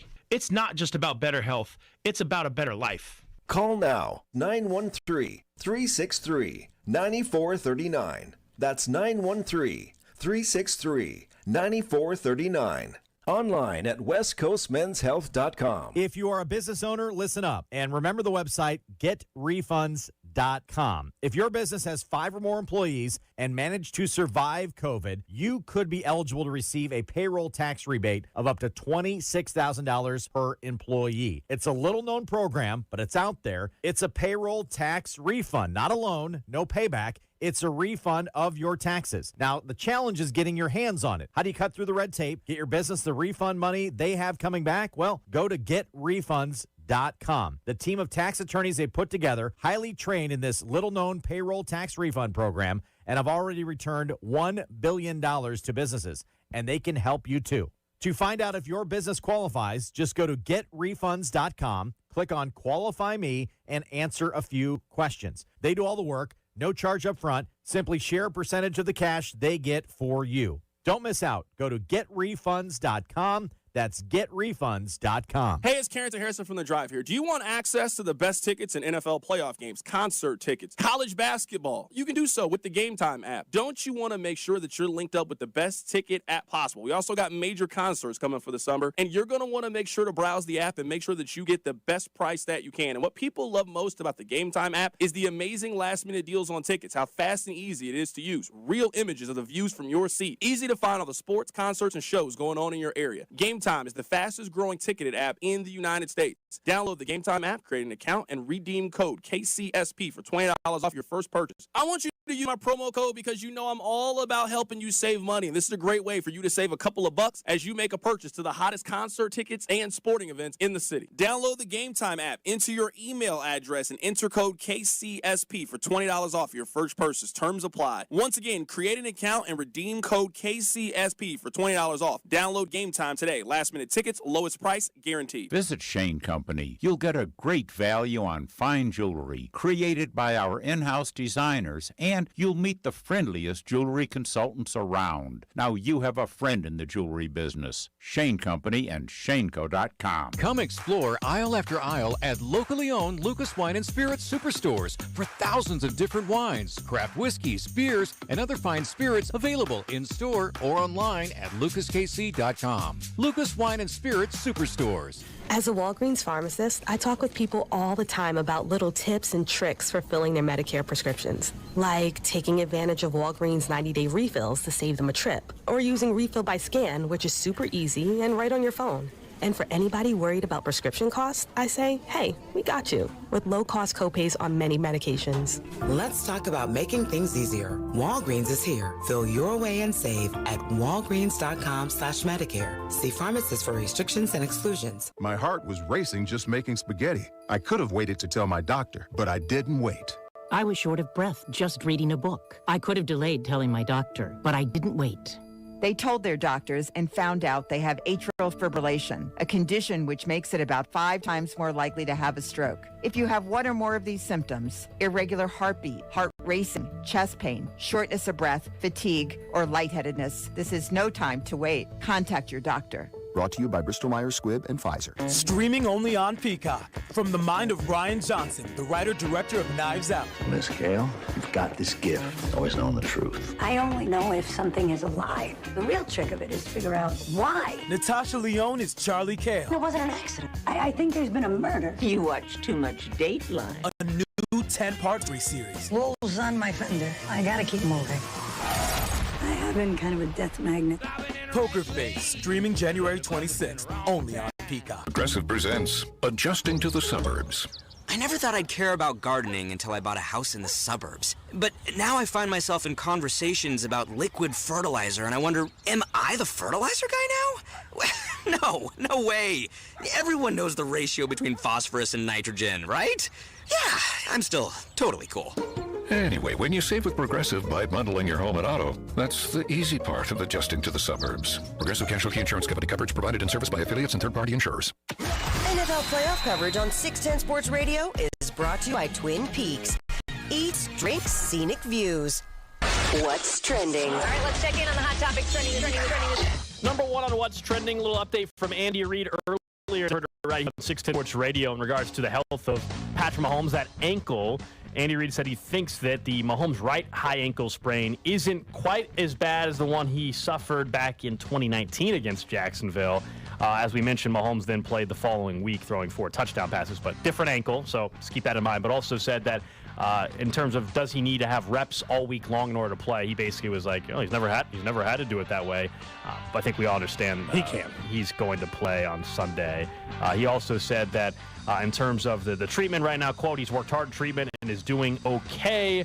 And the mindset for Mahomes is he's going to play on Sunday as well. Next up on What's Trending, AFC and NFC title games are set. Obviously, we know that it's Chiefs and Bengals in that first matchup, or that late matchup on Sunday. But Eagles 49ers will make up the first of those two. The Eagles are now favorites in that. We had mentioned before the divisional round had started, the 49ers had become favorites all of a sudden. I think because people thought there was a better chance of an upset maybe in that game, or maybe they're just big believers of the 49ers roster. But those are the two best teams and have been in the NFC all year, and this is the two best teams in the AFC. I really think we ended up with the four best teams in the NFL after everything shook out. I think any question you had about Jalen Hurts, like bouncing back from the injury and stuff, that all is not really a worry. They answered all those questions. That might have been they buried the Giants. Yeah, that was impressive what they were able to do. So it is going to be a fun week all across all four cities that are involved in AFC and NFC title games. That is for sure coming up on Sunday. Next up on What's Trending, second interview for Sean Payton. We know he's out there interviewing with multiple organizations. The report is a second interview this week with the Denver Broncos. It does not mean that he's for sure going with Denver, but that is the first team he's having a second interview with. The one thing I think, compensation-wise, it's been discussed what the Broncos would have to give up, including a first-round pick. But we know salary-wise, if Sean Payton's number is so high, there are some teams that just won't pay it. Yeah. The Broncos are in as good of shape as anybody in the NFL when it comes to being able to pay that. Yeah, the new owners, the Walton family, I think they have some money. So the Panthers in the mix too. The Teppers will pay whatever. No question. So that'll be one to follow. But Sean Payton, I mean, the report is he wants at least $20 million a year, and someone's gonna pay him that. What does it mean Andy makes? Does Andy make $20 million a year? I think he makes like 13, and all of a sudden I'm like, wait, is he grossly underpaid? Well, look, if Sean I don't know what he's paid, by the way. The Chiefs are a private organization who do not release the salary of their head coach. If Sean Payton gets hired and ends up making 21 or 22, there will be multiple people that are agents for head coaches knocking on their door of the owners asking for bumps, and I imagine that would happen here as well. Next up on What's Trending, new top 25 out for the Associated Press. Kansas State cracking the top 5 at number 5. Kansas falls down to number 9 after back-to-back losses for them. Missouri not in the top 25 again after their win against Arkansas, but did receive votes. Kansas, the only one in action tonight. They'll play on Big Monday against Baylor in Waco. They're actually underdogs against an unranked Baylor team. I mean, KU did not look good at all on Saturday at Outfield. We know they lost a close one in overtime against Kansas State. K-State ranked top 5 for the first time in 12-plus years. So, obviously, what Jerome Tang continues to do is just unbelievable. He's going to be the Big 12 Coach of the Year, as we've said, and to me, he should be the National Coach of the Year as well. Lastly, on What's Trending, unfortunately, Tony Pollard, their season for the Cowboys already over, but Tony Pollard going to have surgery on a broken leg. Initially, they called it a high ankle sprain, but he had to get carted to the locker room, That's what happened to those ankle sprains sometimes. And he ended up breaking his leg. And tough for him, I believe he's a free agent. As well, so he's going to be now coming off a broken leg, and hopefully that doesn't impact his value. He was fantastic for Dallas this season. That's What's Trending here on Cody and Gold. Of course, our NFL playoff coverage is brought to you by Twin Peaks Eats, Drinks, Scenic Views. Looking at how everything transpired on Saturday night at Arrowhead, yes, it was Chad Henne stepping up in a huge, huge way. Chad Henne, at 37 years old now, twice in playoff games, has stepped in the middle of a football game and made a couple crucial plays. He sealed the win against Cleveland. And the way the game was going with the Jags, you're backed up at your own 2-yard line. You need to go 98 yards for a touchdown drive. For him to kind of calm the waters a little bit, not only put points on the board with the touchdown to Kelsey, but kind of smooth things over, calm everybody down, allow Patrick Mahomes time to go get the ankle looked at in the locker room. That was so clutch, and he deserves all the credit in the world. Yet again, that's twice he's been able to do that. Last time it was at the end of the game, but they needed, that was breathability. Mm-hmm. When they got to like the 30, by the way, like their own 30, I was like, all right, great job, Henne. Don't even care if you punt it away. I was like already feeling good about that drive, weren't you? Yeah, you just wanted some space. Yeah, you just wanted, and then the personal foul, roughing the passer penalty also, certainly helped that drive as well. But think about who stepped up, not just him, but a 7th rounder in Isaiah Pacheco, and a 7th rounder in Jalen Watson. Jalen Watson made the incredible interception, one of the better ones you'll see in terms of athletic plays to go up there and get the pick of Trevor Lawrence. 7th rounders. This team continues to have guys that were rookies or drafted late step up in big moments. I mean, Jalen Watson's done it twice now. He did it in week 2 against the Chargers, the pick 6 that we know they don't win that game without that. And then they're not the number 1 seed without that win. Yeah, I mean, Jalen Watson, he has his moments. He's a rookie. Like, there's times where he gets beat. We all know that. I do think the entire young class that's in the secondary right now has gotten better as the season has gone on. But it's pretty fun to watch and also makes you feel good about the future, seeing some of these guys that were drafted late step up in big, big ways. I think that when you look at what they're doing and what the Chiefs have done, a lot of this is credit to Brett Veach because of just the pure drafting he's done. But I'll give Spags some credit here. We went into the season saying, I said I'd kind of almost give Spags a bit of a pass. Like, I think it had been unfair to bury him this year, knowing that he was going to have a second-year linebacker in Bolton, a third-year linebacker in Willie Gay, it ended up being 3 rookie corners. Their second-best pass rusher that they were going to count on a majority of the season was a rookie as well. They were counting on a guy new to their system in Reid, they've counted up Brian Cook a little bit or whoever, right? They've counted on rookie and young players throughout the entire defense, and they have found a way to be average. Being average is a hell of a feat. And against them in particular, like against Jacksonville, it was one of their best defensive efforts. And I think that when Kansas City is looking back at this year, this 2-year run, absent obviously at the draft where they took Patrick Mahomes, this is going to be maybe the best 2-year run ever for them from a drafting perspective. Drafting is volatile.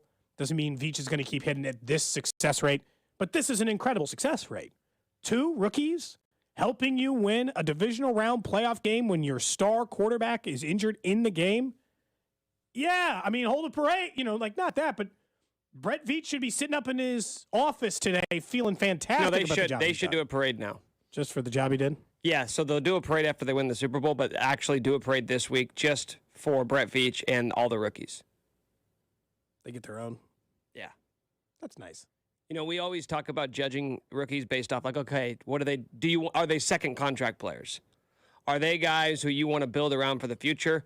If you have 2 7th-rounders making massive plays in the divisional round to help you win a football game, I don't care if they get a second contract. No, if they get 8 total years out of them, you did it. 7th rounders. 8 total years, right, between Jalen Watson and Pacheco. Fantastic. No, this could be the only year they play. If they win the Super Bowl and they make big plays, don't care what they do the rest of their career. 7th rounders making the team and having any playing time is rare. Is a nice asset to get out of a 7th rounder, let alone, to Nick's point, huge impacts, winning you football games, being in a position where if you lose one of them, it is a problem for you as an organization. So, yeah, and then also, to your point, a little bit more, the second contract, the answer, by the way, still no on, just like with Clyde as well. Like, you don't need to give a second contract to Pacheco. The same thing. Pacheco could lead the NFL. Back. We're 3 or 4 years away from that, fortunately. But yeah, you don't need to give. Does anyone need to second contract? Could we just go back and watch the 49ers Cowboys game and watch Ezekiel Elliott run and be like, nah, I'm good.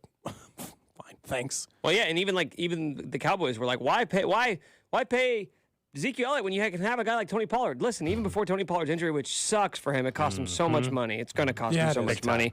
But I think Cowboys were looking at Tony Pollard and say, no, Tony Pollard is the reason why we're not going to pay Tony Pollard, because you can just always get another one. There's always another guy who you can plug in and get production from. But if you get 4, fourth corner years out of 7th round pick in Watson or Williams, I mean, there are guys like we were talking about Daxton Hill, who did actually make a really good play for did you see that? Cincinnati in that game? Just last week, we were mentioning draft picks, and I think, and fairly so, Cody was like, that guy's done absolutely nothing. What does he do? What does he do on Sunday? That's the best play of his career so far. He comes up with a pick to seal it. But I mean, anybody else we need to speak into existence to have a big game? I think I should be talking to the Chiefs that way. If we're doing it that way. Do.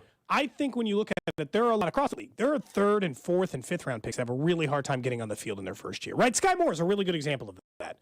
Kadarius Toney already takes snaps away from him. He kind of does everything. Sky Moore's having a hard time finding his way, can't get on the field. But if you can back it up with 7th rounders, no one cares.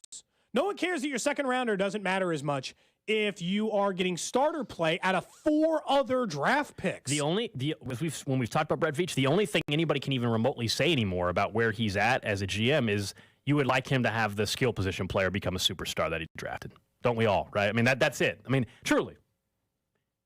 Can he draft a star wide receiver? That's really where we're at now. It's kind of like, can he draft the Hall of Famer? Because Dorsey did that a bunch. He drafted Hill and Kelsey and Mahomes, and you're like, draft a Hall of Famer, man. Come on. You're not worried about any of the other stuff anymore. It is really, can you go and draft at a top 3 position, go and draft a star or someone that can have a massive impact? Karloff ended up having a massive impact. Yeah. The one knock is just wide receiver, and hopefully that gets rectified next year. And it feels like it should be easy because, Mahomes makes every receiver so good.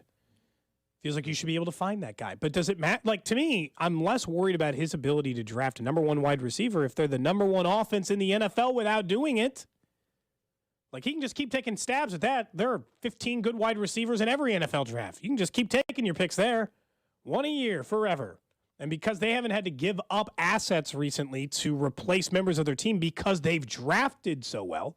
Because in the early part, they were giving up picks for Orlando Brown Jr., giving up picks for, because over the last 2 years they've drafted so well. Mm-hmm. They're not going to be in such a bad spot where they have to give up picks to replace it. They can just draft them. This is they're in the complete opposite spot of where Buffalo's at. You know, Kansas City. Yeah, they're in a bad way. Not only has as we always say, the ring in their back pocket, unlike Buffalo, but Buffalo is all in. Kansas City, technically everybody looked at it like, they're taking a half step back. They're trading Tyreek Hill and all this. I thought that. Yeah, understandably so. We all kind of did. A playoff team, but they're not going to maybe represent the AFC. And right now they're a 14-win team hosting an AFC title game for a fifth straight season. And then you look at what the conversation has to be in Buffalo today. I mean, our guy Mike Shope up there at WGR 550. I mean, not only is it a depressing day anytime you get knocked out of the playoffs, we felt that here in Kansas City plenty. Last year. And certainly had that last year, and hopefully we don't have that on Monday. But they went all in. The guy they went all in with, Von Miller, one of them, got hurt. They have some guys like Jordan Poyer, Devin Singletary, and others. They are unrestricted free agents. You brought up Josh Allen's cap up like we had to see happen here in Kansas City. Stuff already happened in Kansas City, but we have a ring here in KC. They don't. They've never won a championship in that city, period. Their hockey team hasn't won one. Their football team hasn't won one. And now Cincinnati's lapped them. The Jags are coming, right? Yeah, and Burrows. The Dolphins, we'll see what happens, but they're not a pushover in that division.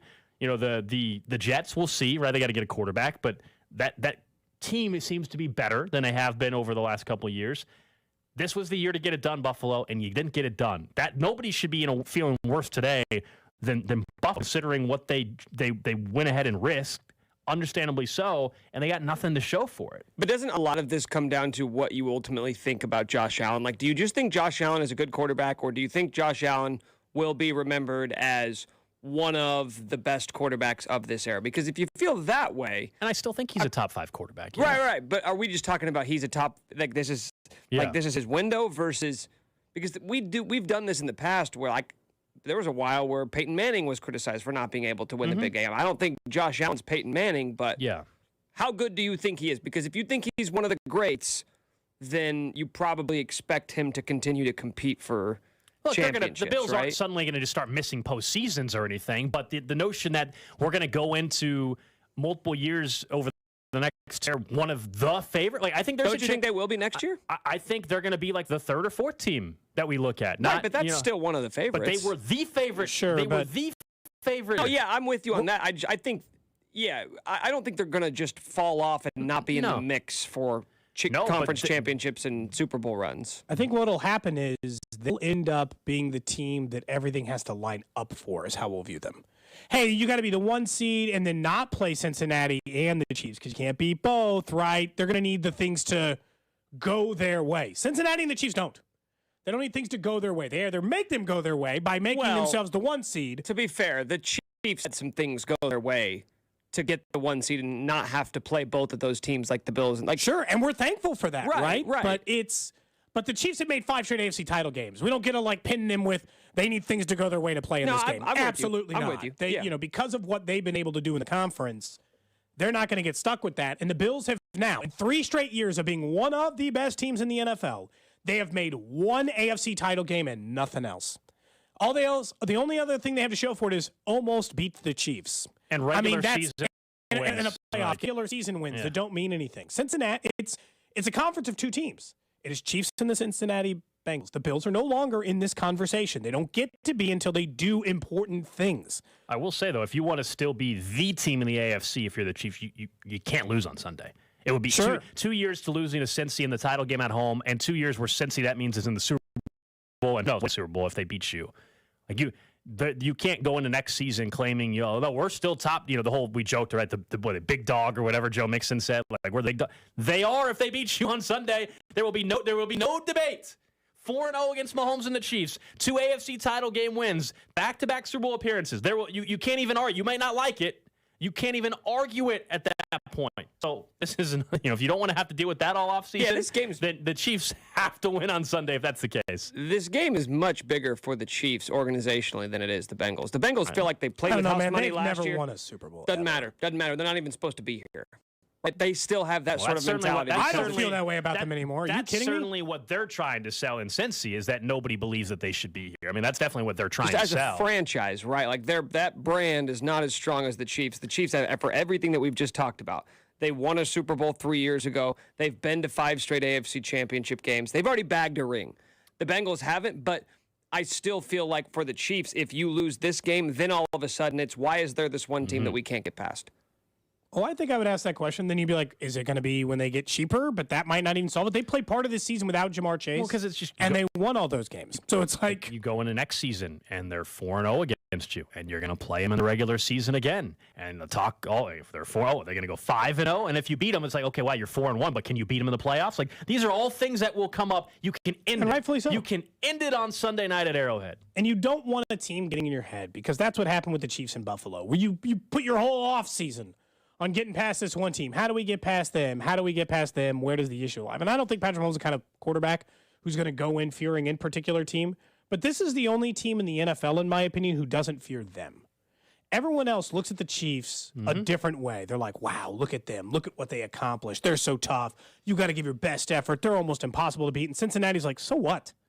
We beat you all the time. It's like regular for us. I think they're the only team in the NFL who looks at the Chiefs not with any ounce of fear in the way that they're going to play against them, nor should they at this point, because they have regularly beaten them. They should be ultra confident. Like the arrogance is earned and deserved. You know what I mean? Like the confidence and arrogance is earned and deserved for that franchise with this current group. Yeah, Nick, you're right about the history of what we think of Cincinnati, but Joe Burrow, Jamar Chase, T. Higgins, Mixon, this group. I mean, like.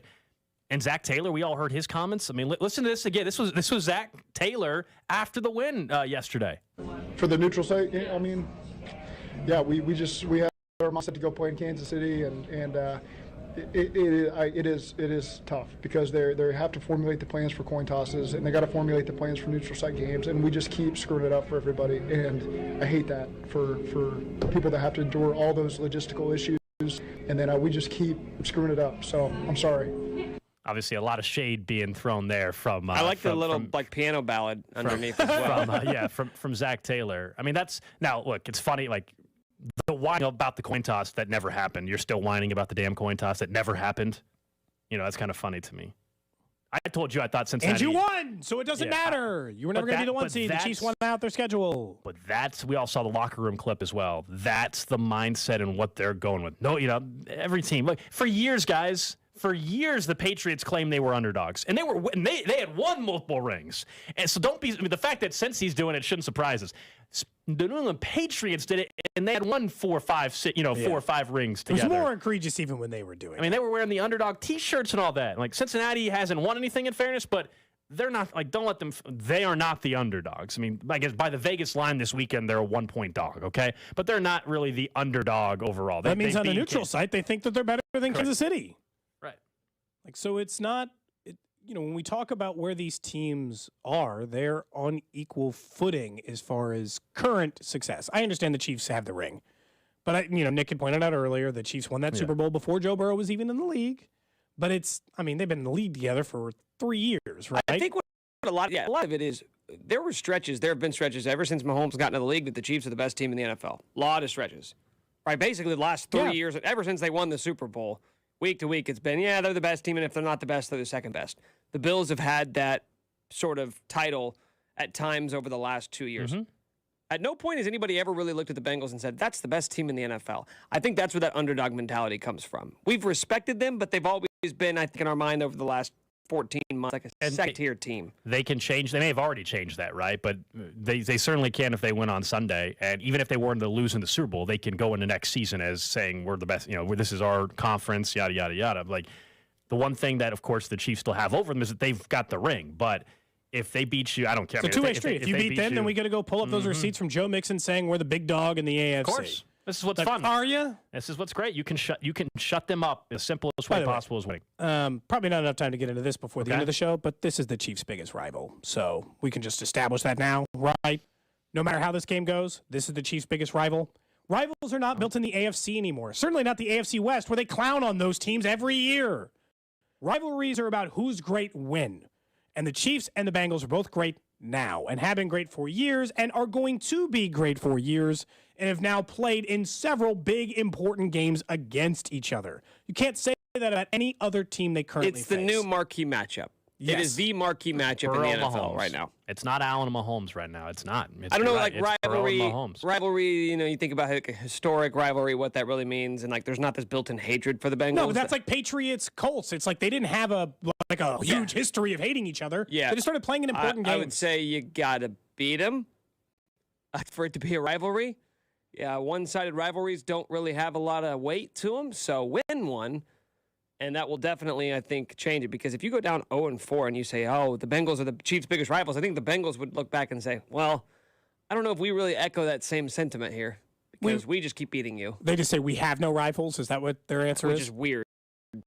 Cincinnati probably is. I mean, Cincinnati at this point, win or lose. I mean, I do think Cincinnati, like, outside of the division hatred, rivalry stuff with the Raiders over the years, Cincinnati will be the most hated team for Chiefs fans. They probably, I mean, they might already be there now. They talk a lot. They beat you a lot. It's a pretty good combo to hate them. When they're not your team. I can see why their fans love them. Oh, but sure. it's easy on the outside. Look, From this angle, very easy to dislike. If you were a Cincinnati fan, your quarterback is calm, cool, he's arrogant, but he's great. Like, absolutely. Jamar Chase's stuff. If you were in Cincinnati, you final word. Outside of that, this is how it works in sports. Yeah, I can't stand Cincinnati. I cannot stand them.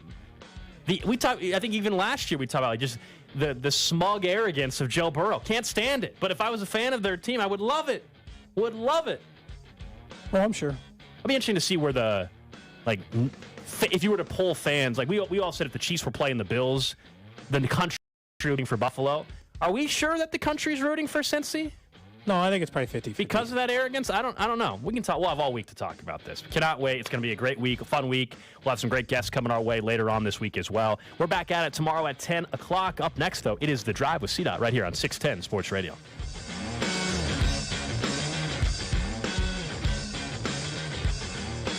There's Kelsey to the end zone. Cody and Gold brought to you by Gann Asphalt and Concrete. For asphalt, concrete, and parking lot maintenance, Gann